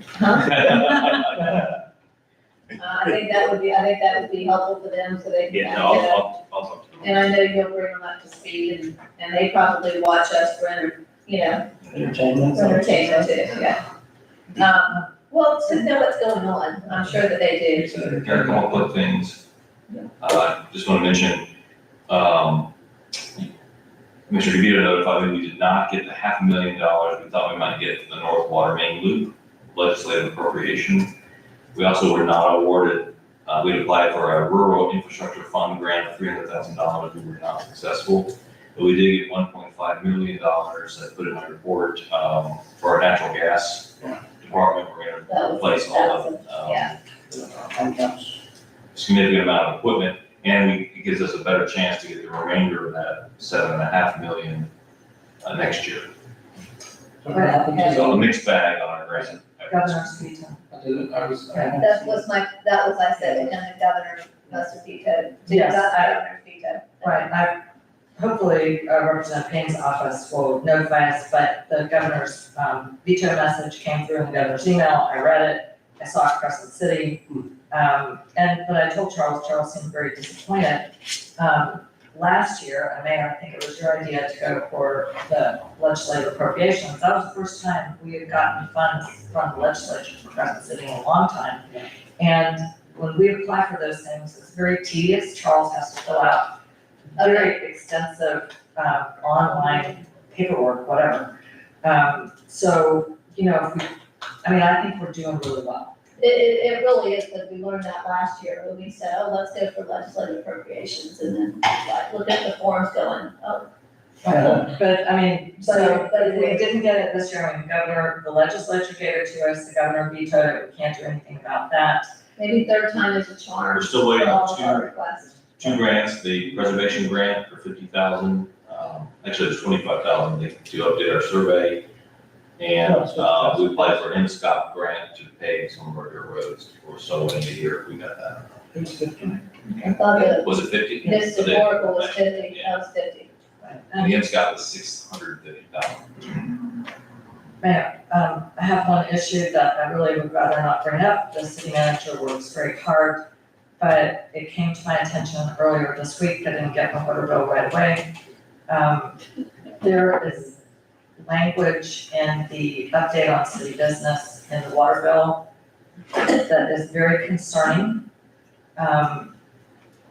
There's some on the front page and some on the back page, mainly on the front page. It's criticizing people in the community who don't agree with what the commission is doing, refers to them pejoratively with an acronym for CAVE people, Citizens Against Virtually Everything.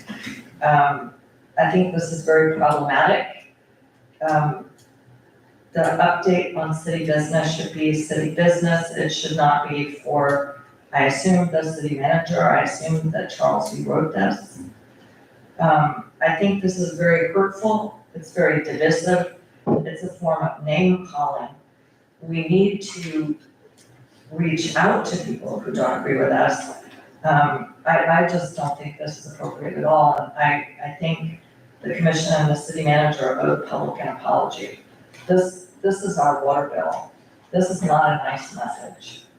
I don't, Charles, this is a terminology. Yeah. Is it a terminology In public administration. in public administration? He didn't call anybody out. He didn't mention anybody. Now, if somebody wants to take ownership of that, I've heard of the Then- planning process before. but It's, I like Commissioner Laurie's idea of actually put from the city manager's desk. okay. Just start the message off that way. And plus, I think that you can write personally from the first person instead of the third. And it makes it, every time I read one of those from another city, it feels like you're connecting with people. I just, I'm sorry, we're just, I think we should talk about this at the next meeting and refer to what people do or don't say on Facebook. If you Now, see then this, we could owe some people an apology for that too. Yeah. I'm sorry. I mean, that could be an apology that might have to go from the commission as well. Okay. The Facebook is good and bad, but we have our own Facebook page, which we can use in a positive manner. And we do. Well, we could put more on there. I just think that this reference to cave people, I'm No, sorry, we're having calling out from the audience. I thought we did not allow that. Yeah, audience, please. Bobby, It's 10:30 and I have something that I have to address with the commission. yeah, it's 10:29. We got served with a lawsuit, I guess it was on May 20th. We didn't do anything wrong. We got sued because we have a code lien on I don't want to say the person's name, but it's over here but it's a city within the property that we have a code lien on. The bank is foreclosing on it, so we got served. I talked to Charles due to the timeline that we had to answer the lawsuit by. I went ahead and filed a notice of appearance on behalf of the city, answered the lawsuit just to assert our claim to see if there's any surplus funds that, I don't know if there's gonna be, it looks like there's about 7 liens on the property. Oh, wow. So there's, property is that? my computer died. Commercial, residential? No, it's residential.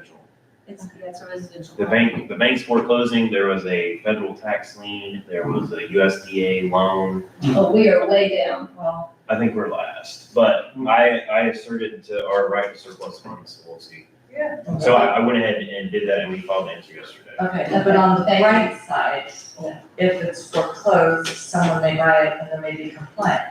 Correct. That's correct, so. With that, we need, I need a motion to dismiss. I move we adjourn. To adjourn. All in favor, say aye. Aye. Aye.